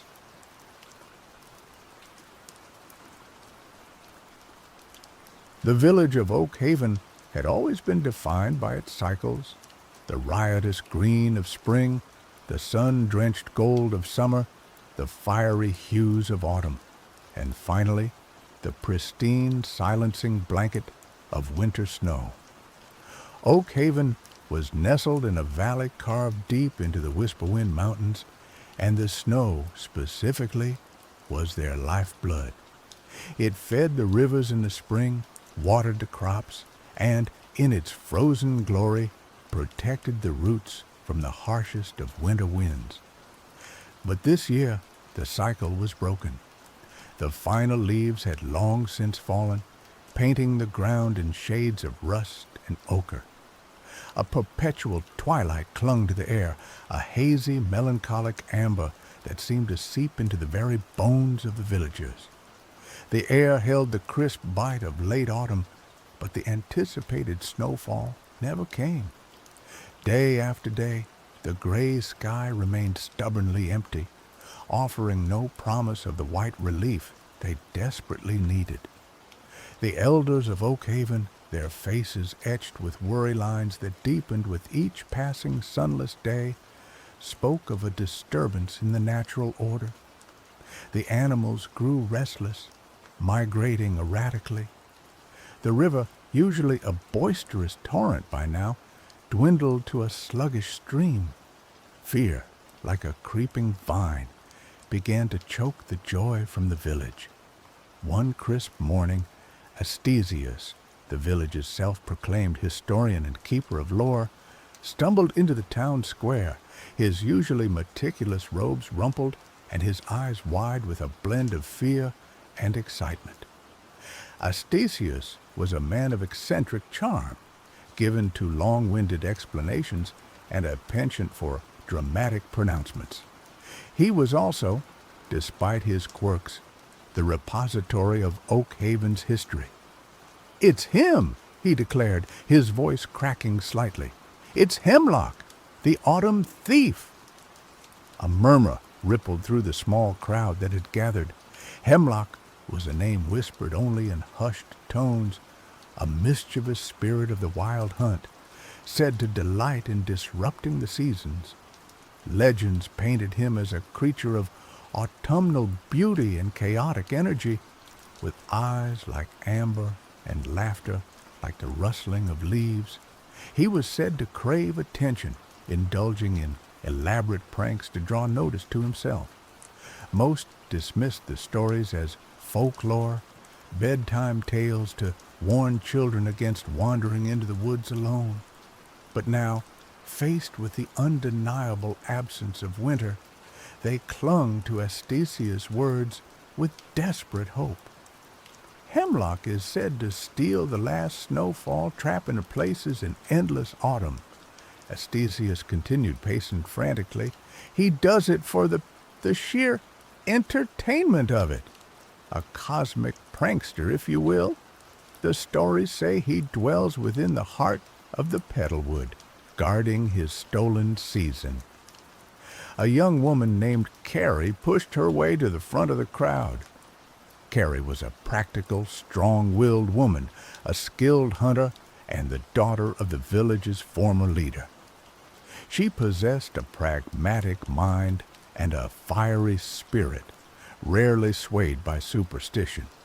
But even she couldn't deny the unsettling changes that had gripped Oak Haven. "So, what are we supposed to do, Astesius?" she asked, her voice laced with a mixture of skepticism and desperation. "Offer him tea and crumpets in exchange for our snow?" Astesius wrung his hands. No, it's not that simple. Hemlock is capricious. Bribes won't work. Force is out of the question. He is a spirit. The only way to retrieve the snow is to trick him.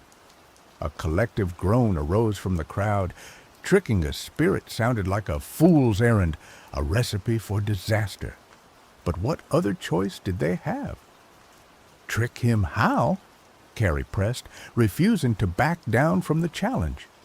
Astisius paused, his eyes darting around as if searching for inspiration from the very air itself. Hemlock craves attention, yes, but he also has an immense sense of pride.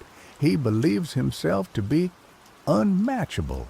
We need to find a way to appeal to that arrogance, to make him believe he's winning, when in reality, he's being led into a trap. The idea was vague, but it was all they had. Carrie, despite her doubts, knew that inaction was not an option.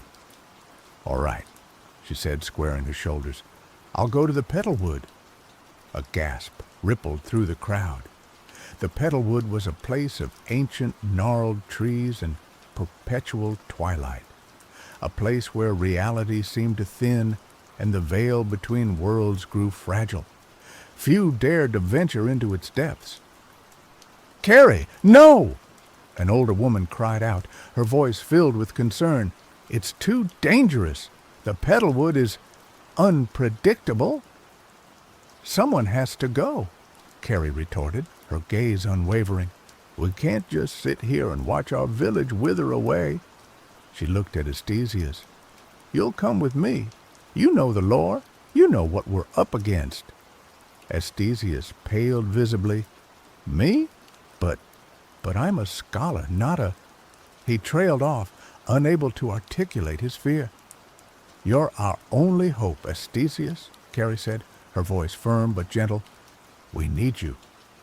He swallowed hard, his gaze flickering between Carrie's determined face and the anxious faces of the villagers. With a sigh, he relented. "All right," he said, his voice barely a whisper. "I'll go, but I'm warning you, I'm terrible in a fight." Carrie offered a small, reassuring smile. "We're not planning on fighting.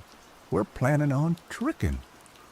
As Carrie prepared for her journey, gathering supplies and sharpening her hunting knives, she couldn't shake the feeling that they were embarking on a fool's errand. The legends of Hemlock were unsettling, and the Petalwood was a place steeped in mystery and danger. But the thought of Oak Haven, slowly dying beneath the weight of an endless autumn, fueled her resolve. She would do whatever it took to restore the balance, even if it meant facing a mischievous spirit in his own enchanted domain. Carrie and Astisius set off towards the Petalwood as the sun, a hazy orange disk, dipped below the horizon, casting long, eerie shadows across the valley. The air grew colder as they approached the edge of the woods, the familiar scent of decaying leaves and damp earth growing stronger. A sense of unease settled over them, a feeling of being watched by unseen eyes. The Petalwood was unlike any forest they had ever encountered. The trees were ancient, their gnarled branches twisted into bizarre shapes, as if frozen in the midst of some silent, agonizing scream. The ground was carpeted with a thick layer of decaying petals, their colors faded and muted, emitting a sweet, cloying scent that was both alluring and unsettling. The air was thick with a perpetual twilight, the sunlight barely penetrating the dense canopy overhead. As they ventured deeper into the woods, the sounds of the outside world faded away, replaced by a symphony of whispers. The wind rustled through the leaves, carrying voices that seemed to speak in riddles and half-forgotten memories. The trees themselves seemed to watch them, their branches like skeletal fingers pointing accusingly. Astisius, despite his initial fear, seemed to find a strange sort of comfort in the petalwood. The atmosphere of ancient magic seemed to invigorate him, and he began to recite passages from forgotten texts, his voice echoing through the silent woods. "The petalwood is a place where the veil between worlds is thin," he explained, his eyes gleaming with excitement. "It's a place where the past, present, and future intertwine. Be careful what you think, Carrie. Your thoughts can become real here." Carrie, however, remained skeptical. She trusted her senses, and her senses were telling her that they were not alone. She kept her hand on the hilt of her knife, her eyes scanning the shadows for any sign of movement. After hours of walking, they came to a clearing. In the center of the clearing stood a towering oak tree, its branches reaching up towards the sky like supplicating arms. The tree was adorned with hundreds of small, intricately carved wooden masks, each one depicting a different emotion: joy, sorrow, anger, fear. "This is the whispering oak," Astasius said, his voice hushed with reverence. "It's said to be a gateway to the spirit world.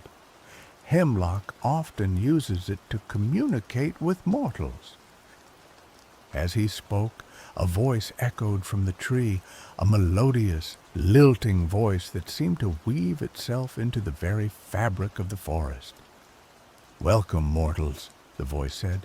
"I have been expecting you." Carrie stepped forward, her voice clear and strong. "We seek Hemlock, the autumn thief." The voice chuckled, a sound like the rustling of leaves in a gentle breeze. "Hemlock is a busy spirit. What business do you have with him?" "He stole our winter," Carrie said, her voice laced with anger. "He trapped Oak Haven in an endless autumn. We want it back." The voice sighed. "Hemlock does what he does for amusement. He doesn't take requests." "Then tell him this," Carrie said, her eyes fixed on the whispering oak. "We challenge him. We challenge him to a contest. If he wins, he can keep our winter. But if we win, he must return it to us." A long silence followed, broken only by the whisper of the wind through the leaves. Then the voice chuckled again, a sound that sent a shiver down Carrie's spine. "Very well," the voice said. "Hemlock accepts your challenge. Meet him at the sunken glade at dawn. But be warned, mortals. Hemlock is not easily defeated." The voice faded away, leaving Carrie and Astasius alone in the silent clearing.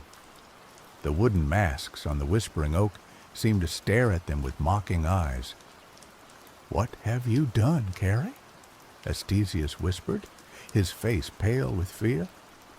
"We're going to face a spirit in his own domain. We don't stand a chance." "We have to try," Carrie said, her voice firm. "Oak Haven is counting on us." She looked at Astasius, her eyes filled with determination. "We need a plan. We need to figure out how to trick Hemlock." Astasius wrung his hands, his mind racing. "He's vain," he said, his voice barely audible. "He's arrogant. He believes himself to be unbeatable." "Then we need to exploit that," Carrie said, a spark of hope igniting in her eyes. "We need to make him believe he's winning until it's too late." As the night wore on, Carrie and Astasius huddled beneath the whispering oak, devising a plan to outwit the autumn thief. The whispers of the petalwood seemed to mock them, but they refused to give up. They knew that the fate of Oak Haven rested on their shoulders. The sunken glade was a place of ethereal beauty and unsettling stillness. The ground sloped downwards, forming a bowl-shaped depression in the forest floor. A thick mist clung to the ground, obscuring the edges of the glade and creating an illusion of endless depth. In the center of the glade stood a pool of water, its surface as smooth and reflective as a mirror. As Carrie and Astesius entered the glade, they saw Hemlock standing by the edge of the pool. He was everything the legends described, a creature of autumnal beauty, with eyes like amber and hair like the rustling of leaves.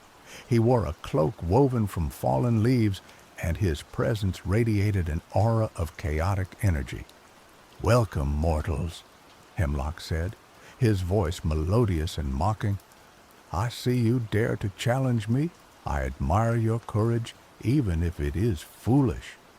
"We're not afraid of you, Hemlock," Carrie said, her voice clear and strong. "We're here to reclaim what you stole." Hemlock laughed, a sound like the rustling of leaves in a whirlwind. "You think you can defeat me? I am a spirit of the wild hunt. I have existed since the dawn of time." "We're not trying to defeat you," Carrie said, a sly smile playing on her lips. "We're simply proposing a contest, a game, a test of skill." Hemlock raised an eyebrow, intrigued. "A game? What kind of game?" "A storytelling contest," Carrie said. "We each tell a story. The best story wins. If your story is better, you can keep our winter, but if our story is better, you must return it to us." Hemlock considered the proposition, his amber eyes gleaming with amusement. "A storytelling contest? How quaint. Very well, mortal. I accept your challenge. But be warned, I am a master storyteller. My tales have captivated gods and mortals alike." "We're not intimidated," Carrie said. "Let the contest begin." Hemlock gestured toward the pool of water. "The rules are simple. Each story must be inspired by the reflection in the pool. The reflection will change with each telling, offering a new source of inspiration. I shall go first." Hemlock gazed into the pool, his eyes widening as the reflection shifted and swirled. A vision of a lone wolf howling at the moon appeared on the water's surface. Hemlock smiled, his eyes gleaming with inspiration. He began to speak, his voice weaving a tale of loneliness, survival, and the primal call of the wild. He spoke of the wolf's struggles against the harsh elements, its desperate search for companionship, and its ultimate triumph over adversity. His words were lyrical and evocative, painting a vivid picture in the minds of Carrie and Astesius. When Hemlock finished his story, a silence fell over the sunken glade. The mist seemed to thicken, and the air grew heavy with emotion. "Impressive," Carrie said, her voice barely audible. "But it's our turn now." She looked at Astesius, her eyes pleading for inspiration. Astesius swallowed hard, his mind racing. He knew that they had to tell a story that was not only captivating, but also strategically crafted to exploit Hemlock's arrogance. He gazed into the pool, his eyes widening as the reflection shifted again.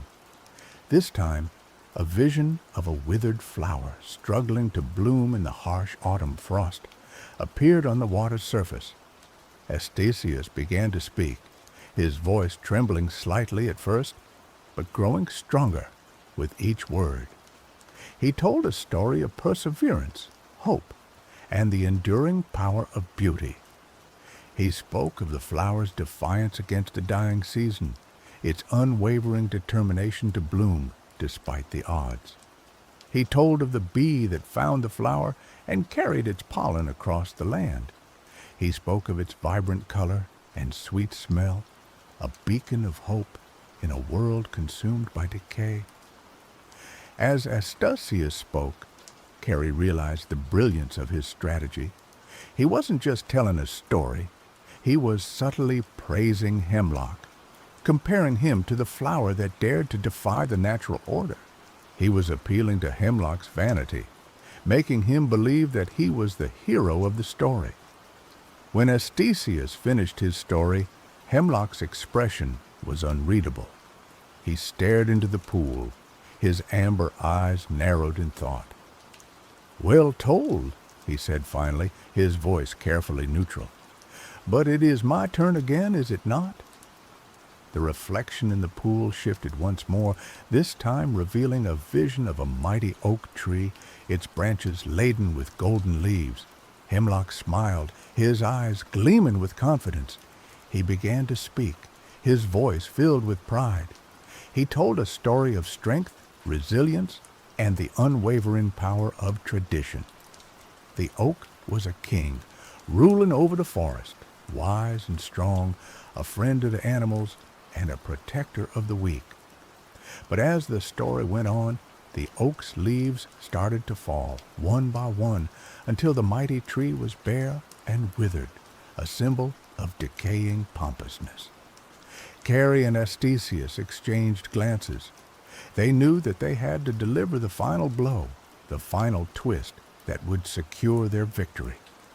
The reflection shifted again, revealing a vision of a single snowflake falling from the sky. Carrie took a deep breath and began to speak, her voice filled with genuine emotion. She told a story of renewal, change, and the beauty of letting go. She spoke of the snowflake's journey from the heavens to the earth, its fleeting existence a symbol of the ephemeral nature of life. The snowflake falls gently, melting as it touches the ground, feeding the earth with life, preparing it for the next cycle, a small insignificant droplet of water that ultimately becomes a gushing river once again. As Carrie spoke, she wove a subtle message into her story. She wasn't directly criticizing Hemlock, but instead explained how spring always follows winter, how autumn gives way to snow, how one tiny change can have a dramatic and wonderful effect on the world. It's all connected, and it's all a cycle. When Carrie finished her story, a long silence fell over the sunken glade. Hemlock stared into the pool, his expression a mask of fury, as he realizes he was tricked. He has been played. He could almost feel the village of Oakhaven as the air around him grew several degrees colder. "You think you've won?" he said finally, his voice laced with suppressed anger. "You think you've outsmarted me? I am Hemlock. I cannot be defeated." "We didn't defeat you, Hemlock," Carrie said, her voice calm and reassuring. "We simply told a better story, a story of hope, of renewal, of the beauty of balance." Hemlock stared at Carrie, his eyes blazing with fury. Then slowly a wry smile spread across his lips. "Very well, mortals," he said, his voice resigned. "You have earned your victory. I will return your winter to you." He closed his eyes and raised his hands toward the sky. A gust of wind swept through the sunken glade, carrying with it the scent of snow and the promise of winter. The mist began to dissipate, and the first snowflakes began to fall, swirling gently in the air. Hemlock opened his eyes, his amber gaze fixed on Carrie. "I have kept my word," he said, "but do not think that this is the end. I will return, mortals. I will always return. The cycle of the seasons cannot be broken." With a final laugh, Hemlock vanished into the mist, leaving Carrie and Astesius alone in the sunken glade. The snow continued to fall, covering the ground in a blanket of white. As Carrie and Astesius emerged from the petalwood, they were greeted by a sight that made their hearts leap with joy. Oakhaven was transformed. The ground was covered in a pristine layer of snow. The trees were dusted with white, and the air was filled with the crisp, invigorating scent of winter. The villagers rushed to greet them, their faces beaming with relief and gratitude. They cheered and danced in the snow, celebrating the return of the season they had feared they had lost forever. Carrie and Astesius were hailed as heroes, their names forever etched into the annals of Oak Haven's history. But they knew that they were not truly heroes. They had simply done what was necessary to protect their village, to restore the balance of the seasons.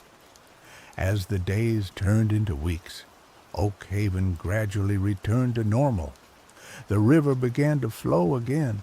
The animals returned to their natural migration patterns, and the villagers resumed their winter routines. But something had changed. They had learned a valuable lesson about the importance of respecting the natural world and the power of stories to shape their reality.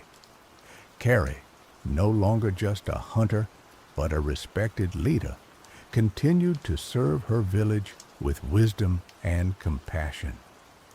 She often ventured into the petalwood not out of fear or obligation, but out of a newfound appreciation for its mysteries. She learned to listen to the whispers of the woods, to understand the language of the spirits, and to respect the delicate balance between the mortal and the magical. Astesius, emboldened by his experience, embraced his role as the village's historian and lore keeper with renewed vigor. He spent his days poring over ancient texts, seeking to expand his knowledge of the spirit world and the secrets of the seasons. He became a mentor to the younger generation, sharing his wisdom and instilling in them a sense of reverence for the natural world. And as the years passed, the legend of the autumn thief and the frozen bloom lived on, a reminder of the day when a mischievous spirit threatened to plunge Oak Haven into eternal autumn, and two unlikely heroes rose to the challenge, using their wits and their words to restore the balance and bring back the beauty of winter. Years later, on a crisp autumn evening, a young girl named Luma sat by the fire, listening intently as Astesius, now an old man with a twinkle in his eye, recounted the tale of Hemlock and the stolen snow. "So, what happened to Hemlock?" Luma asked, her eyes wide with curiosity. "Did he ever come back?" Astesius smiled, a knowing glint in his eye. "Oh, he came back, Luma. He always comes back. He is the spirit of autumn, after all. But he never bothered Oak Haven again. He learned that sometimes the best pranks are the ones that aren't played at all." Luma snuggled closer to the fire, her imagination ignited by the tale. She knew that the story of Hemlock was more than just a legend. It was a lesson about the importance of respecting the seasons, the power of stories, and the enduring strength of community. And as she drifted off to sleep, she dreamed of a world where the balance of nature was always protected, and the spirit of mischief was kept in check by the wisdom and courage of those who dared to challenge him. Carrie, now the village elder, watched from the doorway, a smile playing on her lips. She knew that the cycle would continue, that the seasons would always change, and that new challenges would always arise. But she also knew that the spirit of Oak Haven would endure, passed down from generation to generation, a beacon of hope and resilience in a world filled with both beauty and peril. And somewhere in the depths of the petalwood, Hemlock stirred, a mischievous glint in his amber eyes. He knew that his game was far from over. The world was full of stories waiting to be told, and he was always ready to play his part, to challenge the status quo, and to remind mortals that even in the darkest of times, there is always room for a little bit of mischief. After all, what is a life without a bit of chaos? He let out a soft chuckle that sounded like the rustling of leaves, and the petalwood whispered in response. The cycle would continue.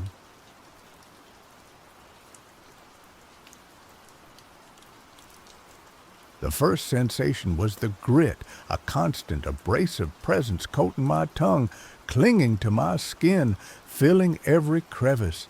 Ash, fine, gray, and seemingly endless. I opened my eyes, but the world offered little relief. The sky was a bruised, perpetual twilight, choked with the same particulate that blanketed the ground. Buildings, or what remained of them, clawed at the dim light like skeletal fingers, their outlines jagged against the oppressive gloom. I sat up, a wave of nausea washing over me. My head throbbed a dull, insistent drumbeat. Memory flickered, fragmented and elusive like moths drawn to a dying flame. Names, faces, they danced just out of reach, leaving me with a profound sense of loss and disorientation. I was alone. My hand instinctively went to my side, finding the familiar weight of a sword. It was long, well balanced, the hilt cool and smooth beneath my fingers, but there was something wrong, something profoundly unsettling about it. The metal, usually gleaming, was dull and stained, as if it had been quenched in something foul. And then I saw it, the weeping.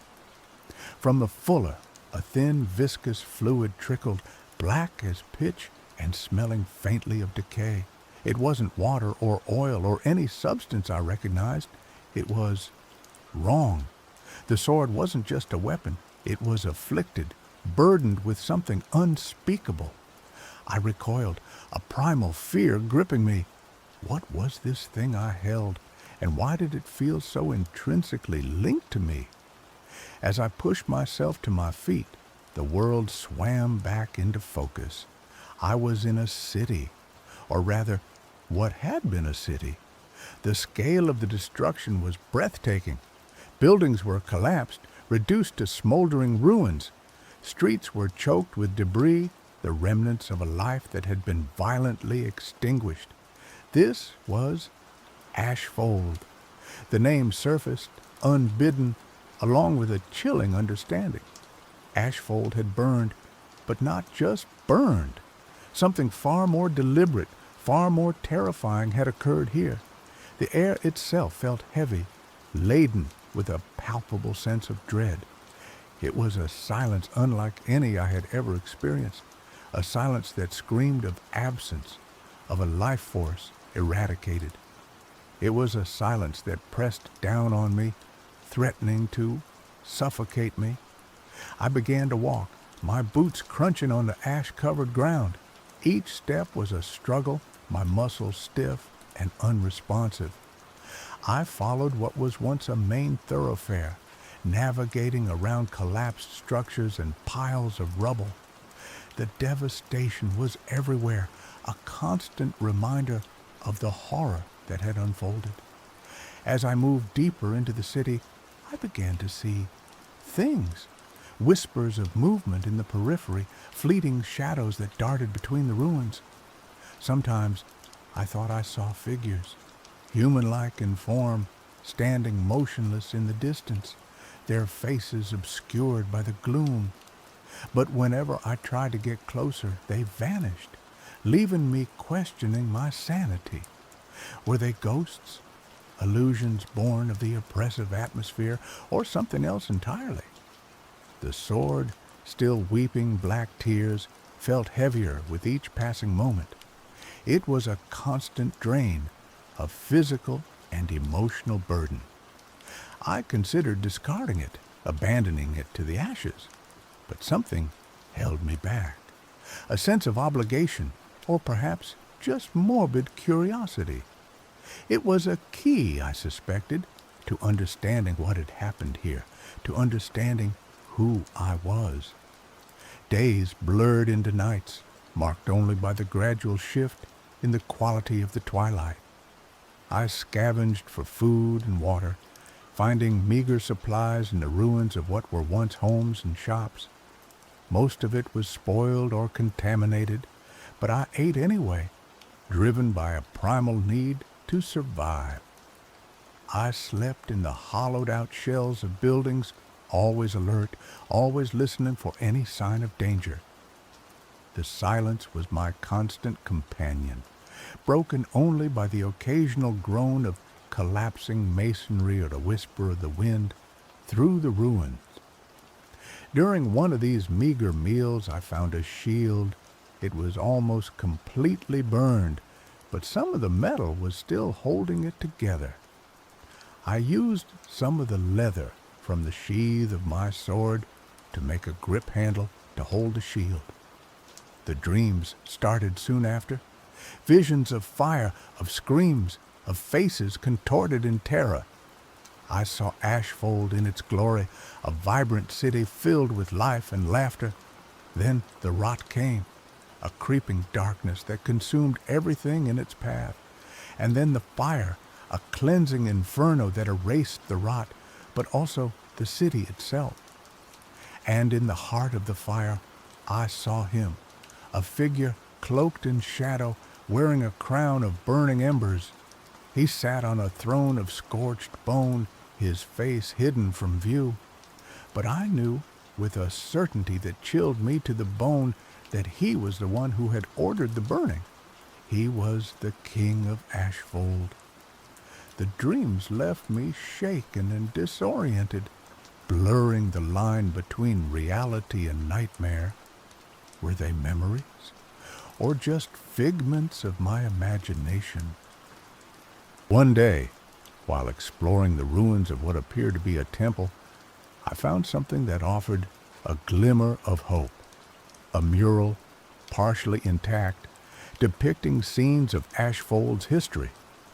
I recognized some of the events from my dreams: the city's founding, its rise to power, its prosperity. But then the mural depicted something new, something I hadn't seen before. A ritual, a group of figures, cloaked and hooded, performing some kind of dark ceremony. In the center of the circle stood a towering, grotesque creature, its form shrouded in shadow. The mural showed a creature corrupting the land, spreading the rot that would eventually consume Ashfold. And then the mural showed a single figure, a warrior, wielding a sword that wept black tears. He was depicted as the savior of Ashfold, the one who would vanquish the rot and restore the city to its former glory. I stared at the mural, my heart pounding in my chest. The warrior, he looked like me. The sword, it was the same one I held in my hand. Could it be true? Was I destined to save Ashfold? Or was it already too late? Driven by a newfound sense of purpose, I continued my journey through the ruins. I sought out any clues, any remnants of the past that could help me understand the rot and how to defeat it. I found fragments of ancient texts detailing the history of the rot and its origins. It was an ancient evil, a parasitic force that fed on life and corrupted everything it touched. It had been banished long ago, but somehow it had returned to Ashfold. The texts spoke of a way to defeat the rot, a ritual that required a sacrifice, a cleansing fire that would burn away the corruption. But the ritual was dangerous, and the price of failure was unimaginable. I also learned more about the King of Ashfold, the one who wore the crown of cinders. His name was Arian, and he was said to be a wise and just ruler. But the rot had twisted him, corrupted his mind and body. He had become a tyrant, consumed by a desire to control the rot, to harness its power for his own ends. In a last-ditch effort to save his kingdom, Arian had ordered the burning of Ashfold. He believed that the fire would cleanse the rot, that it would destroy the source of the corruption. But he was wrong. The fire had only amplified the rot, turning Ashfold into a wasteland of ash and despair, and Arian himself had become something else, a creature of fire and ash, bound to the throne of scorched bone, forever ruling over his ruined kingdom. I knew then what I had to do. I had to confront Arian, the Cinder King. I had to end his reign of terror and find a way to cleanse Ashfold of the rot. The path to the Cinder King led to the heart of the city, to the ruins of the royal palace. It was the most heavily fortified area in Ashfold, guarded by twisted creatures of ash and shadow. I fought my way through them, my sword a blur of motion. The black tears flowed freely, burning away the corruption with each strike. The combat was brutal, exhausting, but I pressed on, driven by my determination to save Ashfold. Finally, I reached the throne room. It was a vast, cavernous space filled with the stench of fire and decay. In the center of the room sat Arion, the Cinder King. He was a terrifying sight. His body was charred and twisted, his skin cracked and bleeding embers. His eyes glowed with an infernal light, and his voice was a rasping whisper that echoed through the chamber. "You have come," he said, his gaze fixed on me. "I have been expecting you." "You destroyed Ashfold," I said, my voice trembling with rage. "You unleashed the rot." "I tried to save it," Arion replied, his voice filled with pain. "But the rot, it was too strong. I had to burn it away to cleanse it with fire."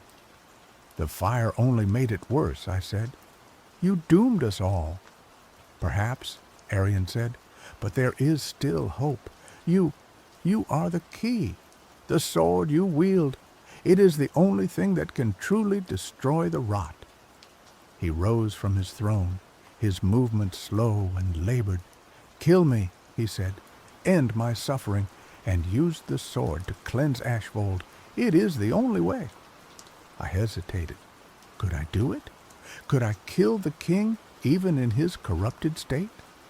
But then I looked at the ruins of Ashfold, at the suffering of its people. I knew what I had to do. I raised my sword, the black tears dripping onto the floor. "I'm sorry," I said, and then I struck. The sword plunged into Arion's heart, and he let out a final agonized scream. His body crumbled into ash, and the crown of cinders fell to the ground. With Arion dead, the rot began to recede, the shadows dissipated, and the air felt lighter, cleaner. But Ashfold was still a wasteland. The task of rebuilding lay ahead. I picked up the crown of cinders, its embers still glowing faintly. It was a symbol of Ashfold's past, of its destruction and its hope for the future. I placed the crown on my head, feeling the weight of it settle upon me. I was the last of the royal line, the only one who could lead Ashfold back to its former glory. But I knew that I couldn't do it alone. I needed the help of the survivors, the few who had managed to escape the burning. I ventured out into the ruins, searching for any sign of life, and slowly but surely I found them. People who had lost everything, but who still clung to hope. Together, we began to rebuild Ashfold. It was a long and arduous process, but we were determined to succeed. We cleared the rubble, replanted the fields, and rebuilt the homes. And as we worked, the land began to heal. The ash receded, and the first signs of green began to emerge. Hope bloomed in the wasteland. The sword continued to weep, but the tears were no longer black. They were clear, pure like water. The rot was gone, cleansed by the fire and the sacrifice of the Cinder King. Ashfold would never be the same, but it would rise again. A new city built on the ashes of the old. A city of hope, resilience, and the enduring strength of the human spirit. And I, the one who had awakened in the ashes, would be its ruler, not a king, but a protector, a guardian of the flame, ensuring that the rot never returned. The cinder crown, once a symbol of destruction, had become a symbol of hope. And I would wear it with pride, knowing that I had played my part in saving Ashfold. The weeping sword, no longer a burden, was now a symbol of sacrifice and cleansing.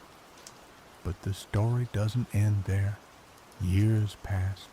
Ashfold slowly healed, the scars of the burning fading with each passing season.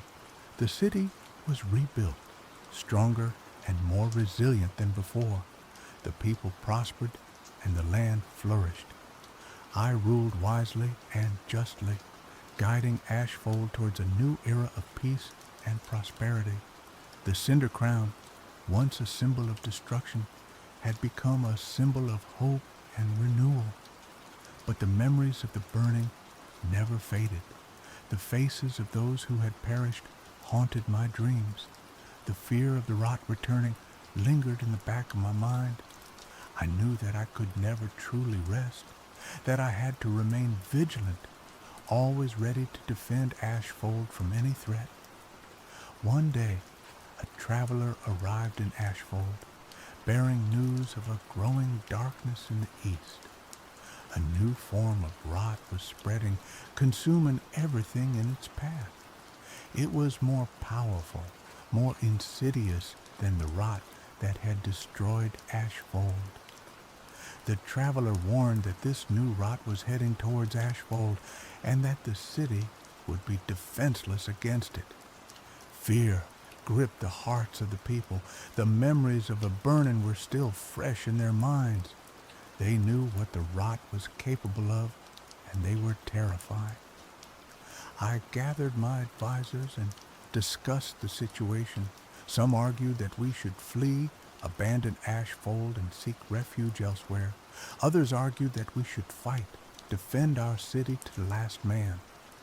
I listened to their arguments, but I knew what I had to do. I couldn't run. I couldn't abandon Ashfold.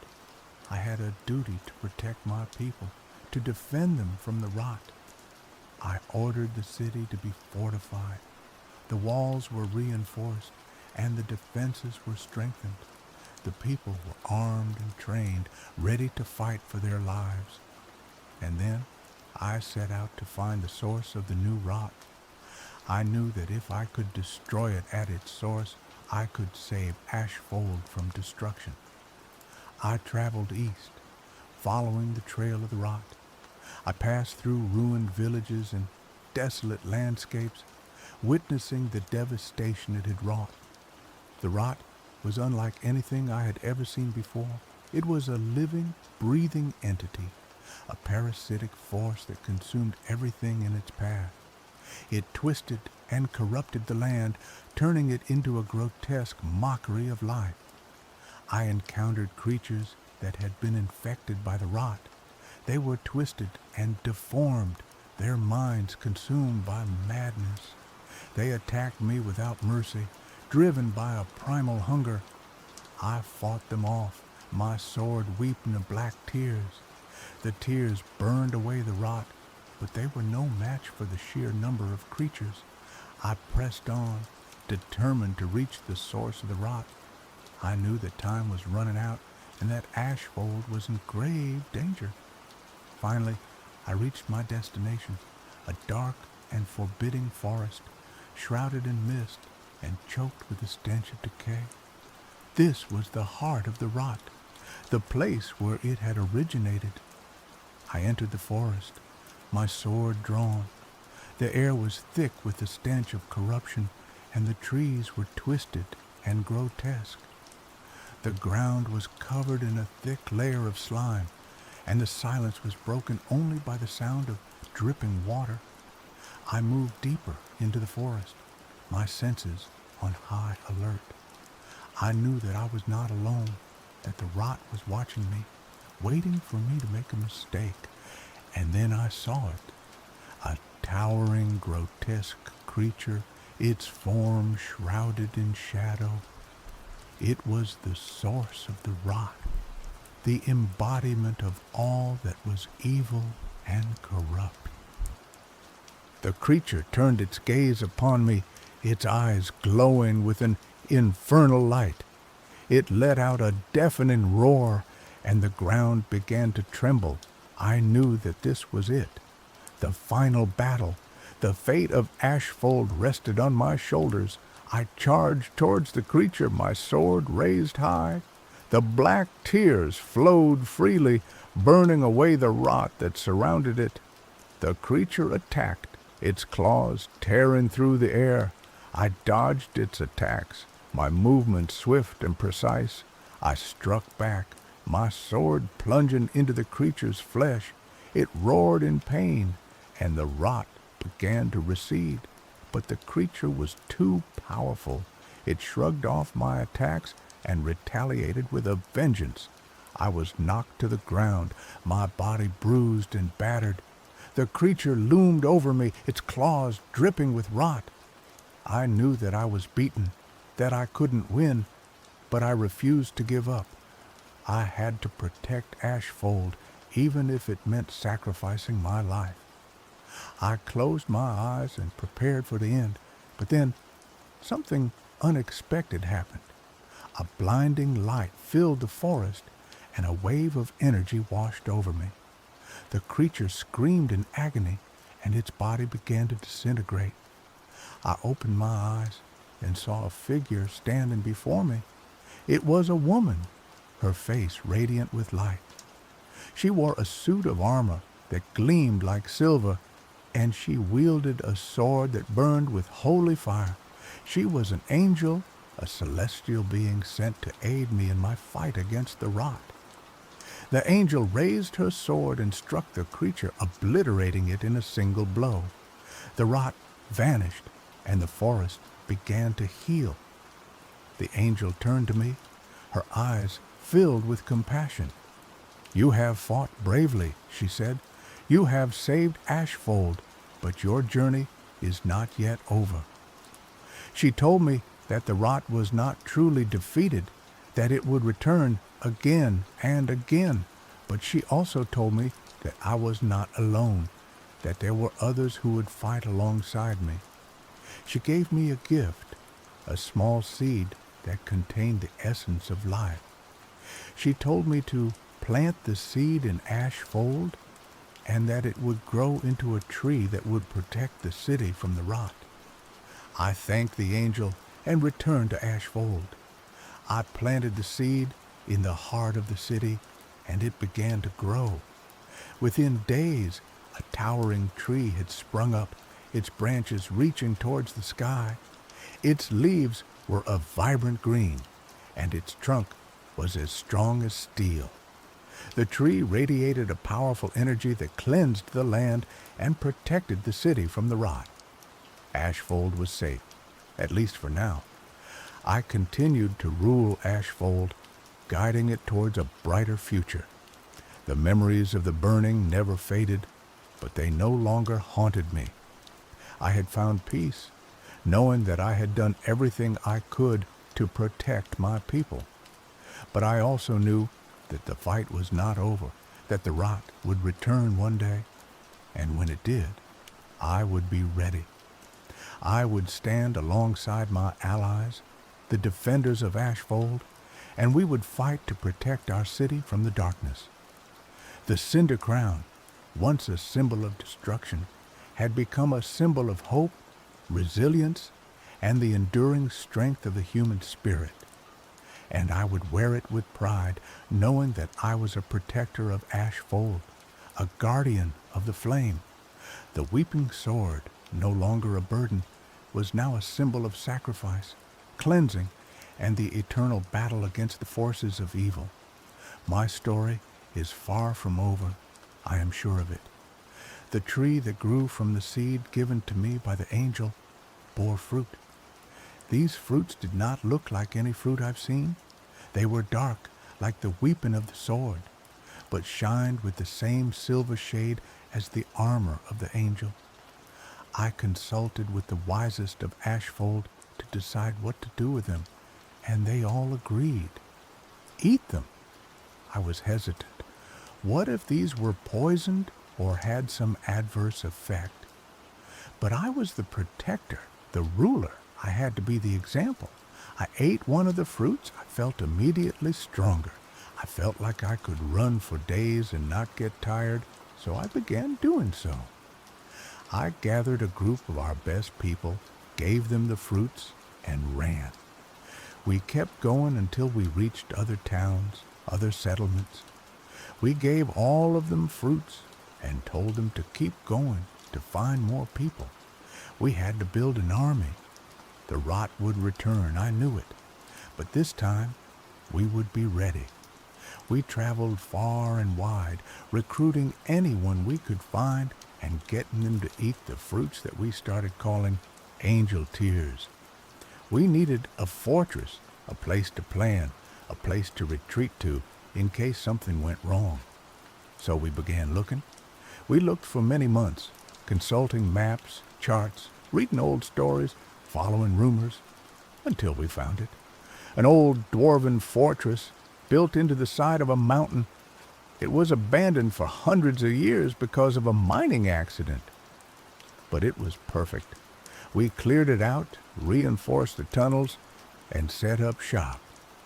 I had a vision. I knew what we needed to do.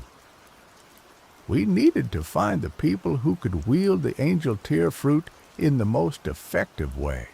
I knew who they were. They were the descendants of the people who had originally sealed the rot. They had the blood of angels in their veins. We sent out scouts, and they found them. They were spread out all over the world, living in hiding, afraid of their own power. We brought them to the fortress, and I taught them how to use their powers. We forged weapons of silver, blessed by the angels. We trained for years, preparing for the inevitable return of the rot. And then one day, it came. The rot returned, stronger than ever. It swept across the land, consuming everything in its path. But this time, we were ready. We met the rot head on, our silver weapons gleaming in the sunlight. The battle was fierce, but we were not afraid. We fought with the courage of angels, and we drove the rot back. We pushed it back to the forest where it had originated, and we sealed it away once more. But we knew that it would return, and we would be ready. We would stand guard, always vigilant, always prepared to defend the world from the darkness. And so, my story continues. I am the protector of Ashfold, the guardian of the flame. I am the wielder of the weeping sword, the bearer of the cinder crown. I am the leader of the angel tear army, the champion of light against the darkness. And I will never give up. I will never surrender. I will fight until my very last breath to protect the world from the rot. Because that is my purpose. That is my destiny, and I will not fail. The weeping sword had stopped. It no longer cried. It just bled. It constantly bled black and silver blood, the colors of the rot and the angel. It was pure, it was strong, and it was always ready. The sword had become a part of me, as the cinder crown had, as the fallen kingdom had. I am Ashfold, and Ashfold is me. I am eternal.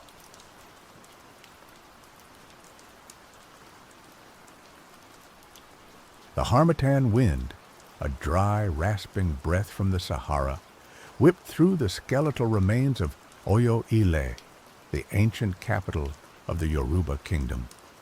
Once, smoke from the sacred fire had billowed here, a visible connection to the heavens, a promise of prosperity and the watchful gaze of the Orishas, the deities.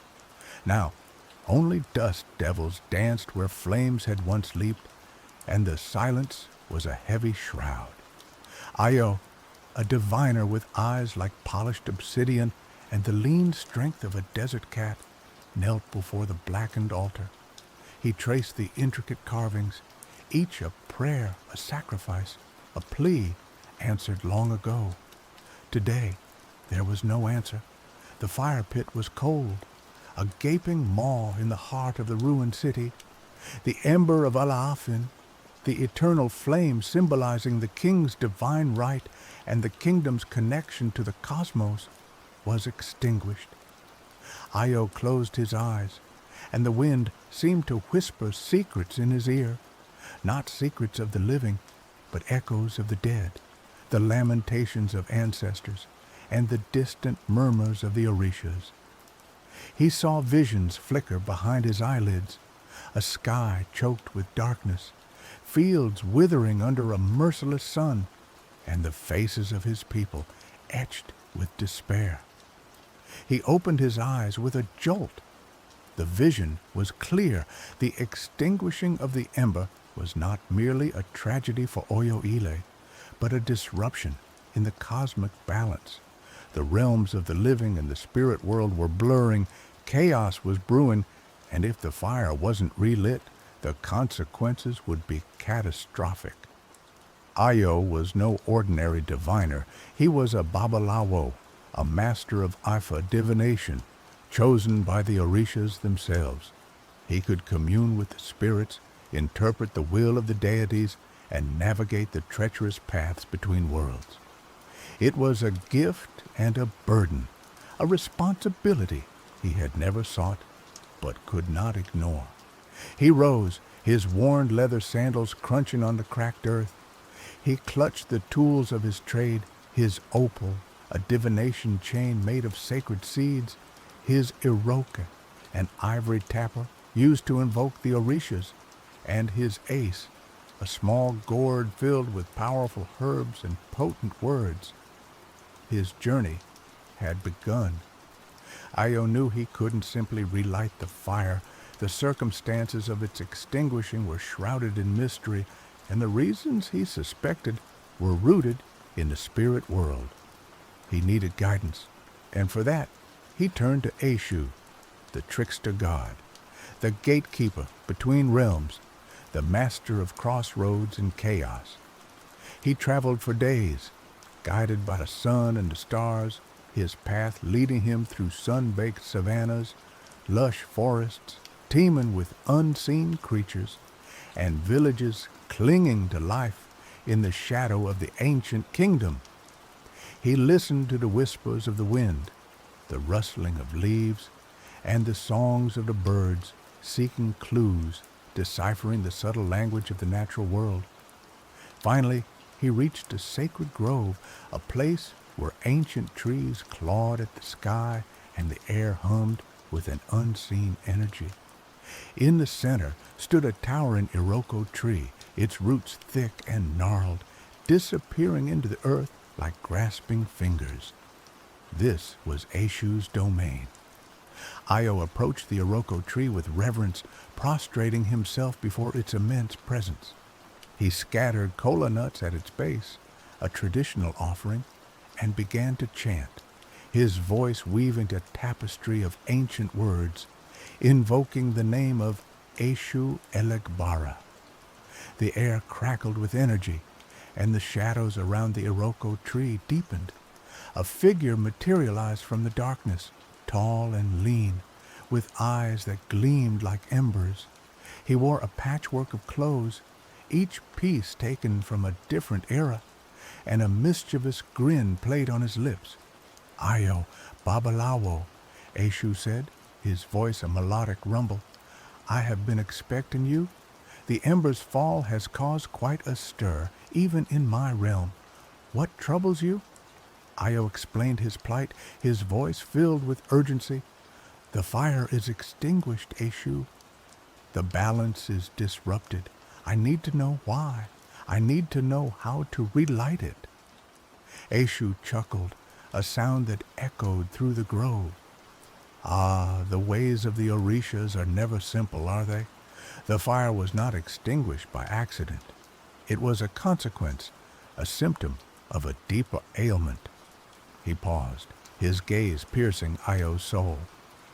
"The balance between the realms is maintained by respect, by offerings, by remembrance. But the people have forgotten the old ways. They have turned their backs on the Orishas, chasing after fleeting pleasures and empty promises. Their neglect has weakened the veil between worlds, allowing darkness to seep through. And who benefits from this darkness? Io asked, his hand instinctively reaching for his eroke. That, Babalawo, is what you must discover, Eshu replied, his grin widening.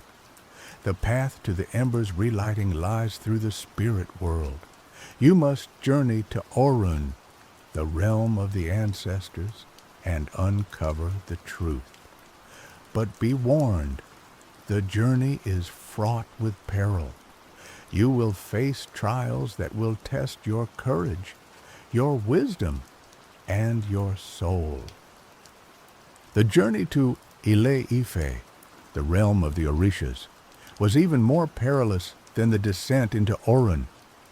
Io had to navigate treacherous landscapes, overcome formidable obstacles, and face trials that tested his very sanity. He had to climb mountains that pierced the clouds, cross rivers of molten lava, and traverse deserts where mirages danced like mocking spirits. He was tested by Ogun, the Orisha of iron and war, who challenged his courage and his strength. He was seduced by Oshun, the Orisha of beauty and love, who tempted him with earthly pleasures. He was confronted by Shango, the Orisha of thunder and lightning, who demanded his unwavering loyalty.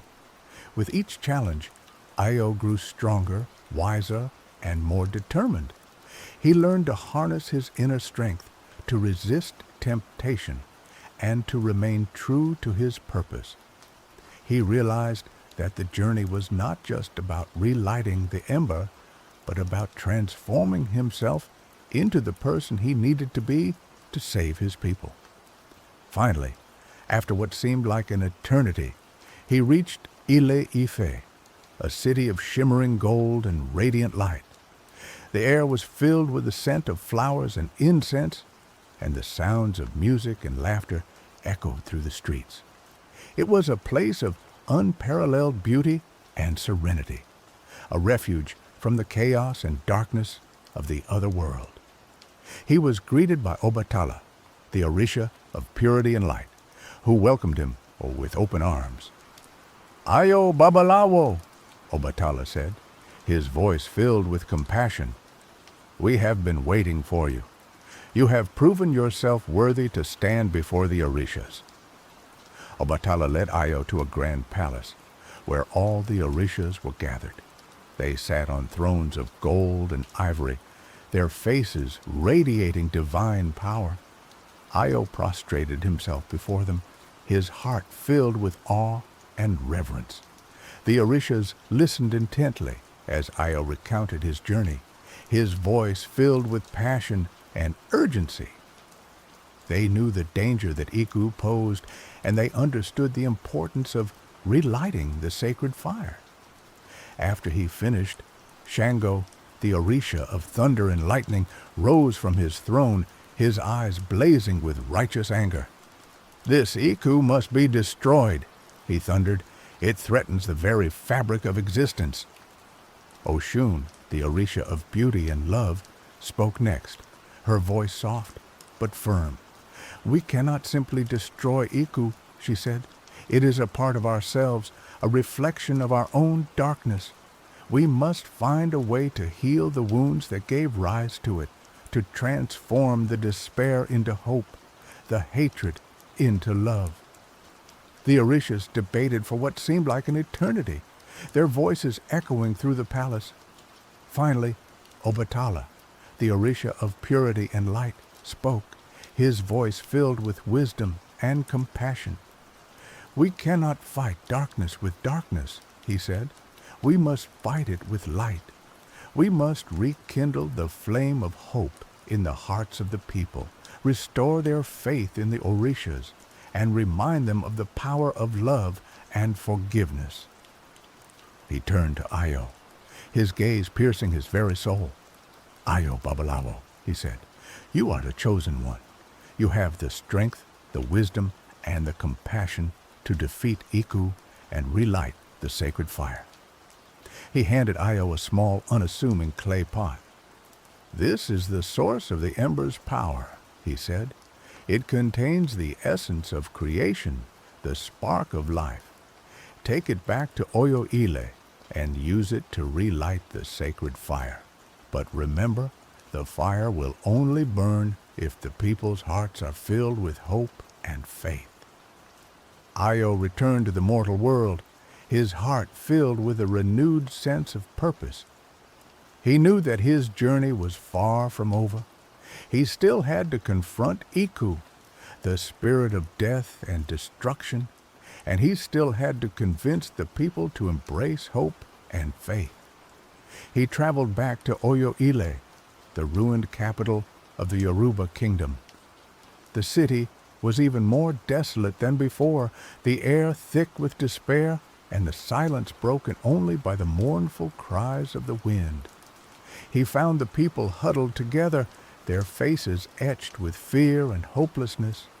They had lost their faith in the Orishas, their belief in the future. They had given up on life. Io climbed onto the blackened altar, holding the clay pot high above his head. "People of Oyo-Ile," he cried, his voice echoing through the ruined city, "I have returned from the realm of the Orishas. I have seen the source of our darkness, and I know how to defeat it." He told them of his journey, of the trials he had faced, and of the wisdom he had gained.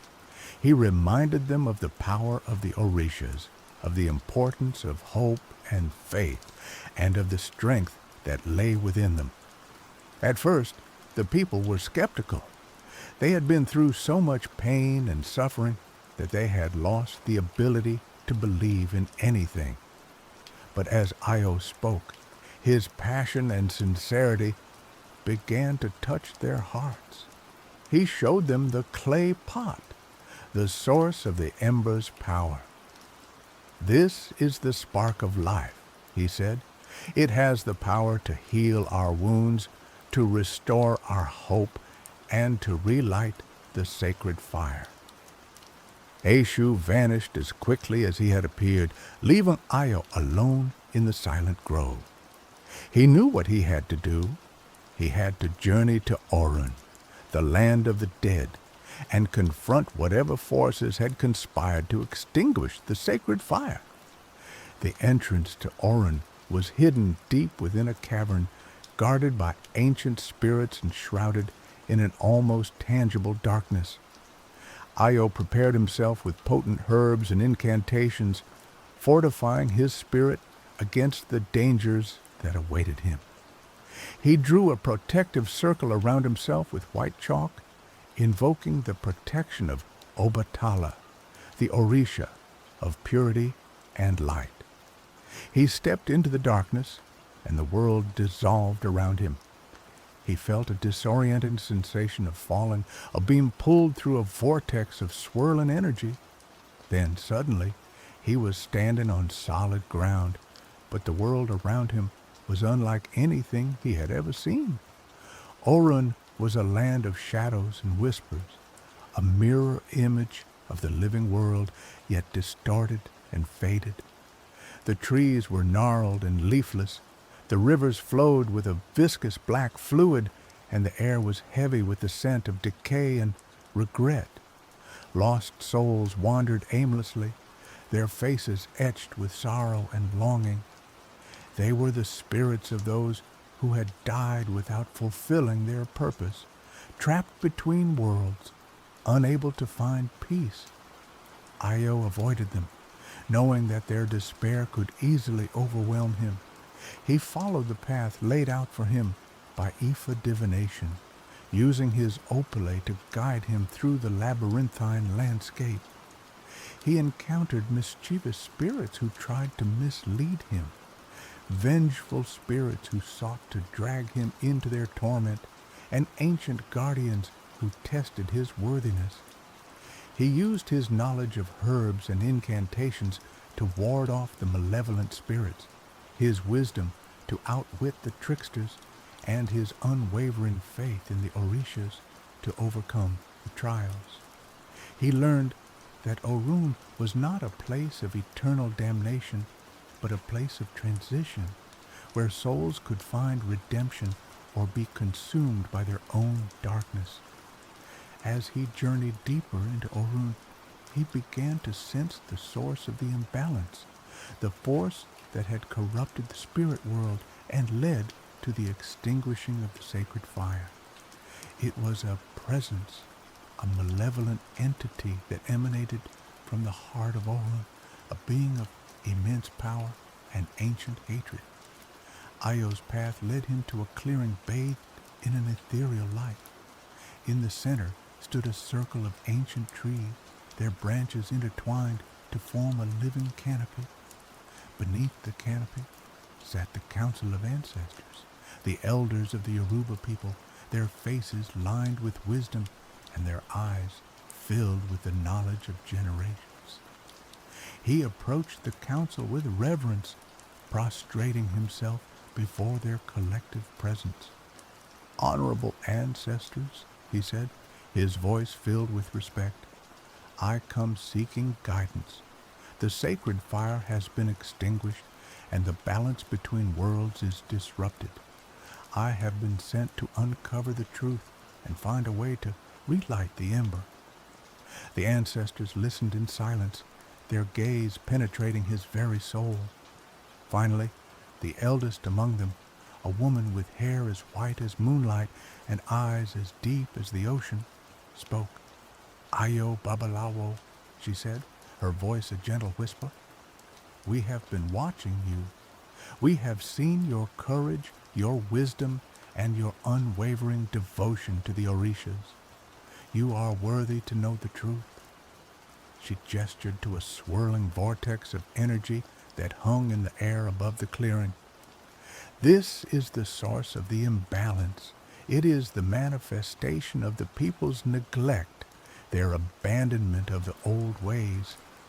It has given rise to a darkness that threatens to consume both the living world and the spirit world." "What is this darkness?" Io asked, his voice barely above a whisper. "It is called Iku," the ancestor replied, "the spirit of death and destruction. It feeds on despair, on anger, on hatred. It was born from the broken promises and the unfulfilled potential of our people. It seeks to sever the connection between the living and the dead, to plunge the world into eternal darkness." "How can I defeat Iku?" Io asked, his heart pounding in his chest. "You cannot defeat it alone," the ancestor replied. "Iku is a reflection of the people's collective consciousness. To defeat it, you must heal the wounds of the past, restore the people's faith in the Orishas, and rekindle the flame of hope in their hearts." She paused, her gaze locking onto Io's. "You must travel to the realm of the Orishas, to Ile Ife, the sacred city, the birthplace of humanity. There you will find the source of the ember's power, and there you will receive the guidance you need to defeat Iku." As he spoke, the ground began to tremble, and the air grew heavy with a chilling presence. Iku, the spirit of death and destruction, had arrived.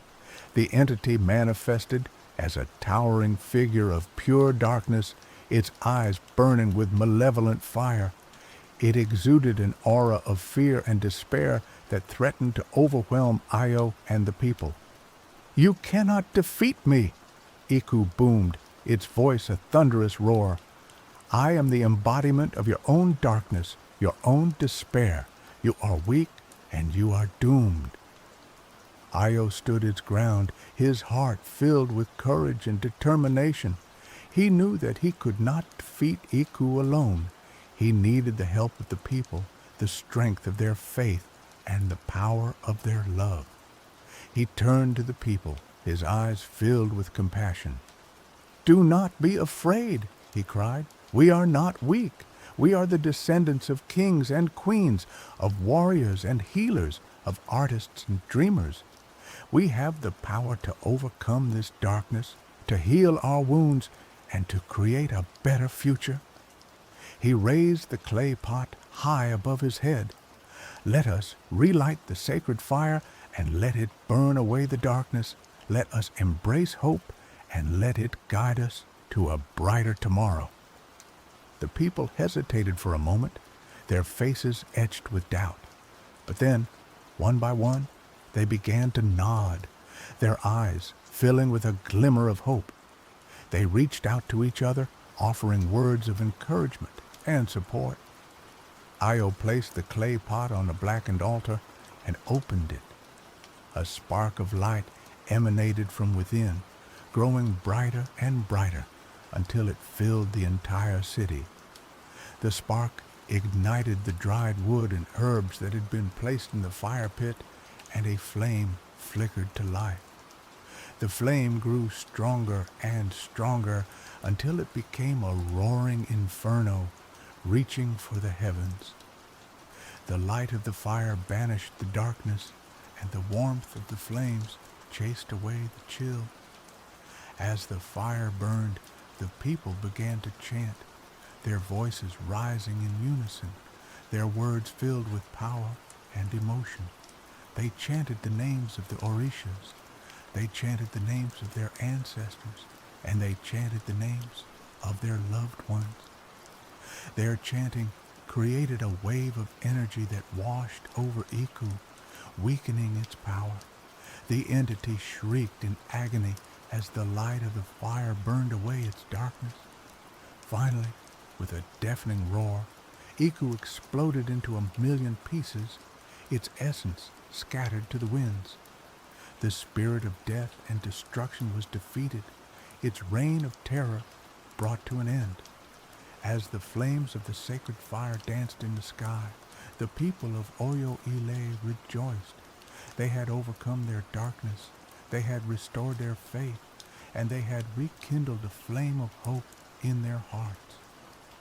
Io watched as the people celebrated, his heart filled with joy and gratitude. He had done his duty, he had fulfilled his purpose, and he had saved his people from destruction. He knew that the journey was far from over. The world would always face challenges, and the darkness would always lurk in the shadows. But he also knew that the people of Oyo-Ile had the strength and the wisdom to overcome any obstacle, to face any darkness, and to create a better future for themselves and for generations to come. The sacred fire burned brightly, a beacon of hope in a world filled with uncertainty. The ember of Alafin was rekindled, and the cosmic balance was restored. The connection between the living and the dead was strengthened, and the Orishas smiled down upon their people with love and compassion. Io, the wandering diviner, had saved his kingdom. He had traveled through realms of gods and spirits, confronted his own inner demons, and emerged victorious. He was a hero, a legend, a symbol of hope for all who sought to overcome darkness and embrace the light. As the sun rose over Oyo-Ile, casting a golden glow on the faces of the people, Io knew that the future was bright, the ember was burning, and the spirit of the Yoruba people would endure. The journey had been long and arduous, but in the end, love, faith, and unity prevailed. He was more than just a diviner, he was a restorer of balance, a guardian of his people, a testament to the power of belief.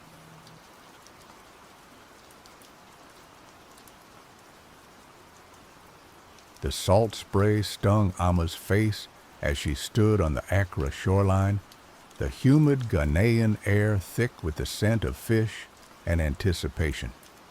Tonight was the night. For generations, her family had held the vigil, passing down the knowledge, the rituals, and the bone-deep understanding of what this night meant.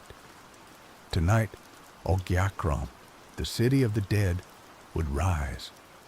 Amma wasn't a traditional priestess or even particularly spiritual in the conventional sense. She was a software engineer, coding by day and chasing server errors. But the blood of her ancestors flowed in her veins, a current stronger than any algorithm. She couldn't deny the pull, the electric hum in the air that grew stronger as the moon climbed higher. Around her, the beach throbbed with life. Fishermen had pulled their canoes ashore, offering libations to the sea gods, their voices a low, reverent murmur.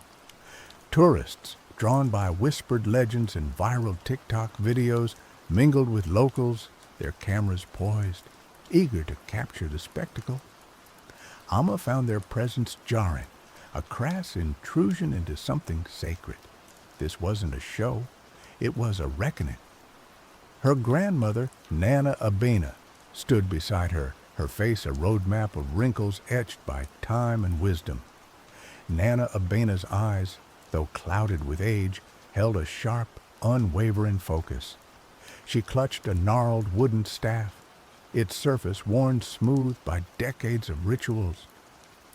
"They are here for a spectacle, Amma," Nana Abena said, her voice raspy but firm, cutting through the ambient noise.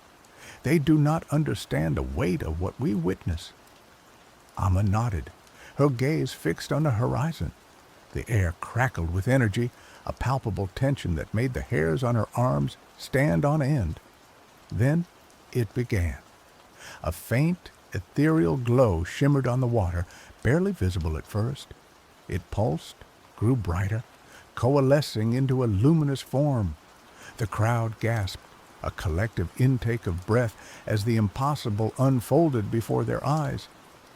Ogiakrom rose from the depths. It wasn't a city of rotting corpses or grotesque specters as the sensationalist stories often claimed. It was beautiful, hauntingly so. Buildings crafted from shimmering opalescent stone spiraled towards the heavens, their architecture defying earthly physics. Ghostly lights flickered in the windows, and faint music, like the echo of a forgotten song, drifted across the water. It was a city frozen in time, a testament to a civilization lost to the sea, yet somehow preserved in a realm beyond mortal comprehension. Amma felt a wave of awe wash over her, mingled with a primal fear. The city was beautiful, but it was also undeniably wrong. It shouldn't exist. It defied the natural order. This year, though, there was something different. Aside from the normal ghostly lights of Ogiakrom, there was a pulsating golden light. It originated from the highest tower of the floating city, a beacon visible even from the shore. It was a light of immense power, of resistance. Nana Abena gripped Amma's arm, her fingers surprisingly strong. "He is here," she whispered, her voice filled with a mixture of dread and anticipation. "He has returned?" "Who?" Amma asked, her heart pounding in her chest. Before Nana Abena could answer, a figure emerged from the golden light. It was a man, or rather, the shape of a man, formed from pure energy. He hovered in the air between Ogiakrom and the shore, his form flickering like a dying flame. He looked at the crowd, and the tourists, even in their morbid fascination, took a step back.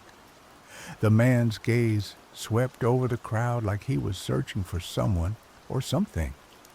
When the man's gaze settled on Amma, she forgot how to breathe. The man spoke, his voice resonating in Amma's mind, bypassing her ears altogether. "I am Kwame," he said, "and I will not stay dead." Chaos erupted. The tourists screamed, scrambling back from the shore. The fishermen, hardened by years of facing the unpredictable sea, crossed themselves and chanted ancient prayers. Nana Abena pushed Amma behind her, raising her staff in a defensive posture. "He is a rogue spirit," Nana Abena said, her eyes fixed on Kwame. "A soul who refuses to accept his fate. He seeks to return to the world of the living, a transgression against the balance." Kwame ignored the commotion, his gaze still locked on Amma. "I need your help," he said, his voice pleading. "I cannot do this alone." Amma, despite her fear, felt a strange pull towards Kwame, a flicker of recognition. It was as if she knew him, or perhaps knew of him, from a dream or a forgotten memory. "Why me?" she asked, her voice barely a whisper. "Because you are the key," Kwame replied. "You are the link between the world of the living and the world of the dead. Your bloodline carries the power to open the gate." Nana Abena gasped. "He speaks of forbidden magic," she said, her voice trembling. "The gate of return. It is a dangerous path, Amma. It leads to nothing but suffering." Amma ignored her grandmother. She was drawn to Kwame, to his desperation, to the hope that flickered within his spectral form. He was a ghost fighting against his own demise, a rebel against the natural order, and something inside Amma, something she had always suppressed, resonated with that rebellion. "What do you need me to do?" she asked. Kwame's form flickered brighter, as if fueled by her willingness. "I need you to perform the rite of passage," he said, "a ritual passed down through your family. It is the only way to anchor me to the mortal realm." "But the rite is meant to guide souls into the afterlife," Amma protested.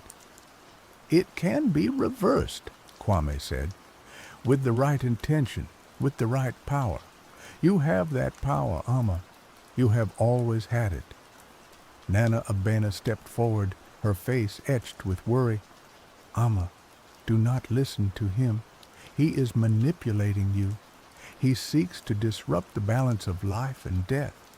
He will bring nothing but chaos and destruction." Amma looked at her grandmother, at the fear in her eyes. She loved Nana Abena, respected her wisdom. But she couldn't ignore the pull, the undeniable feeling that this was her destiny, her purpose. "I have to try," she said, her voice firm. "I have to see what happens." Nana Abena shook her head, her eyes filled with sorrow. "Then you walk a dangerous path, child, a path from which there may be no return."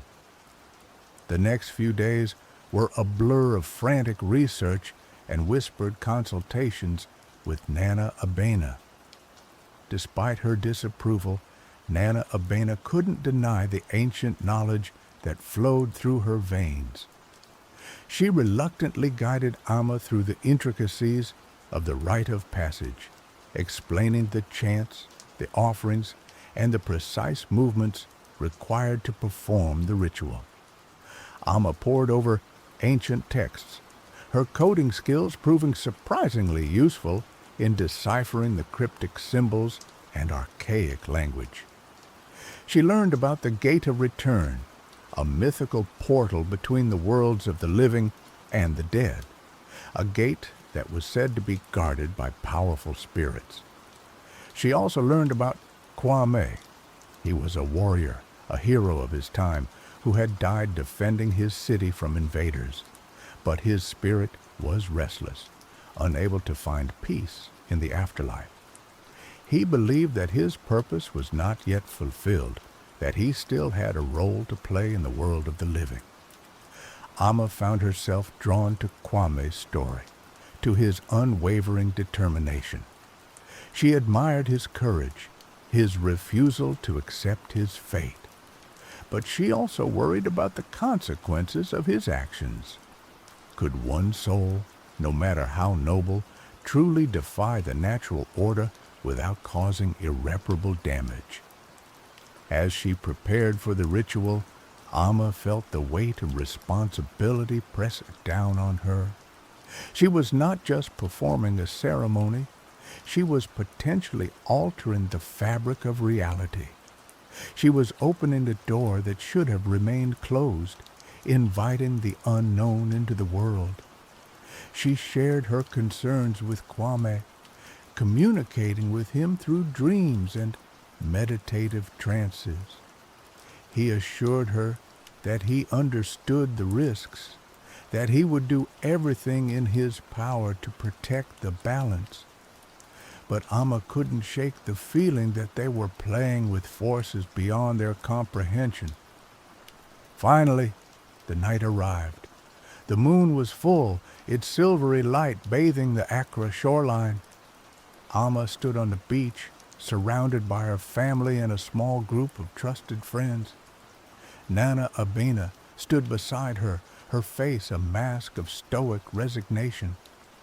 The air was thick with anticipation.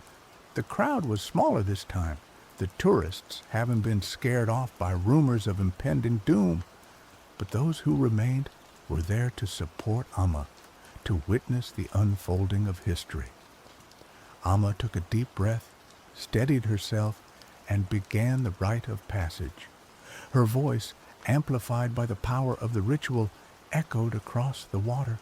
She chanted the ancient words, her body moving in precise rhythmic patterns. She offered libations to the sea gods, invoking their blessings and their protection. As she chanted, she felt a surge of energy flowing through her, a power she had never known she possessed. It was the power of her ancestors, the power of her bloodline, the power to bridge the gap between life and death. Kwame appeared before her, his spectral form shimmering in the moonlight. He reached out his hand, and Amma took it. Their hands touched, and a jolt of electricity surged through her body. The ground began to tremble, the sea churned, the sky crackled with lightning. The gate of return began to open. It wasn't a physical gate, but rather a tear in the fabric of reality, a shimmering portal that led to a realm beyond human comprehension. Amma could see glimpses of swirling colors, of strange landscapes, of faces both familiar and alien. The gate pulsed with energy, drawing Kwame towards it. He turned to Amma, his eyes filled with gratitude. "Thank you," he said. "You have given me a second chance." "What happens now?" Amma asked, her voice trembling. "Now, I fight for my place in the world of the living," Kwame replied. "I will not let this opportunity go to waste." He stepped through the gate. For a moment, everything was still. The trembling stopped. The sea calmed. The lightning subsided. Then the gate slammed shut. Amma collapsed to her knees, exhausted but exhilarated. She had done it. She had opened the gate of return. She had brought a soul back from the dead. But the victory was short-lived. The aftermath of Kwame's return was chaotic and unpredictable. He materialized in Accra as a being of pure energy, struggling to maintain a physical form. He was weak, disoriented, and vulnerable. Amma and her friends took him in, sheltering him in a secluded location. They helped him learn to control his powers, to adapt to the mortal realm. They taught him about the modern world, about technology, about politics, about the changes that had occurred since his death centuries ago. Kwame was a quick learner. He was intelligent, resourceful, and determined to make a difference. He quickly mastered the basics of technology, using his energy powers to manipulate computers and access information. He studied the history of Ghana, learning about the struggles and triumphs of his people. But he also faced challenges. His presence attracted unwanted attention. Government agencies, religious organizations, and shadowy corporations all sought to control him, to exploit his powers for their own purposes. Kwame refused to be a pawn. He used his abilities to fight back, to protect the innocent, to expose corruption. He became a symbol of hope for the oppressed, a beacon of light in a dark world. But his actions also had consequences. He made enemies, powerful enemies who were determined to destroy him. They spread rumors, launched smear campaigns, and even attempted to assassinate him. Amma and her friend stood by Kwame, protecting him from his enemies, guiding him through the complexities of the modern world. They became his family, his support system, his anchor to the mortal realm. As Kwame grew stronger, he began to remember details of his past life. He remembered his family, his friends, his city.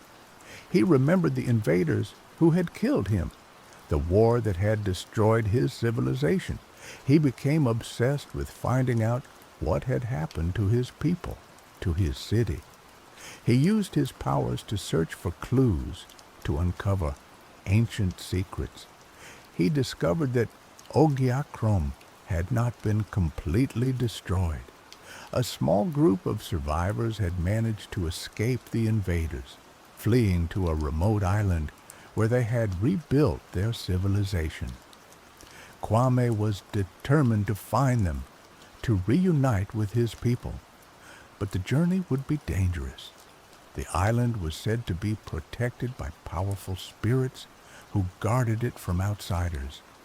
And Kwame's enemies were still hunting him, eager to capture him before he could reach his destination. Amma knew that she had to help him. She had brought him back from the dead, and she felt responsible for his well-being. She also believed in his mission, in his desire to reconnect with his past. Together, they embarked on a perilous quest, a journey that would take them across the seas, through uncharted territories, and into the heart of ancient mysteries. Their journey took them to hidden sanctuaries and forgotten temples, each step revealing more about Kwame's past and the fate of his people. Amma, initially a reluctant participant, found herself growing increasingly invested, her analytical mind captivated by the intricate tapestry of history and magic they were uncovering. The bond between her and Kwame deepened, forged in the crucible of shared danger and purpose. She was no longer just helping a rogue spirit. She was fighting for a lost civilization, for the preservation of a forgotten culture. They learned that Ogiakrom wasn't merely a city of the dead, but a repository of knowledge and power, a place where the veil between worlds was thin. The city's reappearance every century wasn't random. It was a deliberate act, a cyclical attempt to re-establish contact with the living world, to share its wisdom and its warnings. Kwame's return was not just a personal quest, it was a catalyst, a trigger that could potentially reignite the flame of Ogiakrom's legacy. But it also carried the risk of exposing the city's secrets to those who would exploit them for their own gain. Their pursuers were relentless. A shadowy organization known as the Collectors sought to capture Kwame, believing that his energy powers could be harnessed to create weapons of unimaginable destruction. They were led by a ruthless woman named Dr. Evelyn Reed, a brilliant but morally bankrupt scientist who saw Kwame as nothing more than a scientific experiment. They faced trials that tested their courage and their resolve. They battled ancient spirits, navigated treacherous landscapes, and outsmarted cunning adversaries. Amma's coding skills came in handy, allowing her to hack into security systems, decipher encrypted messages, and create technological countermeasures against their enemies. Kwame's powers grew stronger, but so did his awareness of the responsibility that came with them. One particular encounter stands out. They found themselves in a hidden cave guarded by a colossal earth spirit, its body formed from living rock. The spirit challenged Kwame, testing his worthiness to enter the sacred realm of Ogiakrom's survivors. Kwame faced the spirit with humility and respect, acknowledging the spirit's power and its role as a protector. He spoke of his desire to reconnect with his people, to learn from their wisdom, and to help them preserve their culture. The spirit was moved by Kwame's sincerity. It granted them passage, but warned them of the dangers that lay ahead. The path to reunion is fraught with peril, the spirit boomed. You will face trials that will test your very souls. But remember, the strength of your spirit is greater than any obstacle. Finally, after months of relentless pursuit, they reached the island, a lush, vibrant paradise hidden amidst treacherous reefs and swirling currents.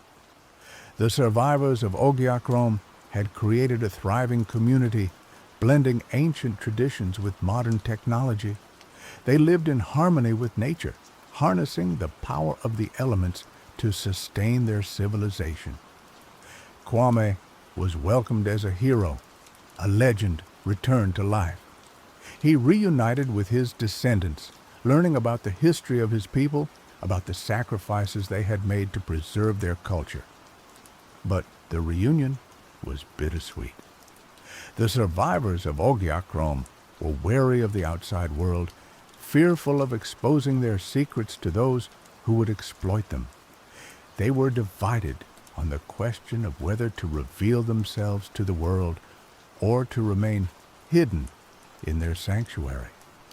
Kwame found himself caught in the middle, torn between his desire to share his people's wisdom with the world and his loyalty to their traditions of seclusion. Meanwhile, Dr. Reed and the collectors were closing in.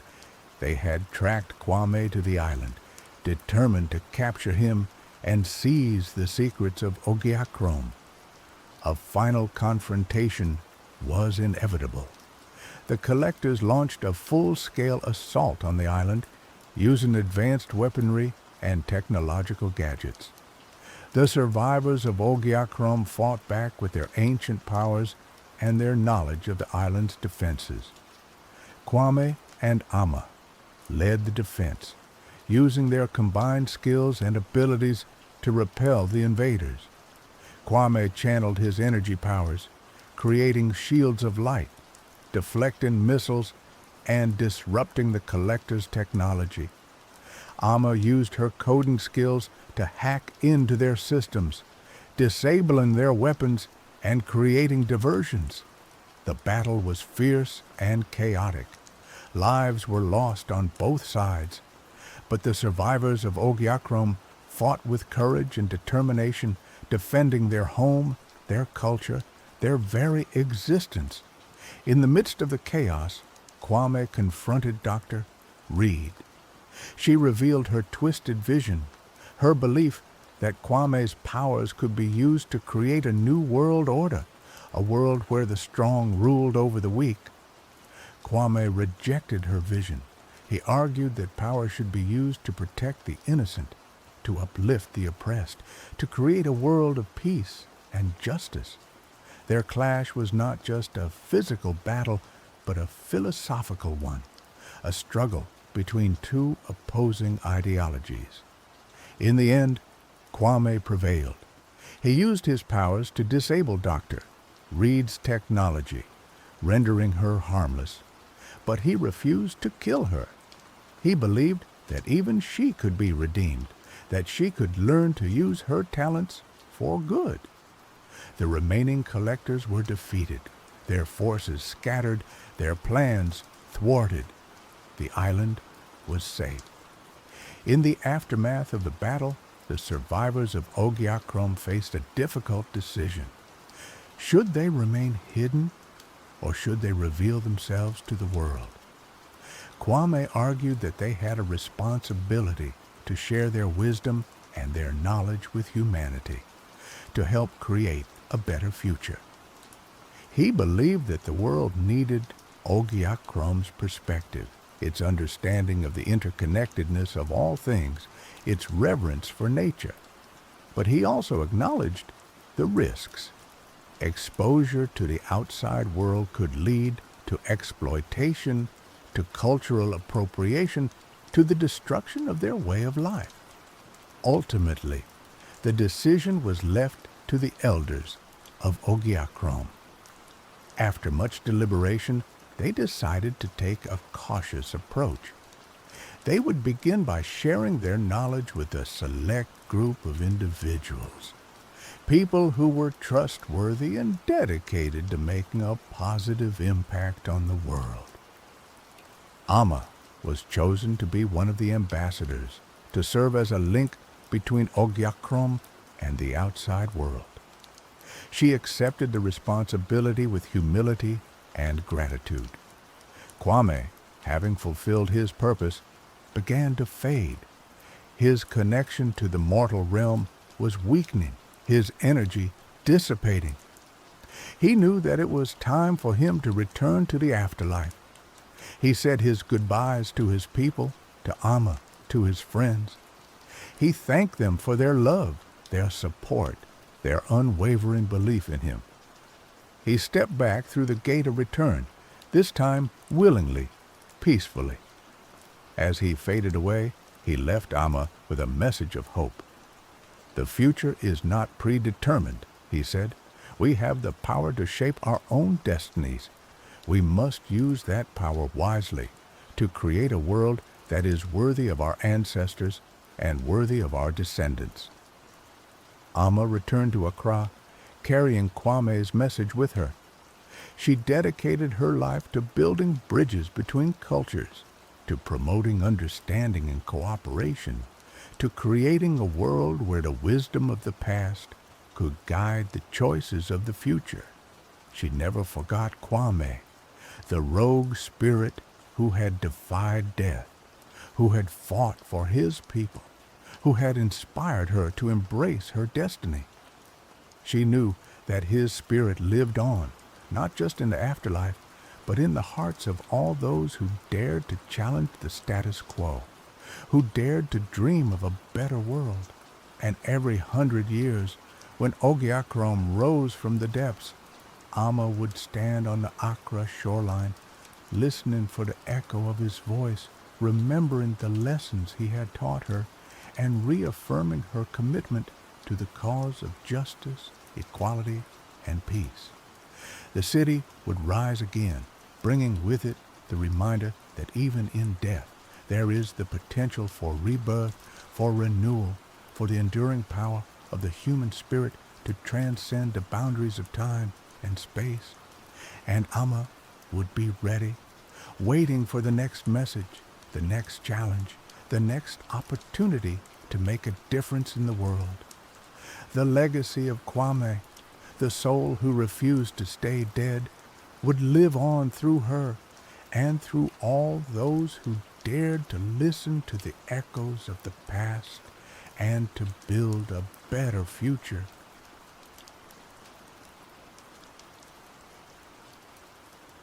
Once upon a time, nestled between a whispering forest and a shimmering sea, lay a village called Oak Haven.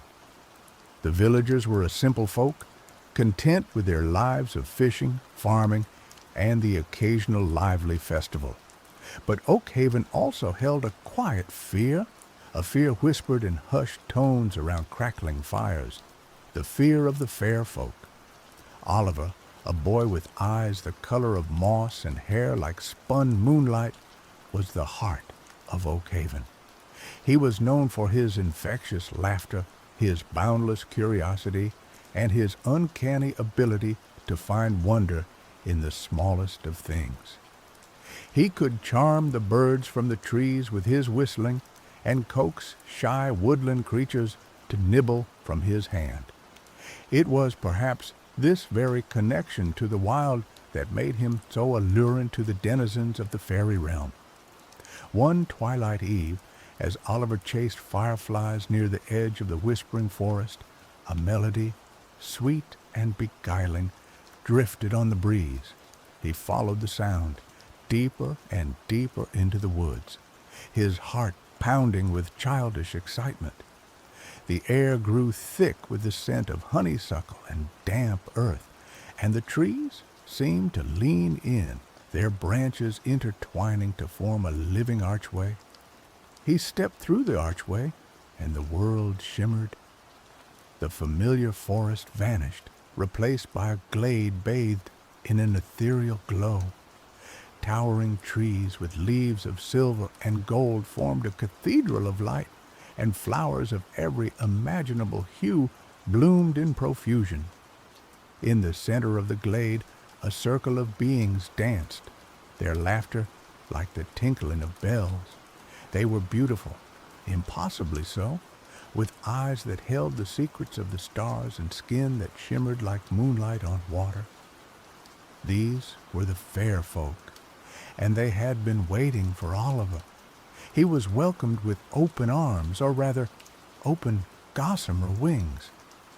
The queen of the Seelie court, Henrietta, a radiant being with a crown of woven starlight, approached him with a smile that could melt glaciers. "Welcome, Oliver," she said, her voice like the music of a hidden stream. "We have been watching you, and we have seen the spark of magic within you. We invite you to stay with us, to live amongst us, and to learn the ways of the Fae." Oliver, captivated by the beauty and wonder of the fairy realm, readily agreed. He spent what felt like weeks, though time in the fairy realm flowed differently than in the mortal world, learning the secrets of nature, the language of the animals, and the art of illusion. He danced with the fairies under the light of the moon, feasted on ambrosia and nectar, and reveled in the endless joy and magic that permeated the air. He was given a new name, Whisper Wind, a name that reflected his ability to communicate with the creatures of the forest. He wore clothes woven from moonlight and dewdrops, and his laughter echoed through the glades, blending seamlessly with the music of the Fae.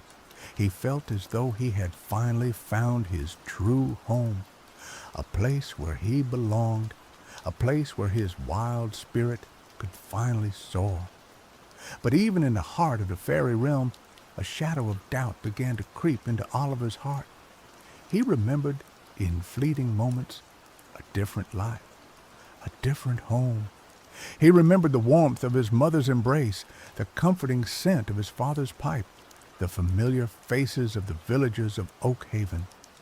He remembered his name, Oliver. One day, he approached Queen Henrietta with a heavy heart. "Your Majesty," he said, his voice barely a whisper, "I am grateful for your kindness, and I cherish the time I have spent here, but I miss my home, I miss my family, I miss Oakhaven." Henrietta listened patiently, her eyes filled with understanding. When he had finished, she sighed, a sound like the rustling of autumn leaves. "I knew this day would come, Whisper Wind," she said. "The pull of the mortal world is strong, especially for those who still have ties there. You are free to leave, to return to your home.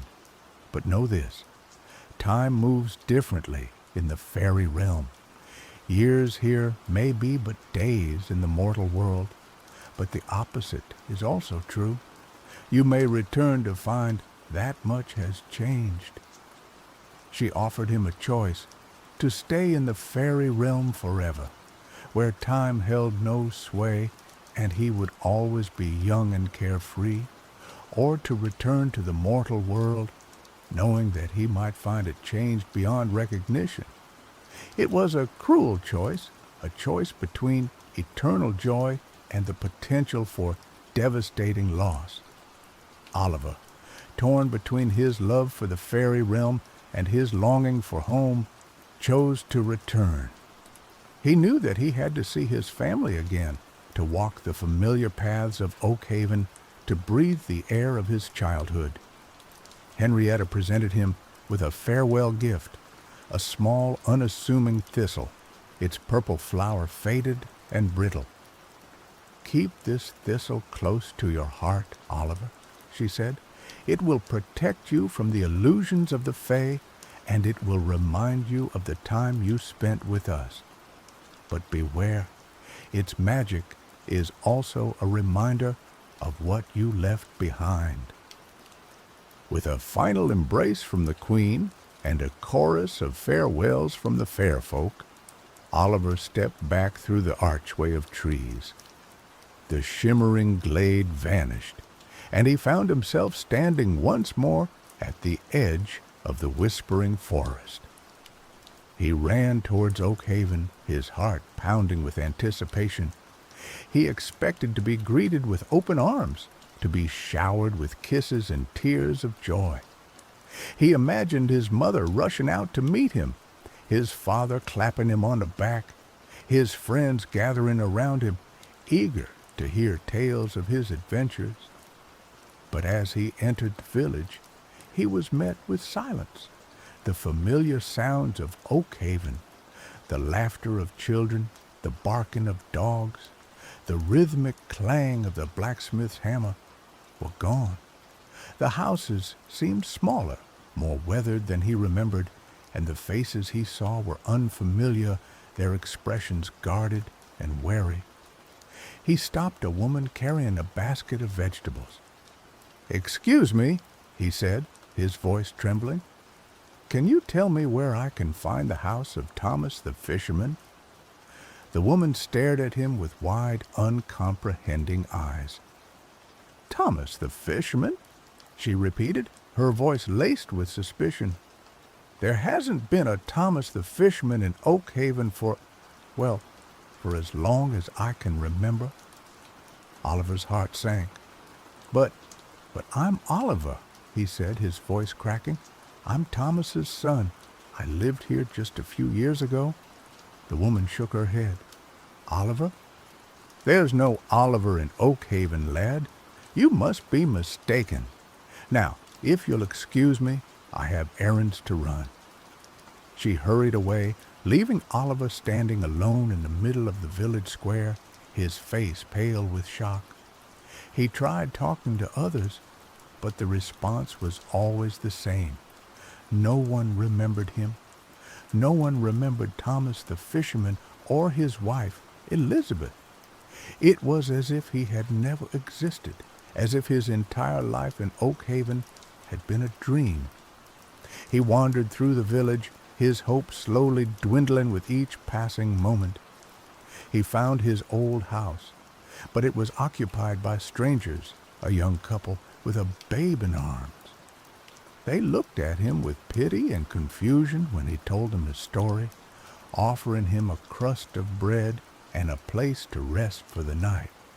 But they insisted that he must be delusional, that he must have suffered some terrible trauma. As the sun began to set, casting long shadows across the village, Oliver stumbled towards the graveyard, the only place he could think of where he might find some evidence of his past. He walked among the tombstones, reading the names and dates, searching for a familiar inscription. Finally, he found it. A simple stone, weathered and worn, bearing the names Thomas, beloved husband, gone to the sea. Elizabeth, devoted wife, joined him in sorrow. And beneath them, a single word, Oliver. Tears streamed down Oliver's face as he knelt before the grave. He had returned, but he had returned to a world that had forgotten him, a world where his parents were dead and buried, and where he himself was nothing more than a name on a tombstone. The years he had spent in the fairy realm had been but a blink of an eye to the fair folk, but in the mortal world they had been long enough to erase him from the memories of those he loved. He clutched the thistle in his hand, its brittle petals crumbling to dust. He remembered Henrietta's words. Beware, its magic is also a reminder of what you left behind. The thistle was a symbol of the fairy realm, a reminder of the joy and wonder he had experienced there. but it was also a symbol of the loss and grief he now felt. He spent the night in the graveyard, huddled beside his parents' grave, the cold earth his only comfort. He wept until he had no tears left, his heart aching with a pain he had never known before. As the sun rose, casting a golden light over the village, Oliver made a decision. He could not stay in Oakhaven, not in a world that no longer remembered him.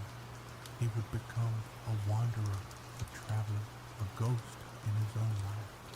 He would roam the land, searching for a place where he belonged, a place where he could find peace. He left Oakhaven that morning, carrying nothing but the clothes on his back and a lingering memory of the fairy realm. He walked for days, his feet blistered and sore, his spirit weary and broken. He begged for food and shelter, and was often turned away, met with suspicion and fear. One evening, as he sat by a lonely campfire, a figure emerged from the shadows. It was a woman, old and weathered, with eyes that sparkled like the stars. She introduced herself as Lalem, a wise woman, a healer, a seer. "I know your story, Oliver," she said, her voice soft and gentle.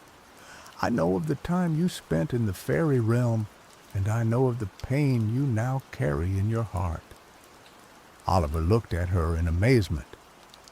"How do you know?" he asked. "No one else remembers me?" Lalem smiled. "I have lived in these woods for many years, and I have seen many strange things. The fair folk do not easily forget those they have touched, and their magic leaves a trace, a glimmer that can be seen by those who know where to look." She offered him food and shelter, and for the first time since his return to the mortal world, Oliver felt a flicker of hope. He told Lalem his story, pouring out his heart in a torrent of words. He spoke of the joy he had found in the fairy realm and the devastation he had experienced upon his return. Lalem listened patiently, offering words of comfort and wisdom.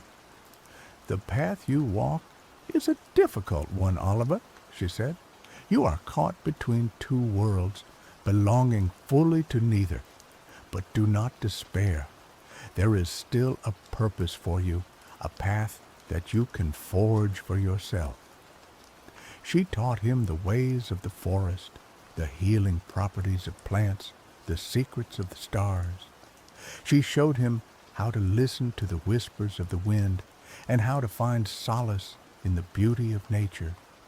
She helped him to heal his wounded spirit and to find a new sense of purpose in his life.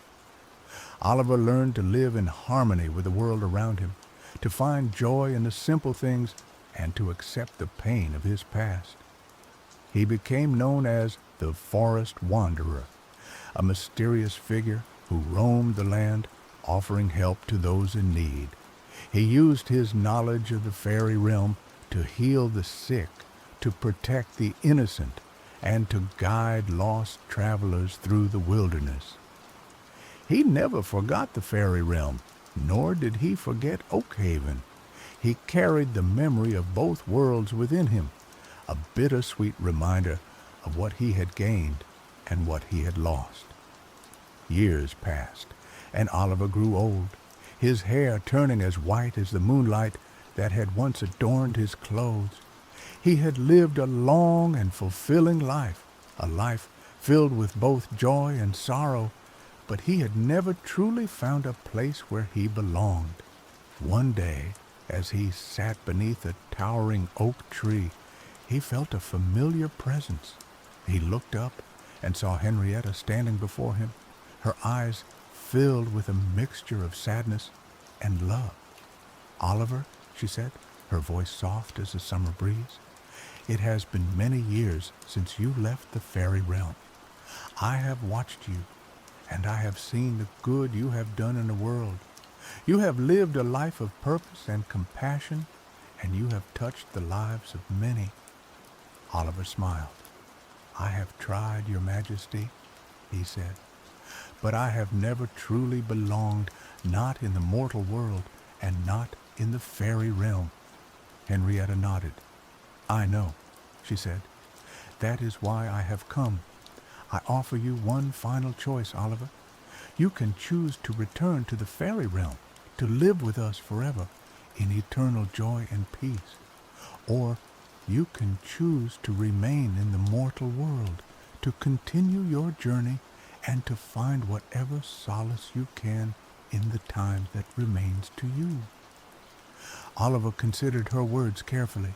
He had longed for the fairy realm for so long, but now, as he stood on the threshold of death, he realized that he had found a different kind of belonging, a belonging that came not from a place, but from a purpose.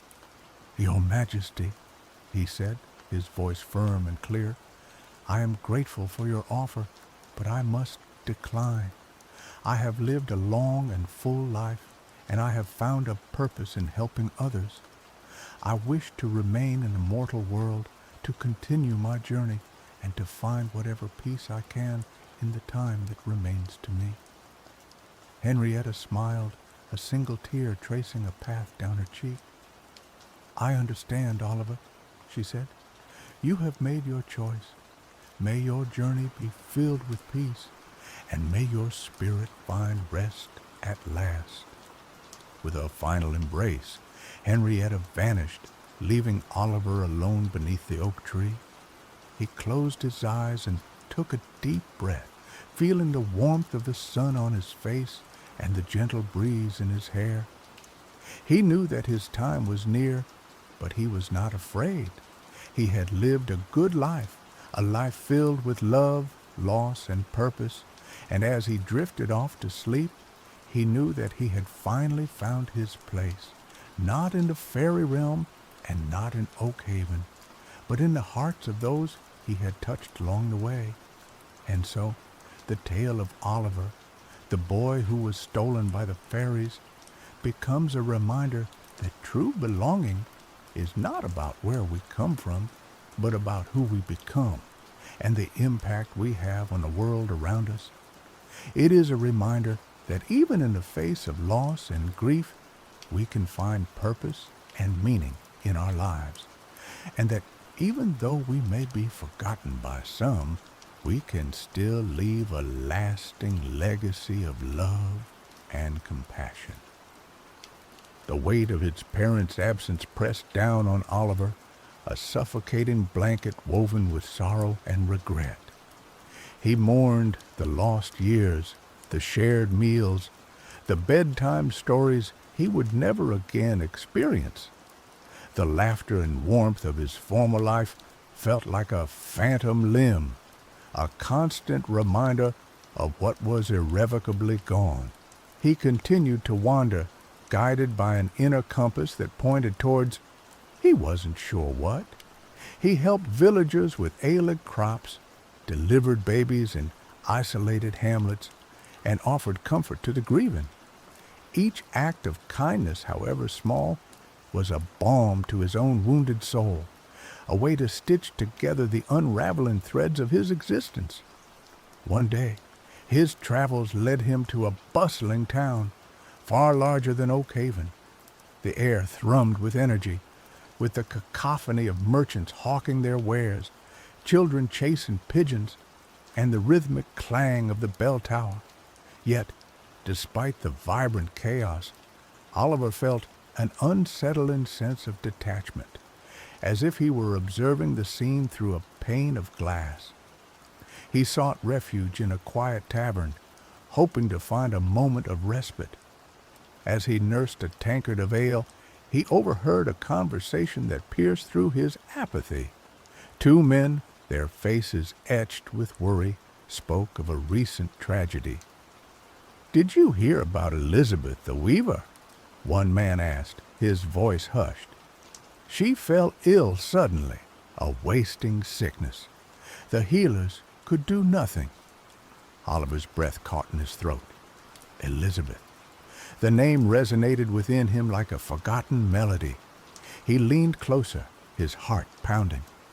"Aye, a terrible thing," the other man replied. "She leaves behind a daughter, Henrietta, a young woman barely old enough to care for herself." Oliver's mind reeled. Henrietta? Could it be the Queen of the Sealy Court had used the same name as his mother? He had to know more. He approached the men, his voice trembling with anticipation. "Excuse me," he said. "I couldn't help but overhear your conversation. I knew an Elizabeth a long time ago. Could you tell me more about this Elizabeth who recently passed?" The men eyed him with suspicion, but Oliver's earnest expression seemed to disarm them.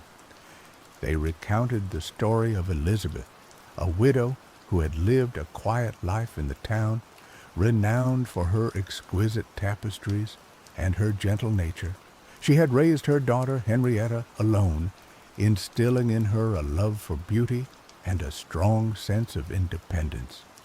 As they spoke, Oliver realized with a sickening certainty that this was indeed his mother, or rather a version of her, whose path had diverged from his own when he was taken by the fairies. This Elizabeth had never married Thomas, had never given birth to him. She had lived a different life, a life shaped by a different set of circumstances. And Henrietta, she was not the Queen of the Sealy Court, but a mortal woman, struggling to cope with the loss of her mother. The Queen had chosen the same name, perhaps as a subtle connection to the mortal world, a reminder of the life Oliver had left behind. Overwhelmed by a wave of conflicting emotions, Oliver thanked the men and stumbled out of the tavern. He wandered through the town, his mind racing, trying to make sense of the fragmented pieces of his past.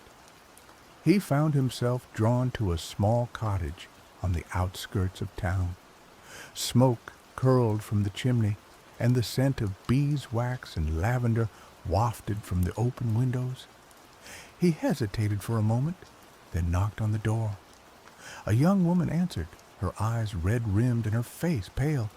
She was beautiful, with a delicate grace that reminded Oliver of the fairy realm. "Can I help you?" she asked, her voice soft and weary. I heard about your mother," Oliver stammered. "I'm so sorry for your loss." Henrietta looked at him with suspicion. "Do I know you?" "No," Oliver replied, "but I knew an Elizabeth a long time ago. I just wanted to offer my condolences." Henrietta sighed. "Thank you," she said. "It's been a difficult time." Oliver hesitated, then took a deep breath. "My name is Oliver," he said. I used to live in Oakhaven." Henrietta's eyes widened. "Oakhaven?" she repeated. "My mother used to tell me stories about Oakhaven, about a boy who was lost in the woods, a boy named Oliver." Oliver's heart skipped a beat. She remembered me? Henrietta nodded. She said she had a dream a long time ago about a son who was taken away. She always wondered what happened to him. Tears welled up in Oliver's eyes. His mother, this version of his mother, had remembered him, had carried the memory of him in her heart. It was a small comfort, but it was enough to fill the void that had been growing within him. He spent the next few days helping Henrietta with the chores, offering her support and companionship. He told her stories of his travels, careful to avoid any mention of the fairy realm. He spoke of the healing power of nature, of the importance of kindness and compassion. He saw in Henrietta a spark of the same magic that had drawn him to the fairy realm, a deep connection to the natural world, a sensitivity to the unseen forces that shaped their lives. He knew that she would be all right, that she would find her own path, her own purpose. As he prepared to leave, Henrietta took his hand. "Thank you, Oliver," she said, her voice filled with gratitude. "You've helped me more than you know. I feel like I've known you my whole life." Oliver smiled.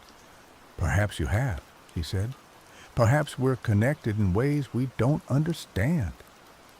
He left the town with a lighter heart. He had found a piece of his past, a connection to the life he had lost, and he had given Henrietta a glimmer of hope, a reminder that even in the darkest of times, there is still beauty and kindness to be found in the world.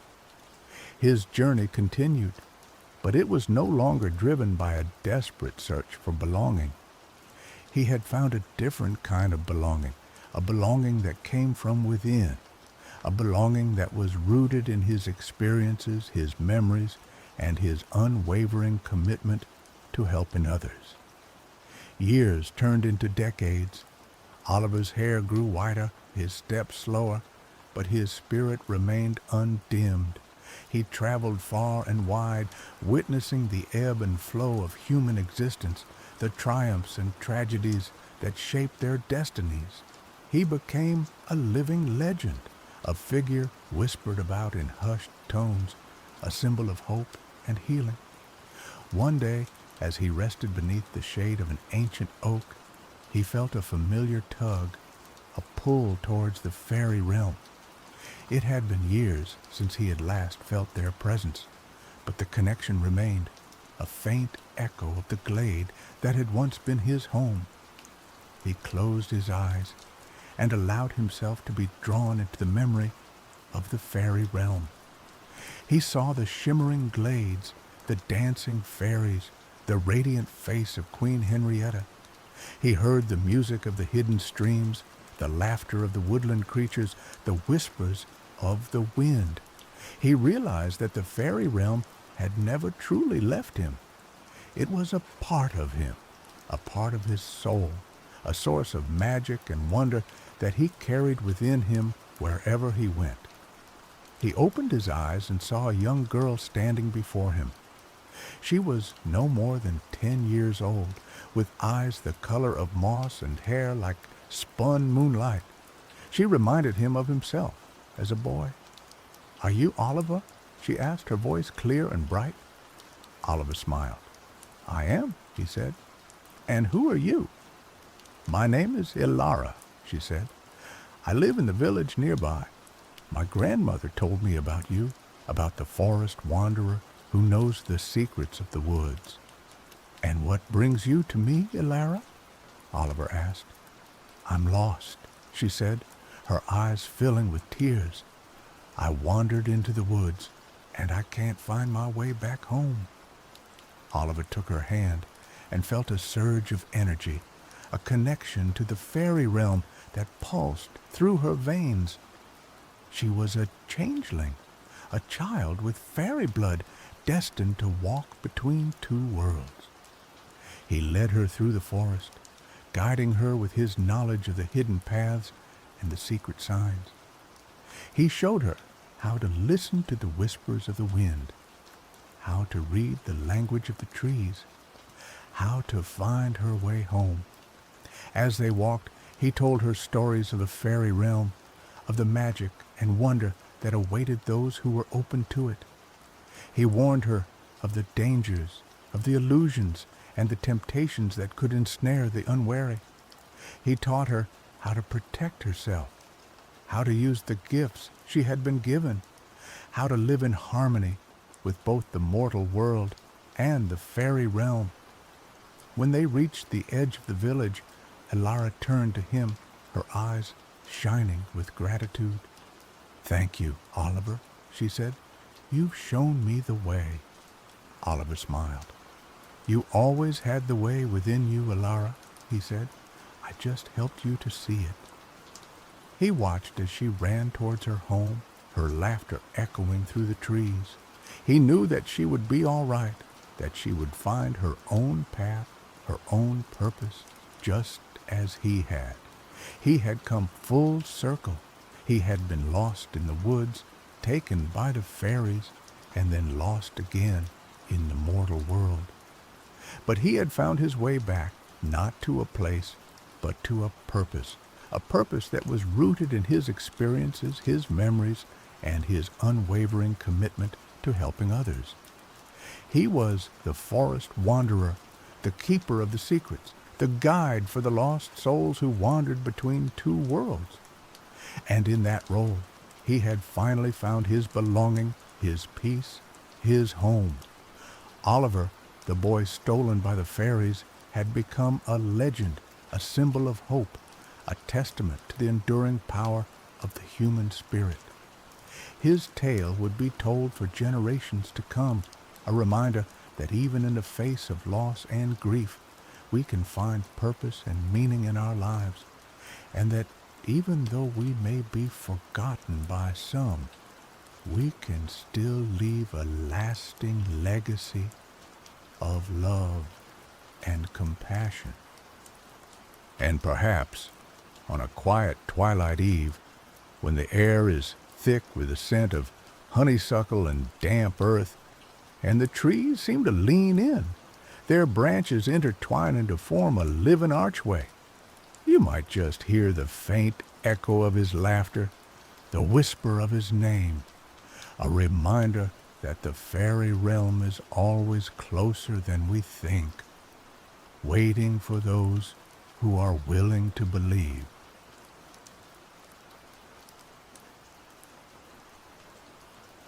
Jax adjusted the oxygen regulator on his worn enviro suit, the hiss a constant companion in the dead silence of Xylos. The crimson dust swirled around his boots, painting the desolate landscape in hues of rust and blood. Xylos had been a paradise world once, teeming with vibrant life.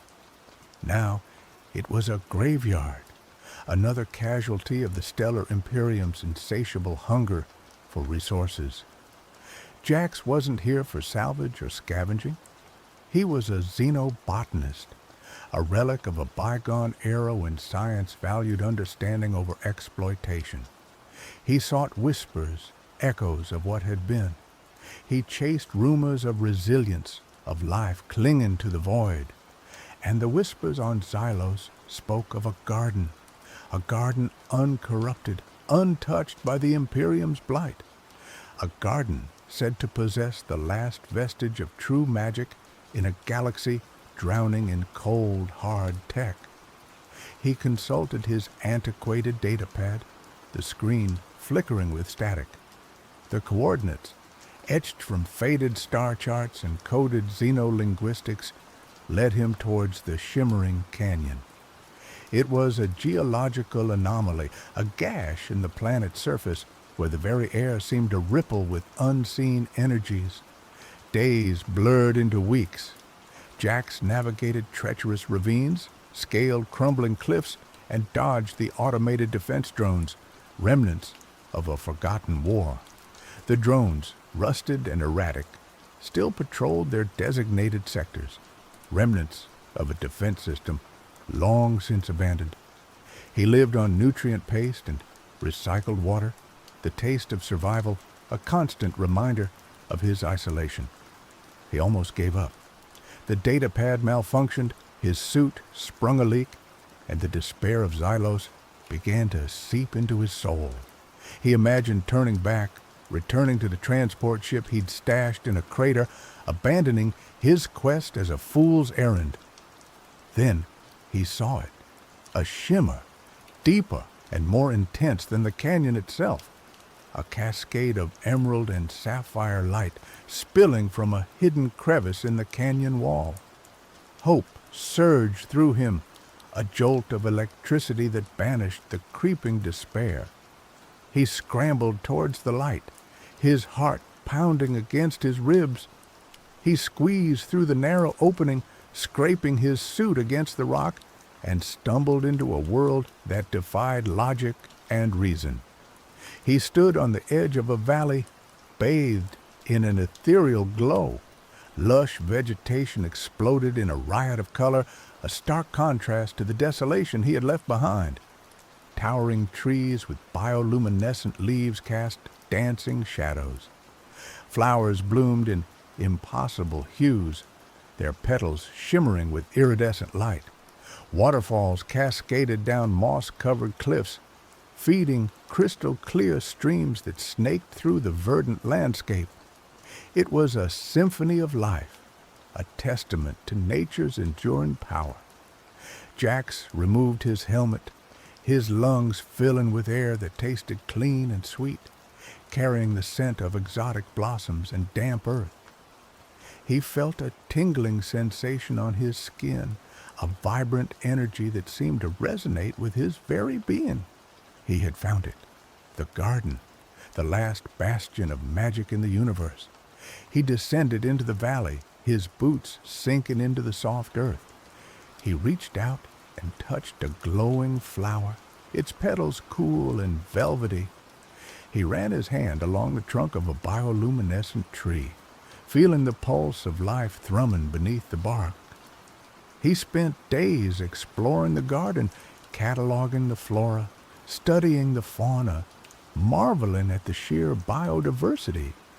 He discovered plants that healed wounds instantly, fruits that granted temporary bursts of energy, and flowers that emitted soothing melodies.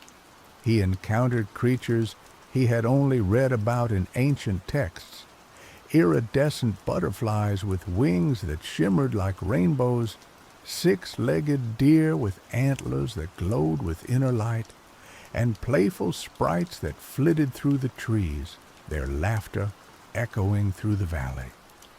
He felt like he had stepped into a fairy tale, a dream woven from the threads of imagination. But as the days turned into weeks, a sense of unease began to creep into his paradise. He noticed that the garden remained perpetually in a state of twilight, the sun never rising above the horizon. The creatures, while beautiful, seemed to possess an unnerving intelligence, their eyes following him with unsettling curiosity. He also noticed that he was losing track of time. Days and nights blurred together, and he found it increasingly difficult to remember his life before the garden. His memories of Xylos, of the Imperium, of his research, began to fade like whispers in the wind. He tried to access his data pad, but it was dead. He tried to contact his transport ship, but the comm system was silent. He was cut off from the outside world, trapped in this verdant paradox. One evening, as he sat by a crystal-clear stream, a figure emerged from the shadows. She was tall and slender, with skin that shimmered like moonlight and hair that flowed like liquid silver. Her eyes were the color of emeralds, and they held an ancient wisdom that both intrigued and intimidated Jax. "Welcome, traveler," she said, her voice like the gentle murmur of the wind. "I am the gardener." Jax stared at her, speechless. He had heard tales of the gardener, the guardian of this mythical place, but he had dismissed them as folklore. "You have found my garden," she continued, her gaze piercing. "You have witnessed its beauty, felt its magic. Now, you must make a choice." "A choice?" Jax finally managed to stammer. "Yes," the gardener replied. "Every traveler who finds this garden is given the same choice. You may stay and live in eternal bliss, surrounded by the wonders of this place, or you may leave and return to the world you came from." Jax's heart leaped. Leave? He could return to the Imperium, expose their lies, share the secrets of the garden with the galaxy. He could bring hope to a dying universe. "But there is a condition," the gardener added, her voice dropping to a somber tone. "A condition?" Jax asked, his hope dwindling. "If you choose to leave," the gardener said, "you must forget you ever saw this place. You will return to your life as if this garden never existed. The memories of its beauty, its magic, its secrets will be erased from your mind." Jax was stunned. Forget? Forget the most incredible discovery of his life? Forget the key to saving the dying worlds of the galaxy? Why? He asked, his voice trembling. Why would you do that? This garden is a sanctuary, the gardener explained. It is a delicate ecosystem, vulnerable to the corruption of the outside world. If its existence becomes known, it will be exploited, destroyed, just like so many other wonders before it. The Imperium would strip it bare, leaving nothing but dust and ashes. But the galaxy needs this, Jax protested. It needs hope. It needs magic. Hope and magic cannot be forced upon a world, the gardener said sadly. They must be nurtured, grown, and cherished. The galaxy is not ready for this garden. Its heart is too dark, its greed too insatiable. Jax struggled to reconcile the gardener's words with his own beliefs. He understood her concerns, but he couldn't accept the idea of abandoning the galaxy to its fate. Isn't there another way? He pleaded. Can't I share the garden's secrets without revealing its location? Can't I use its magic to heal, to restore, to inspire? The gardener shook her head. The magic of this garden is inextricably linked to its essence. To share one is to risk exposing the other. The choice is yours, traveler. Eternal bliss or forgotten knowledge. She held out her hand, offering him a glowing fruit. Eat this, and you will stay. Your memories of the past will fade, replaced by the joy and wonder of the present. You will become a part of this garden, a guardian of its secrets. Jax stared at the fruit, his mind racing. He imagined a life of peace and tranquility, free from the pain and suffering of the outside world. He imagined wandering through the garden's verdant valleys, bathed in its ethereal glow, forever captivated by its beauty. But then he thought of the desolate landscapes of Xylos, of the suffering of the countless worlds ravaged by the Imperium. He thought of the people he had sworn to protect, the scientists, the explorers, the dreamers who had risked everything to find a better future. He couldn't abandon them. He couldn't turn his back on the galaxy, not even for the promise of eternal bliss. He took a deep breath and looked at the gardener, his eyes filled with resolve. I choose to leave, he said, his voice firm. The gardener nodded, her expression somber.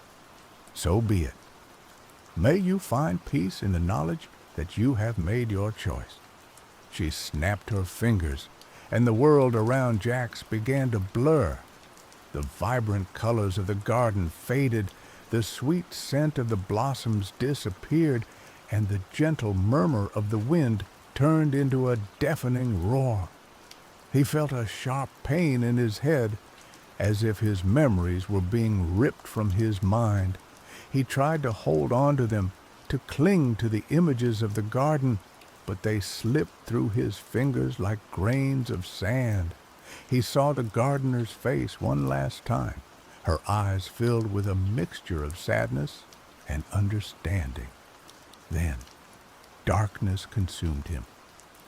Jax awoke in his transport ship, his head throbbing. He looked around, disoriented. He didn't remember how he had gotten there. He checked his data pad. The screen was blank. He checked his suit. It was damaged, ripped in several places. He checked his supplies. They were depleted. He felt a sense of unease, a nagging feeling that he was missing something, but he couldn't put his finger on it. He felt like he had been on a long journey, but he couldn't remember where he had been or what he had done. He started the engines and set course for the nearest space station. As he flew through the desolate landscape of Xylos, he felt a pang of sadness, a longing for something he couldn't name. He tried to recall his mission, the purpose of his journey. He remembered that he was a xenobotanist, that he was searching for something, but the details were hazy. He reached the space station and docked. He underwent a medical examination, but the doctors found nothing wrong with him.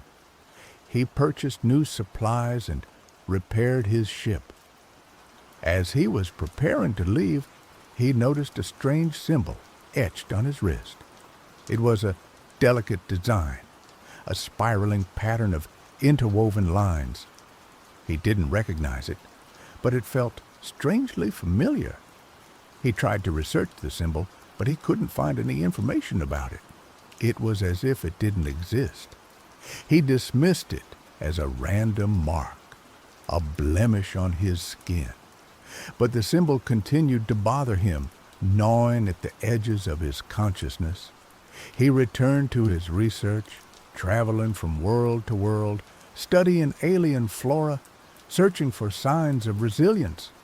He made discoveries, published papers, and gained recognition for his work. But he never forgot the symbol on his wrist. It was a constant reminder of something lost, something forgotten. Years passed.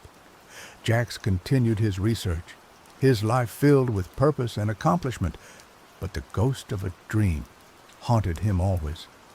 One day, he was visiting a library on a remote planet when he stumbled upon an ancient text. It was a collection of myths and legends from a forgotten civilization. As he flipped through the pages, he saw it, the symbol. He read the accompanying text, his heart pounding in his chest. The symbol, the text explained, was a representation of the Garden of Lost Memories, a mythical place said to contain the last true magic of the world. Jax froze, his mind reeling. The garden. He remembered the name, the vague outlines of a verdant valley, the shimmer of ethereal light. He remembered the gardener, her emerald eyes filled with wisdom and sadness. He remembered the choice. He remembered choosing to leave. The memories flooded back to him, overwhelming him with their intensity. He saw the glowing flowers, the bioluminescent trees, the playful sprites. He felt the tingling sensation on his skin, the vibrant energy that resonated with his very being. He remembered the beauty, the magic, the secrets. He remembered everything. He closed the book, his hands trembling. He knew what he had to do. Jax abandoned his research, sold his ship, and traveled to Xylos. He knew that the chances of finding the garden again were slim, but he had to try. He followed the same path he had taken years ago, retracing his steps through the desolate landscape. He navigated the treacherous ravines, scaled the crumbling cliffs, and dodged the automated defense drones. But this time, he was different. He was driven by a purpose, a burning desire to find the garden again, to reclaim the memories he had lost. He reached the shimmering canyon and searched for the hidden crevice. He spent days scouring the canyon wall, but he couldn't find it. He was about to give up when he saw it. A faint shimmer, barely perceptible to the naked eye. He approached the shimmer and touched it. The rock dissolved beneath his fingers, revealing the narrow opening. He squeezed through the opening and stumbled into the valley. The garden was still there, as beautiful and vibrant as he remembered. The glowing flowers bloomed, the bioluminescent trees cast dancing shadows, and the crystal-clear streams sparkled in the ethereal light. He had found it again. He wandered through the garden, marveling at its beauty, his heart filled with joy and wonder. He felt like he had come home. He searched for the gardener, but he couldn't find her. He called out her name, but only the echo of his voice answered him. He was about to give up when he saw a figure standing by the crystal-clear stream. It was a young girl with skin that shimmered like moonlight and hair that flowed like liquid silver. Her eyes were the color of emeralds, and they held an ancient wisdom that both intrigued and intimidated Jax. "Welcome back, traveler," she said, her voice like the gentle murmur of the wind. Jax stared at her, speechless. "I am the gardener," she said, smiling, or at least a part of her. Jax realized that she was not the same gardener he had met before. She was younger, different, yet she possessed the same essence, the same wisdom. "You remember," she said, her gaze piercing. "Yes," Jax replied. "I remember everything." "You broke the bargain," she said, her voice tinged with sadness. "I had to," Jax said. "The galaxy needs this garden. It needs its hope, its magic." The gardener sighed. "I knew you would say that. You are a stubborn one, traveler." "Is there nothing I can do?" Jax asked. "Can't I help the galaxy without endangering the garden?" The gardener paused for a long moment, considering. Finally, she spoke. "Perhaps. There is a way. But it requires sacrifice, dedication, and unwavering resolve." Jax straightened, his eyes shining with hope. "Tell me. I'll do anything." The gardener smiled. "The key lies not in revealing the garden, but in spreading its essence, in planting seeds of hope and magic across the galaxy." She explained that the garden's magic could be distilled into a potent serum, capable of accelerating growth, healing wounds, and restoring ecosystems. Jax could travel the galaxy, using the serum to revitalize barren worlds, heal damaged landscapes, and inspire hope in desolate populations. But there was a catch. The serum was incredibly rare and difficult to create. It required specific ingredients found only in the garden, and the process was time-consuming and dangerous. Furthermore, the effects of the serum were not permanent. It required constant care and attention to maintain its benefits. "It will be a long and arduous journey," the gardener warned. "You will face opposition, setbacks, and despair. But if you are truly committed, you can make a difference. You can bring the light of this garden to the darkest corners of the galaxy." Jax didn't hesitate. "I accept," he said, his voice filled with determination. The gardener nodded. "Then let us begin." Jax spent months in the garden, learning from the gardener, studying the plants, and mastering the art of creating the serum. He discovered that the magic of the garden was not just a physical phenomenon, but also a spiritual one. It required a deep connection to nature, a profound understanding of life, and an unwavering belief in the power of hope.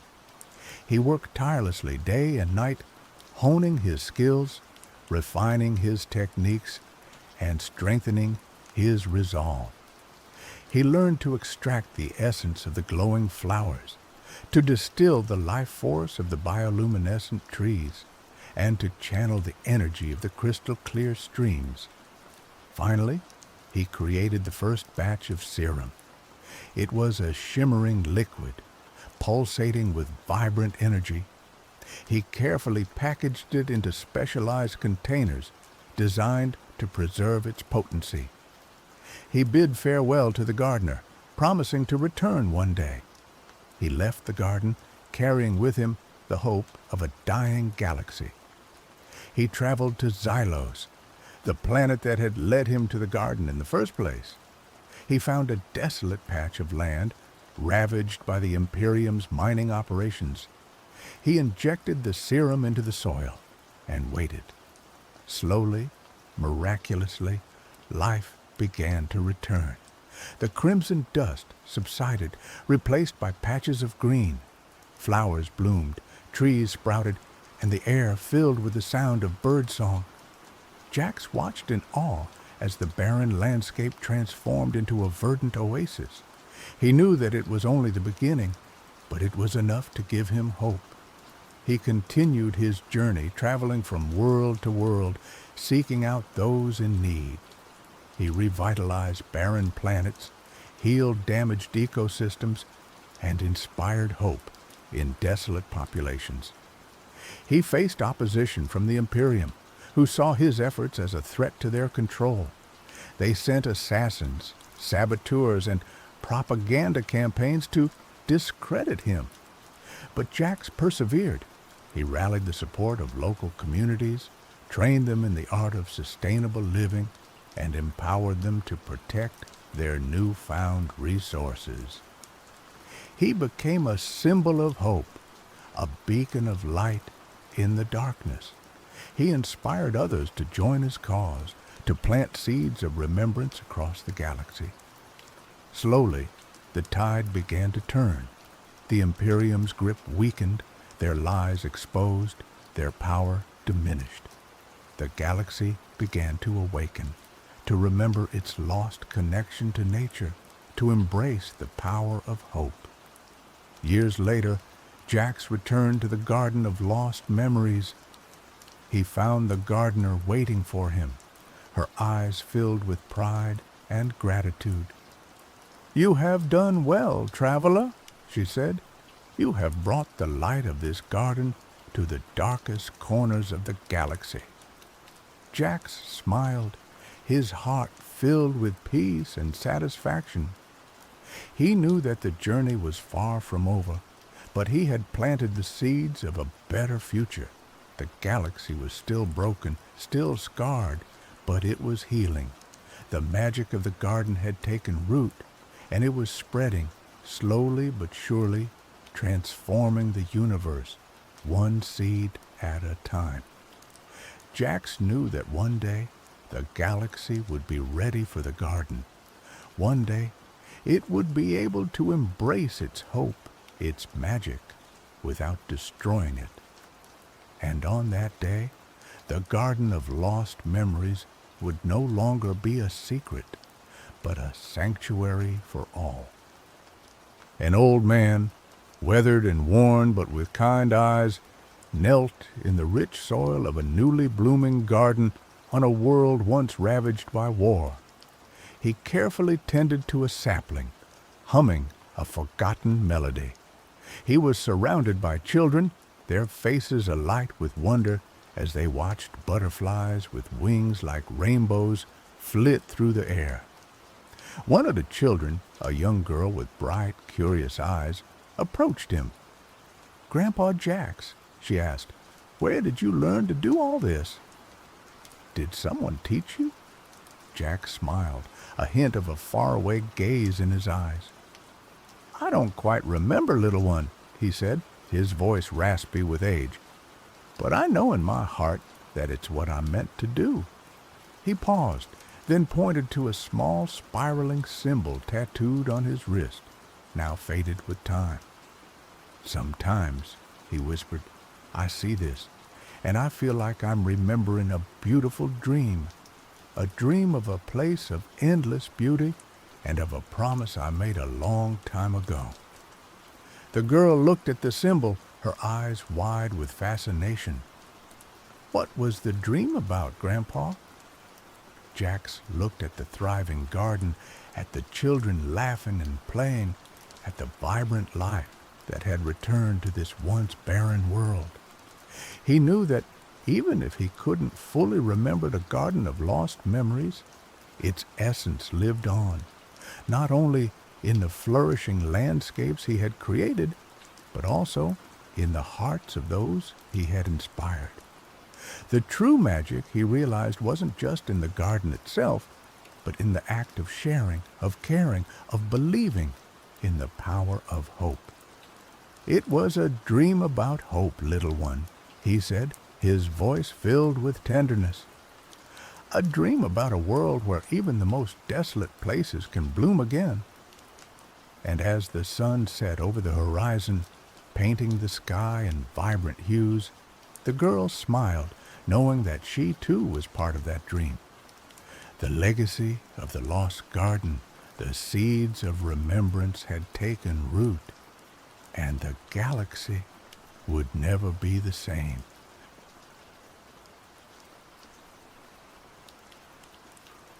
The biting November wind whipped through the cobbled streets of Hamelin, a town steeped in history and shadowed by a chilling legend. Carl, a historian with a penchant for the macabre, hunched deeper into his worn tweed jacket as he hurried towards the town archive. He was chasing shadows, whispers from a past that refused to stay buried, the tale of the Pied Piper and the vanished children. Carl wasn't a local.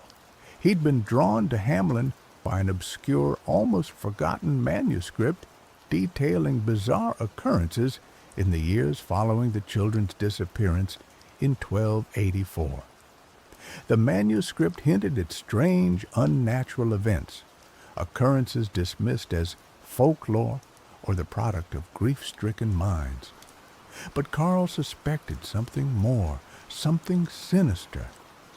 He pushed open the heavy oak door of the archive, the scent of aged paper and dust filling his nostrils. Greta, the elderly archivist, looked up from her mountain of documents, her spectacles perched precariously on her nose. "Ah, Herr Weber," she greeted him, her voice raspy with age. "Back for more tales of rats and a rainbow-clad musician?" Carl managed a weak smile. "Something like that, Frau Schmidt. I'm particularly interested in any accounts from the 14th century, anything that deviates from the official narrative." Greta nodded slowly, a knowing glint in her eye. "Hamelin has a long memory, Herr Weber. Sometimes the stones themselves whisper secrets. Be careful what you listen for." He spent the next few hours poring over ancient records, his fingers tracing the faded ink of centuries past. He found fragmented accounts of strange animal behavior, unexplained illnesses, and whispers of children seen lurking in the forests surrounding Hamelin. Children who seemed different. As dusk settled, casting long shadows across the archive, Carl stumbled upon a passage that sent a shiver down his spine. It described a group of villagers who claimed to have encountered children in the woods near the Koppelberg Hill, the very place where the Pied Piper was said to have led his young followers. These children were described as unnaturally pale, with eyes that glowed with an unnatural light, and voices that echoed with a haunting melody. They spoke of a debt owed, a reckoning to come. He copied the passage meticulously, his heart pounding in his chest. It was more than folklore, it was a warning. He packed his things, a sense of unease settling over him. As he turned to leave, Greta stopped him. "Herr Weber," she said, her voice barely a whisper, "there's something else you should know. Last night, I heard the music." Carl stared at her, his blood running cold. "Music? What kind of music?" "A flute," she replied, her eyes wide with fear. "A haunting, mesmerizing melody. I haven't heard it since I was a child, when my grandmother told me stories of the piper. It came from the Koppelberg." Carl left the archive, the piper's legend no longer a distant tale, but a looming threat. He looked towards the Koppelberg, its silhouette dark against the twilight sky. The wind seemed to carry a faint, almost imperceptible melody, a siren song calling him towards the hill.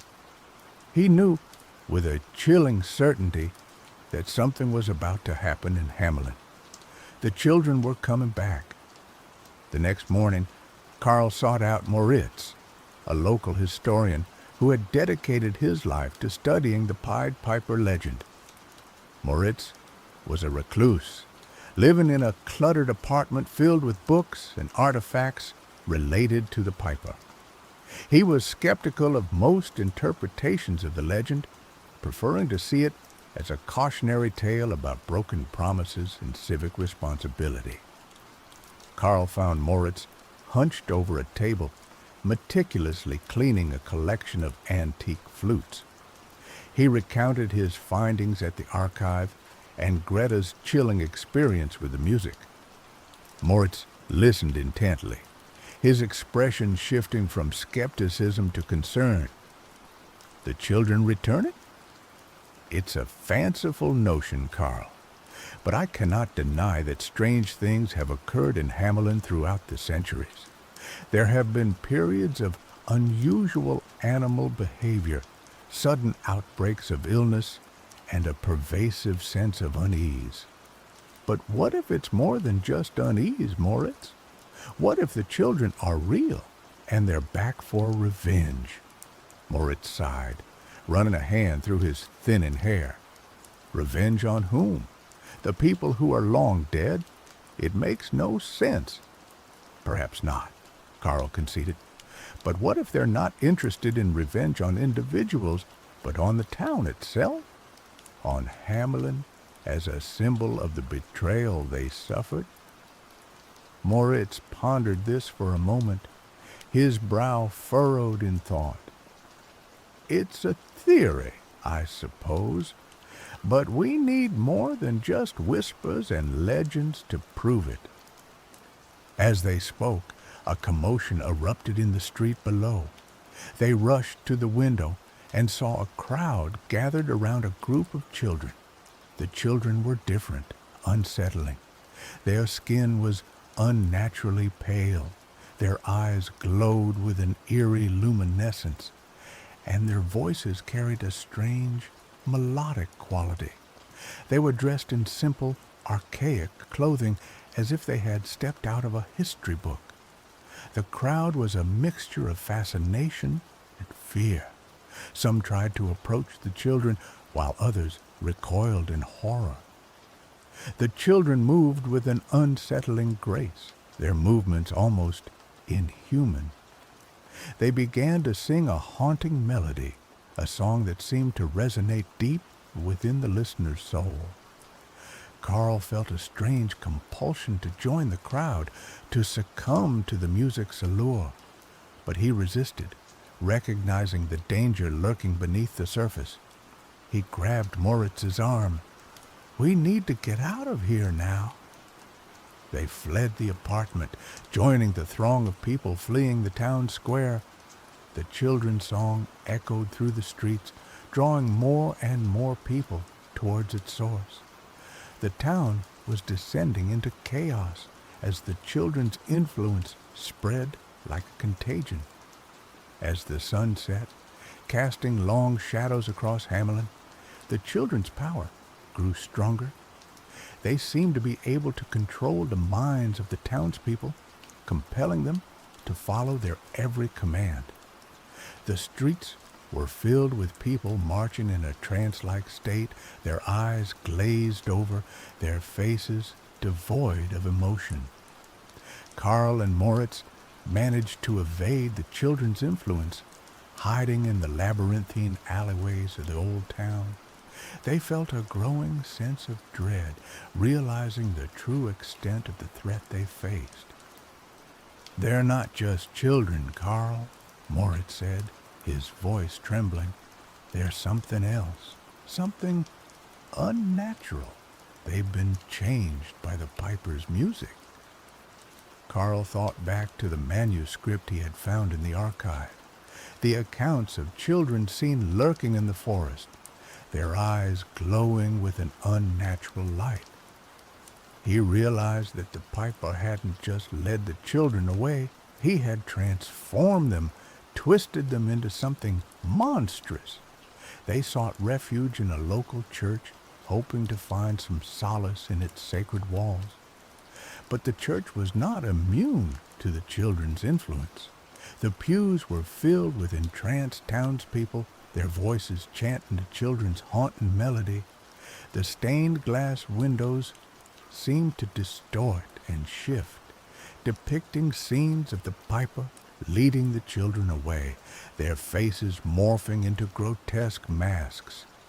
As they tried to escape, they encountered Amelia, a young woman who worked as a librarian at the town's main library. She was one of the few people who seemed to be resisting the children's influence. "We have to stop them," she said, her voice filled with determination. "They're destroying our town, our lives." Amelia, a librarian with a sharp mind and resourceful nature, had noticed the strange occurrences before most. She dismissed the initial reports as mass hysteria, but the increasingly bizarre behavior of her colleagues and the unnerving calm that had settled over the town convinced her something was terribly wrong. Carl hesitated. "How? We're just ordinary people. We're no match for whatever these things are." "We have to try," Amelia insisted. "We can't just stand by and watch our town be destroyed." She explained that she had found a hidden passage in an old book, a passage that spoke of a way to break the piper's spell. The passage described a ritual that required a specific type of flute, one made from the wood of a tree that grew only on the Koppelberg Hill, the same hill where the children were said to have vanished. It also spoke of a counter-melody, a song that could nullify the piper's enchantment. "The ritual is our only hope," Amelia said. "But we need the flute, and we need to find someone who knows the counter-melody." The trio, bound by a shared desire to save their town, embarked on a perilous journey to the Koppelberg. The hill was shrouded in an eerie mist, and the air was thick with the children's haunting melody. The entranced townspeople roamed the slopes, their eyes vacant, their voices chanting in unison. As they ascended the hill, they encountered obstacles, traps laid by the children to protect their domain. They navigated treacherous paths, outsmarted the entranced townspeople, and evaded the watchful eyes of the children themselves. Along the way, Amelia revealed her own connection to the legend. Her grandmother had been one of the few people in Hamelin who had refused to believe in the piper's story. She claimed that the children had not been led away by magic, but by neglect and indifference. She had instilled in Amelia a deep sense of responsibility to protect the town from repeating its past mistakes. Moritz, initially skeptical, began to believe in the possibility of breaking the curse. He recalled fragments of old folk songs, melodies that had been passed down through generations in Hamelin. He suspected that one of them might be the counter-melody described in the book. Finally, they reached the summit of the Koppelberg.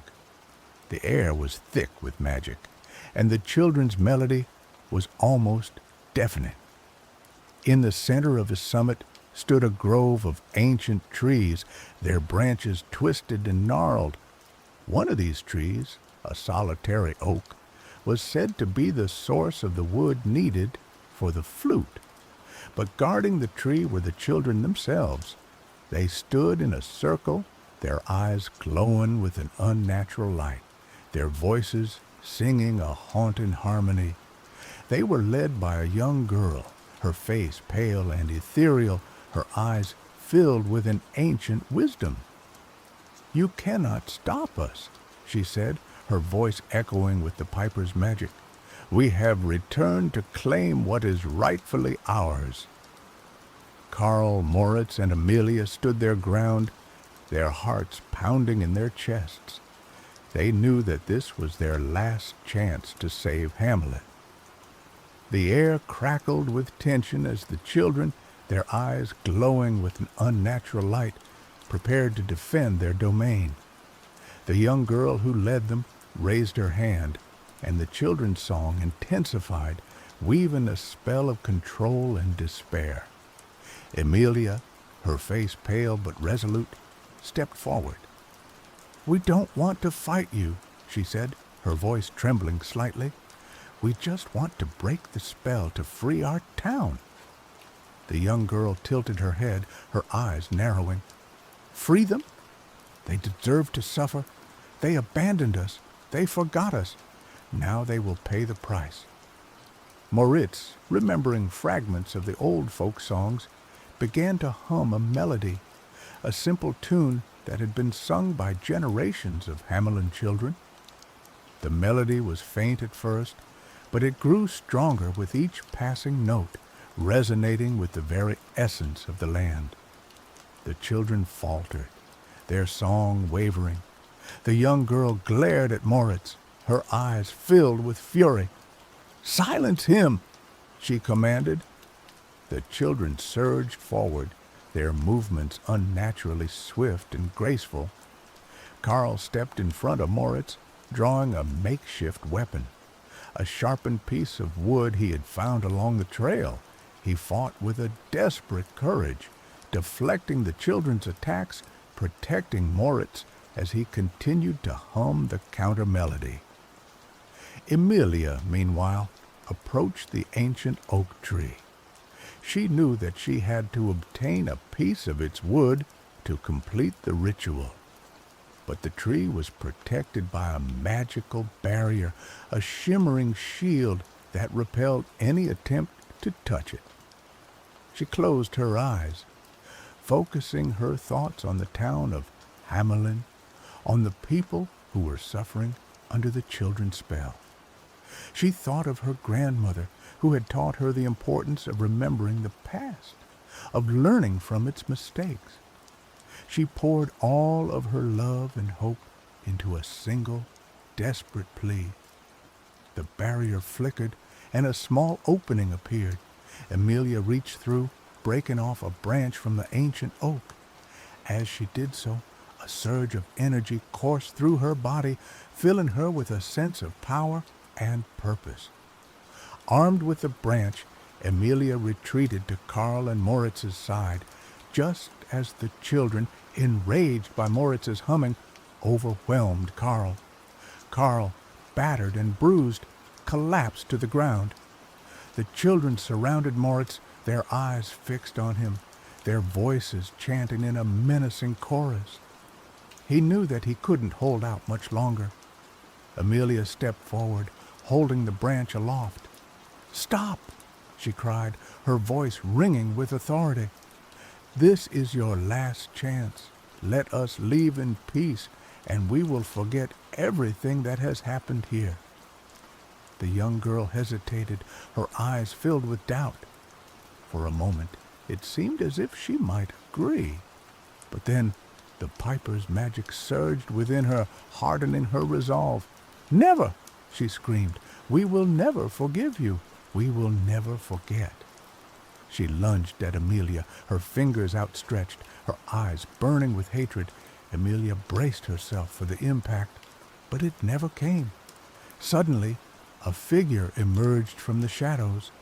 It was Greta, the elderly archivist. She stepped in front of Amelia, shielding her from the young girl's attack. "Enough!" Greta shouted, her voice surprisingly strong. "This has gone on long enough."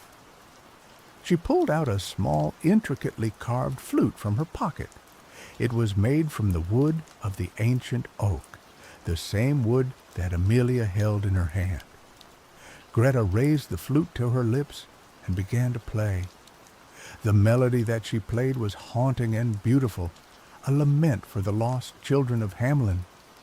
It was a song of sorrow and regret, of forgiveness and hope. It was the counter-melody, the song that could break the piper's spell. As Greta played, the children began to weep. Their eyes lost their unnatural glow, and their faces softened. The piper's magic faded, and they were once again just children, lost and afraid. The young girl who had led them collapsed to the ground, sobbing uncontrollably. We just wanted to go home, she cried. We just wanted to be loved. Greta continued to play, her melody filling the air with compassion and understanding. The entranced townspeople on the slopes of the Koppelberg began to stir, their eyes clearing, their faces returning to normal. The spell was broken. As the sun rose over Hamelin, casting its golden rays upon the town, the children slowly began to disappear. They faded away like mist, their spirits returning to the realm from which they had come. The townspeople emerged from their trance, confused and disoriented. They had no memory of what had happened, of the children's return, of the chaos and destruction.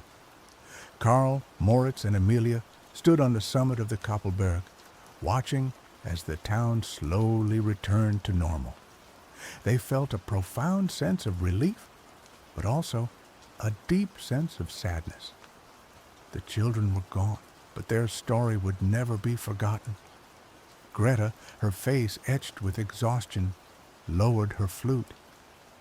"It is over," she said, her voice barely a whisper. "They are finally at peace." She explained that she was a descendant of one of the families who had lost children to the piper. Her family had guarded the secret of the counter melody for generations, passing it down from mother to daughter. She had known that one day the children would return, and she had been waiting for that day to come. "But why didn't you tell anyone?" Karl asked. "Why did you keep this a secret?"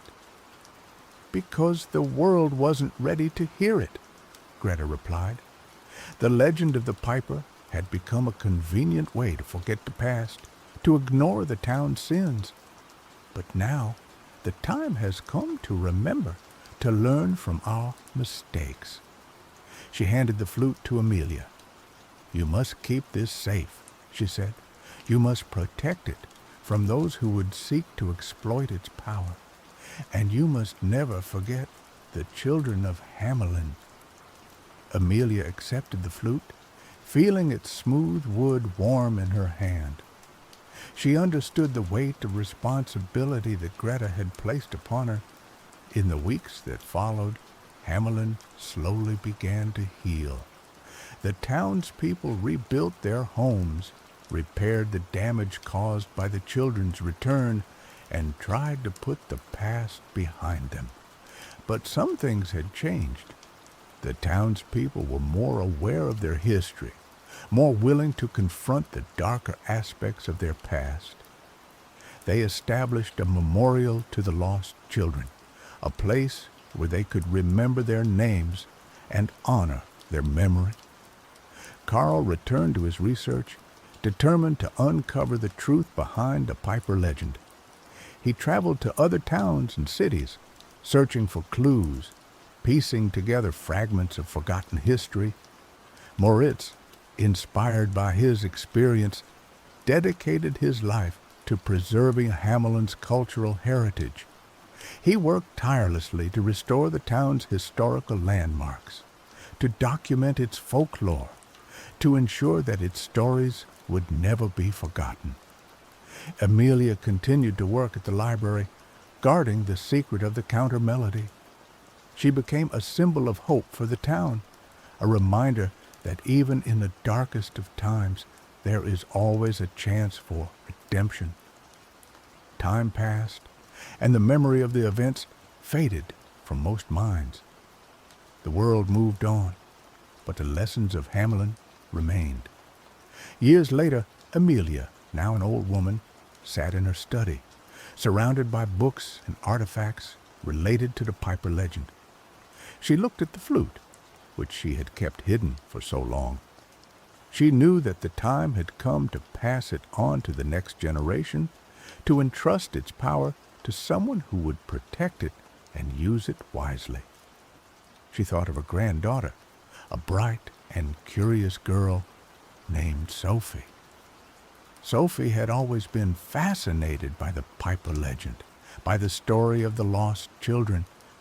Amelia knew that Sophie was the one. She called Sophie into her study and told her the story of the children's return, of the battle on the Koppelberg, of the power of the counter-melody. She showed her the flute, explaining its significance, its responsibility. Sophie listened intently, her eyes wide with wonder. She understood the weight of the burden that her grandmother was placing upon her. "I will not let you down, Grandma," she said, her voice filled with determination. "I will protect the flute, and I will never forget the children of Hamelin." Amelia smiled, her heart filled with hope. She knew that the children's story would continue to be told, that their memory would live on, that their sacrifice would never be in vain. As Sophie left the study, clutching the flute tightly in her hand, Amelia looked out the window at the town of Hamelin. The sun was setting, casting long shadows across the streets. She could almost hear the faint echo of the piper's melody, a reminder of the past, a warning for the future. But she also heard another melody, a melody of hope, a melody of remembrance, a melody that echoed in her heart. The counter-melody, the song that had saved Hamelin, the song that would continue to protect it for generations to come. The legend of the Pied Piper and the children of Hamelin lived on, a testament to the enduring power of music, memory, and the enduring spirit of humanity. And now, some soothing rain sounds for those that are still awake. Sweet dreams, friend.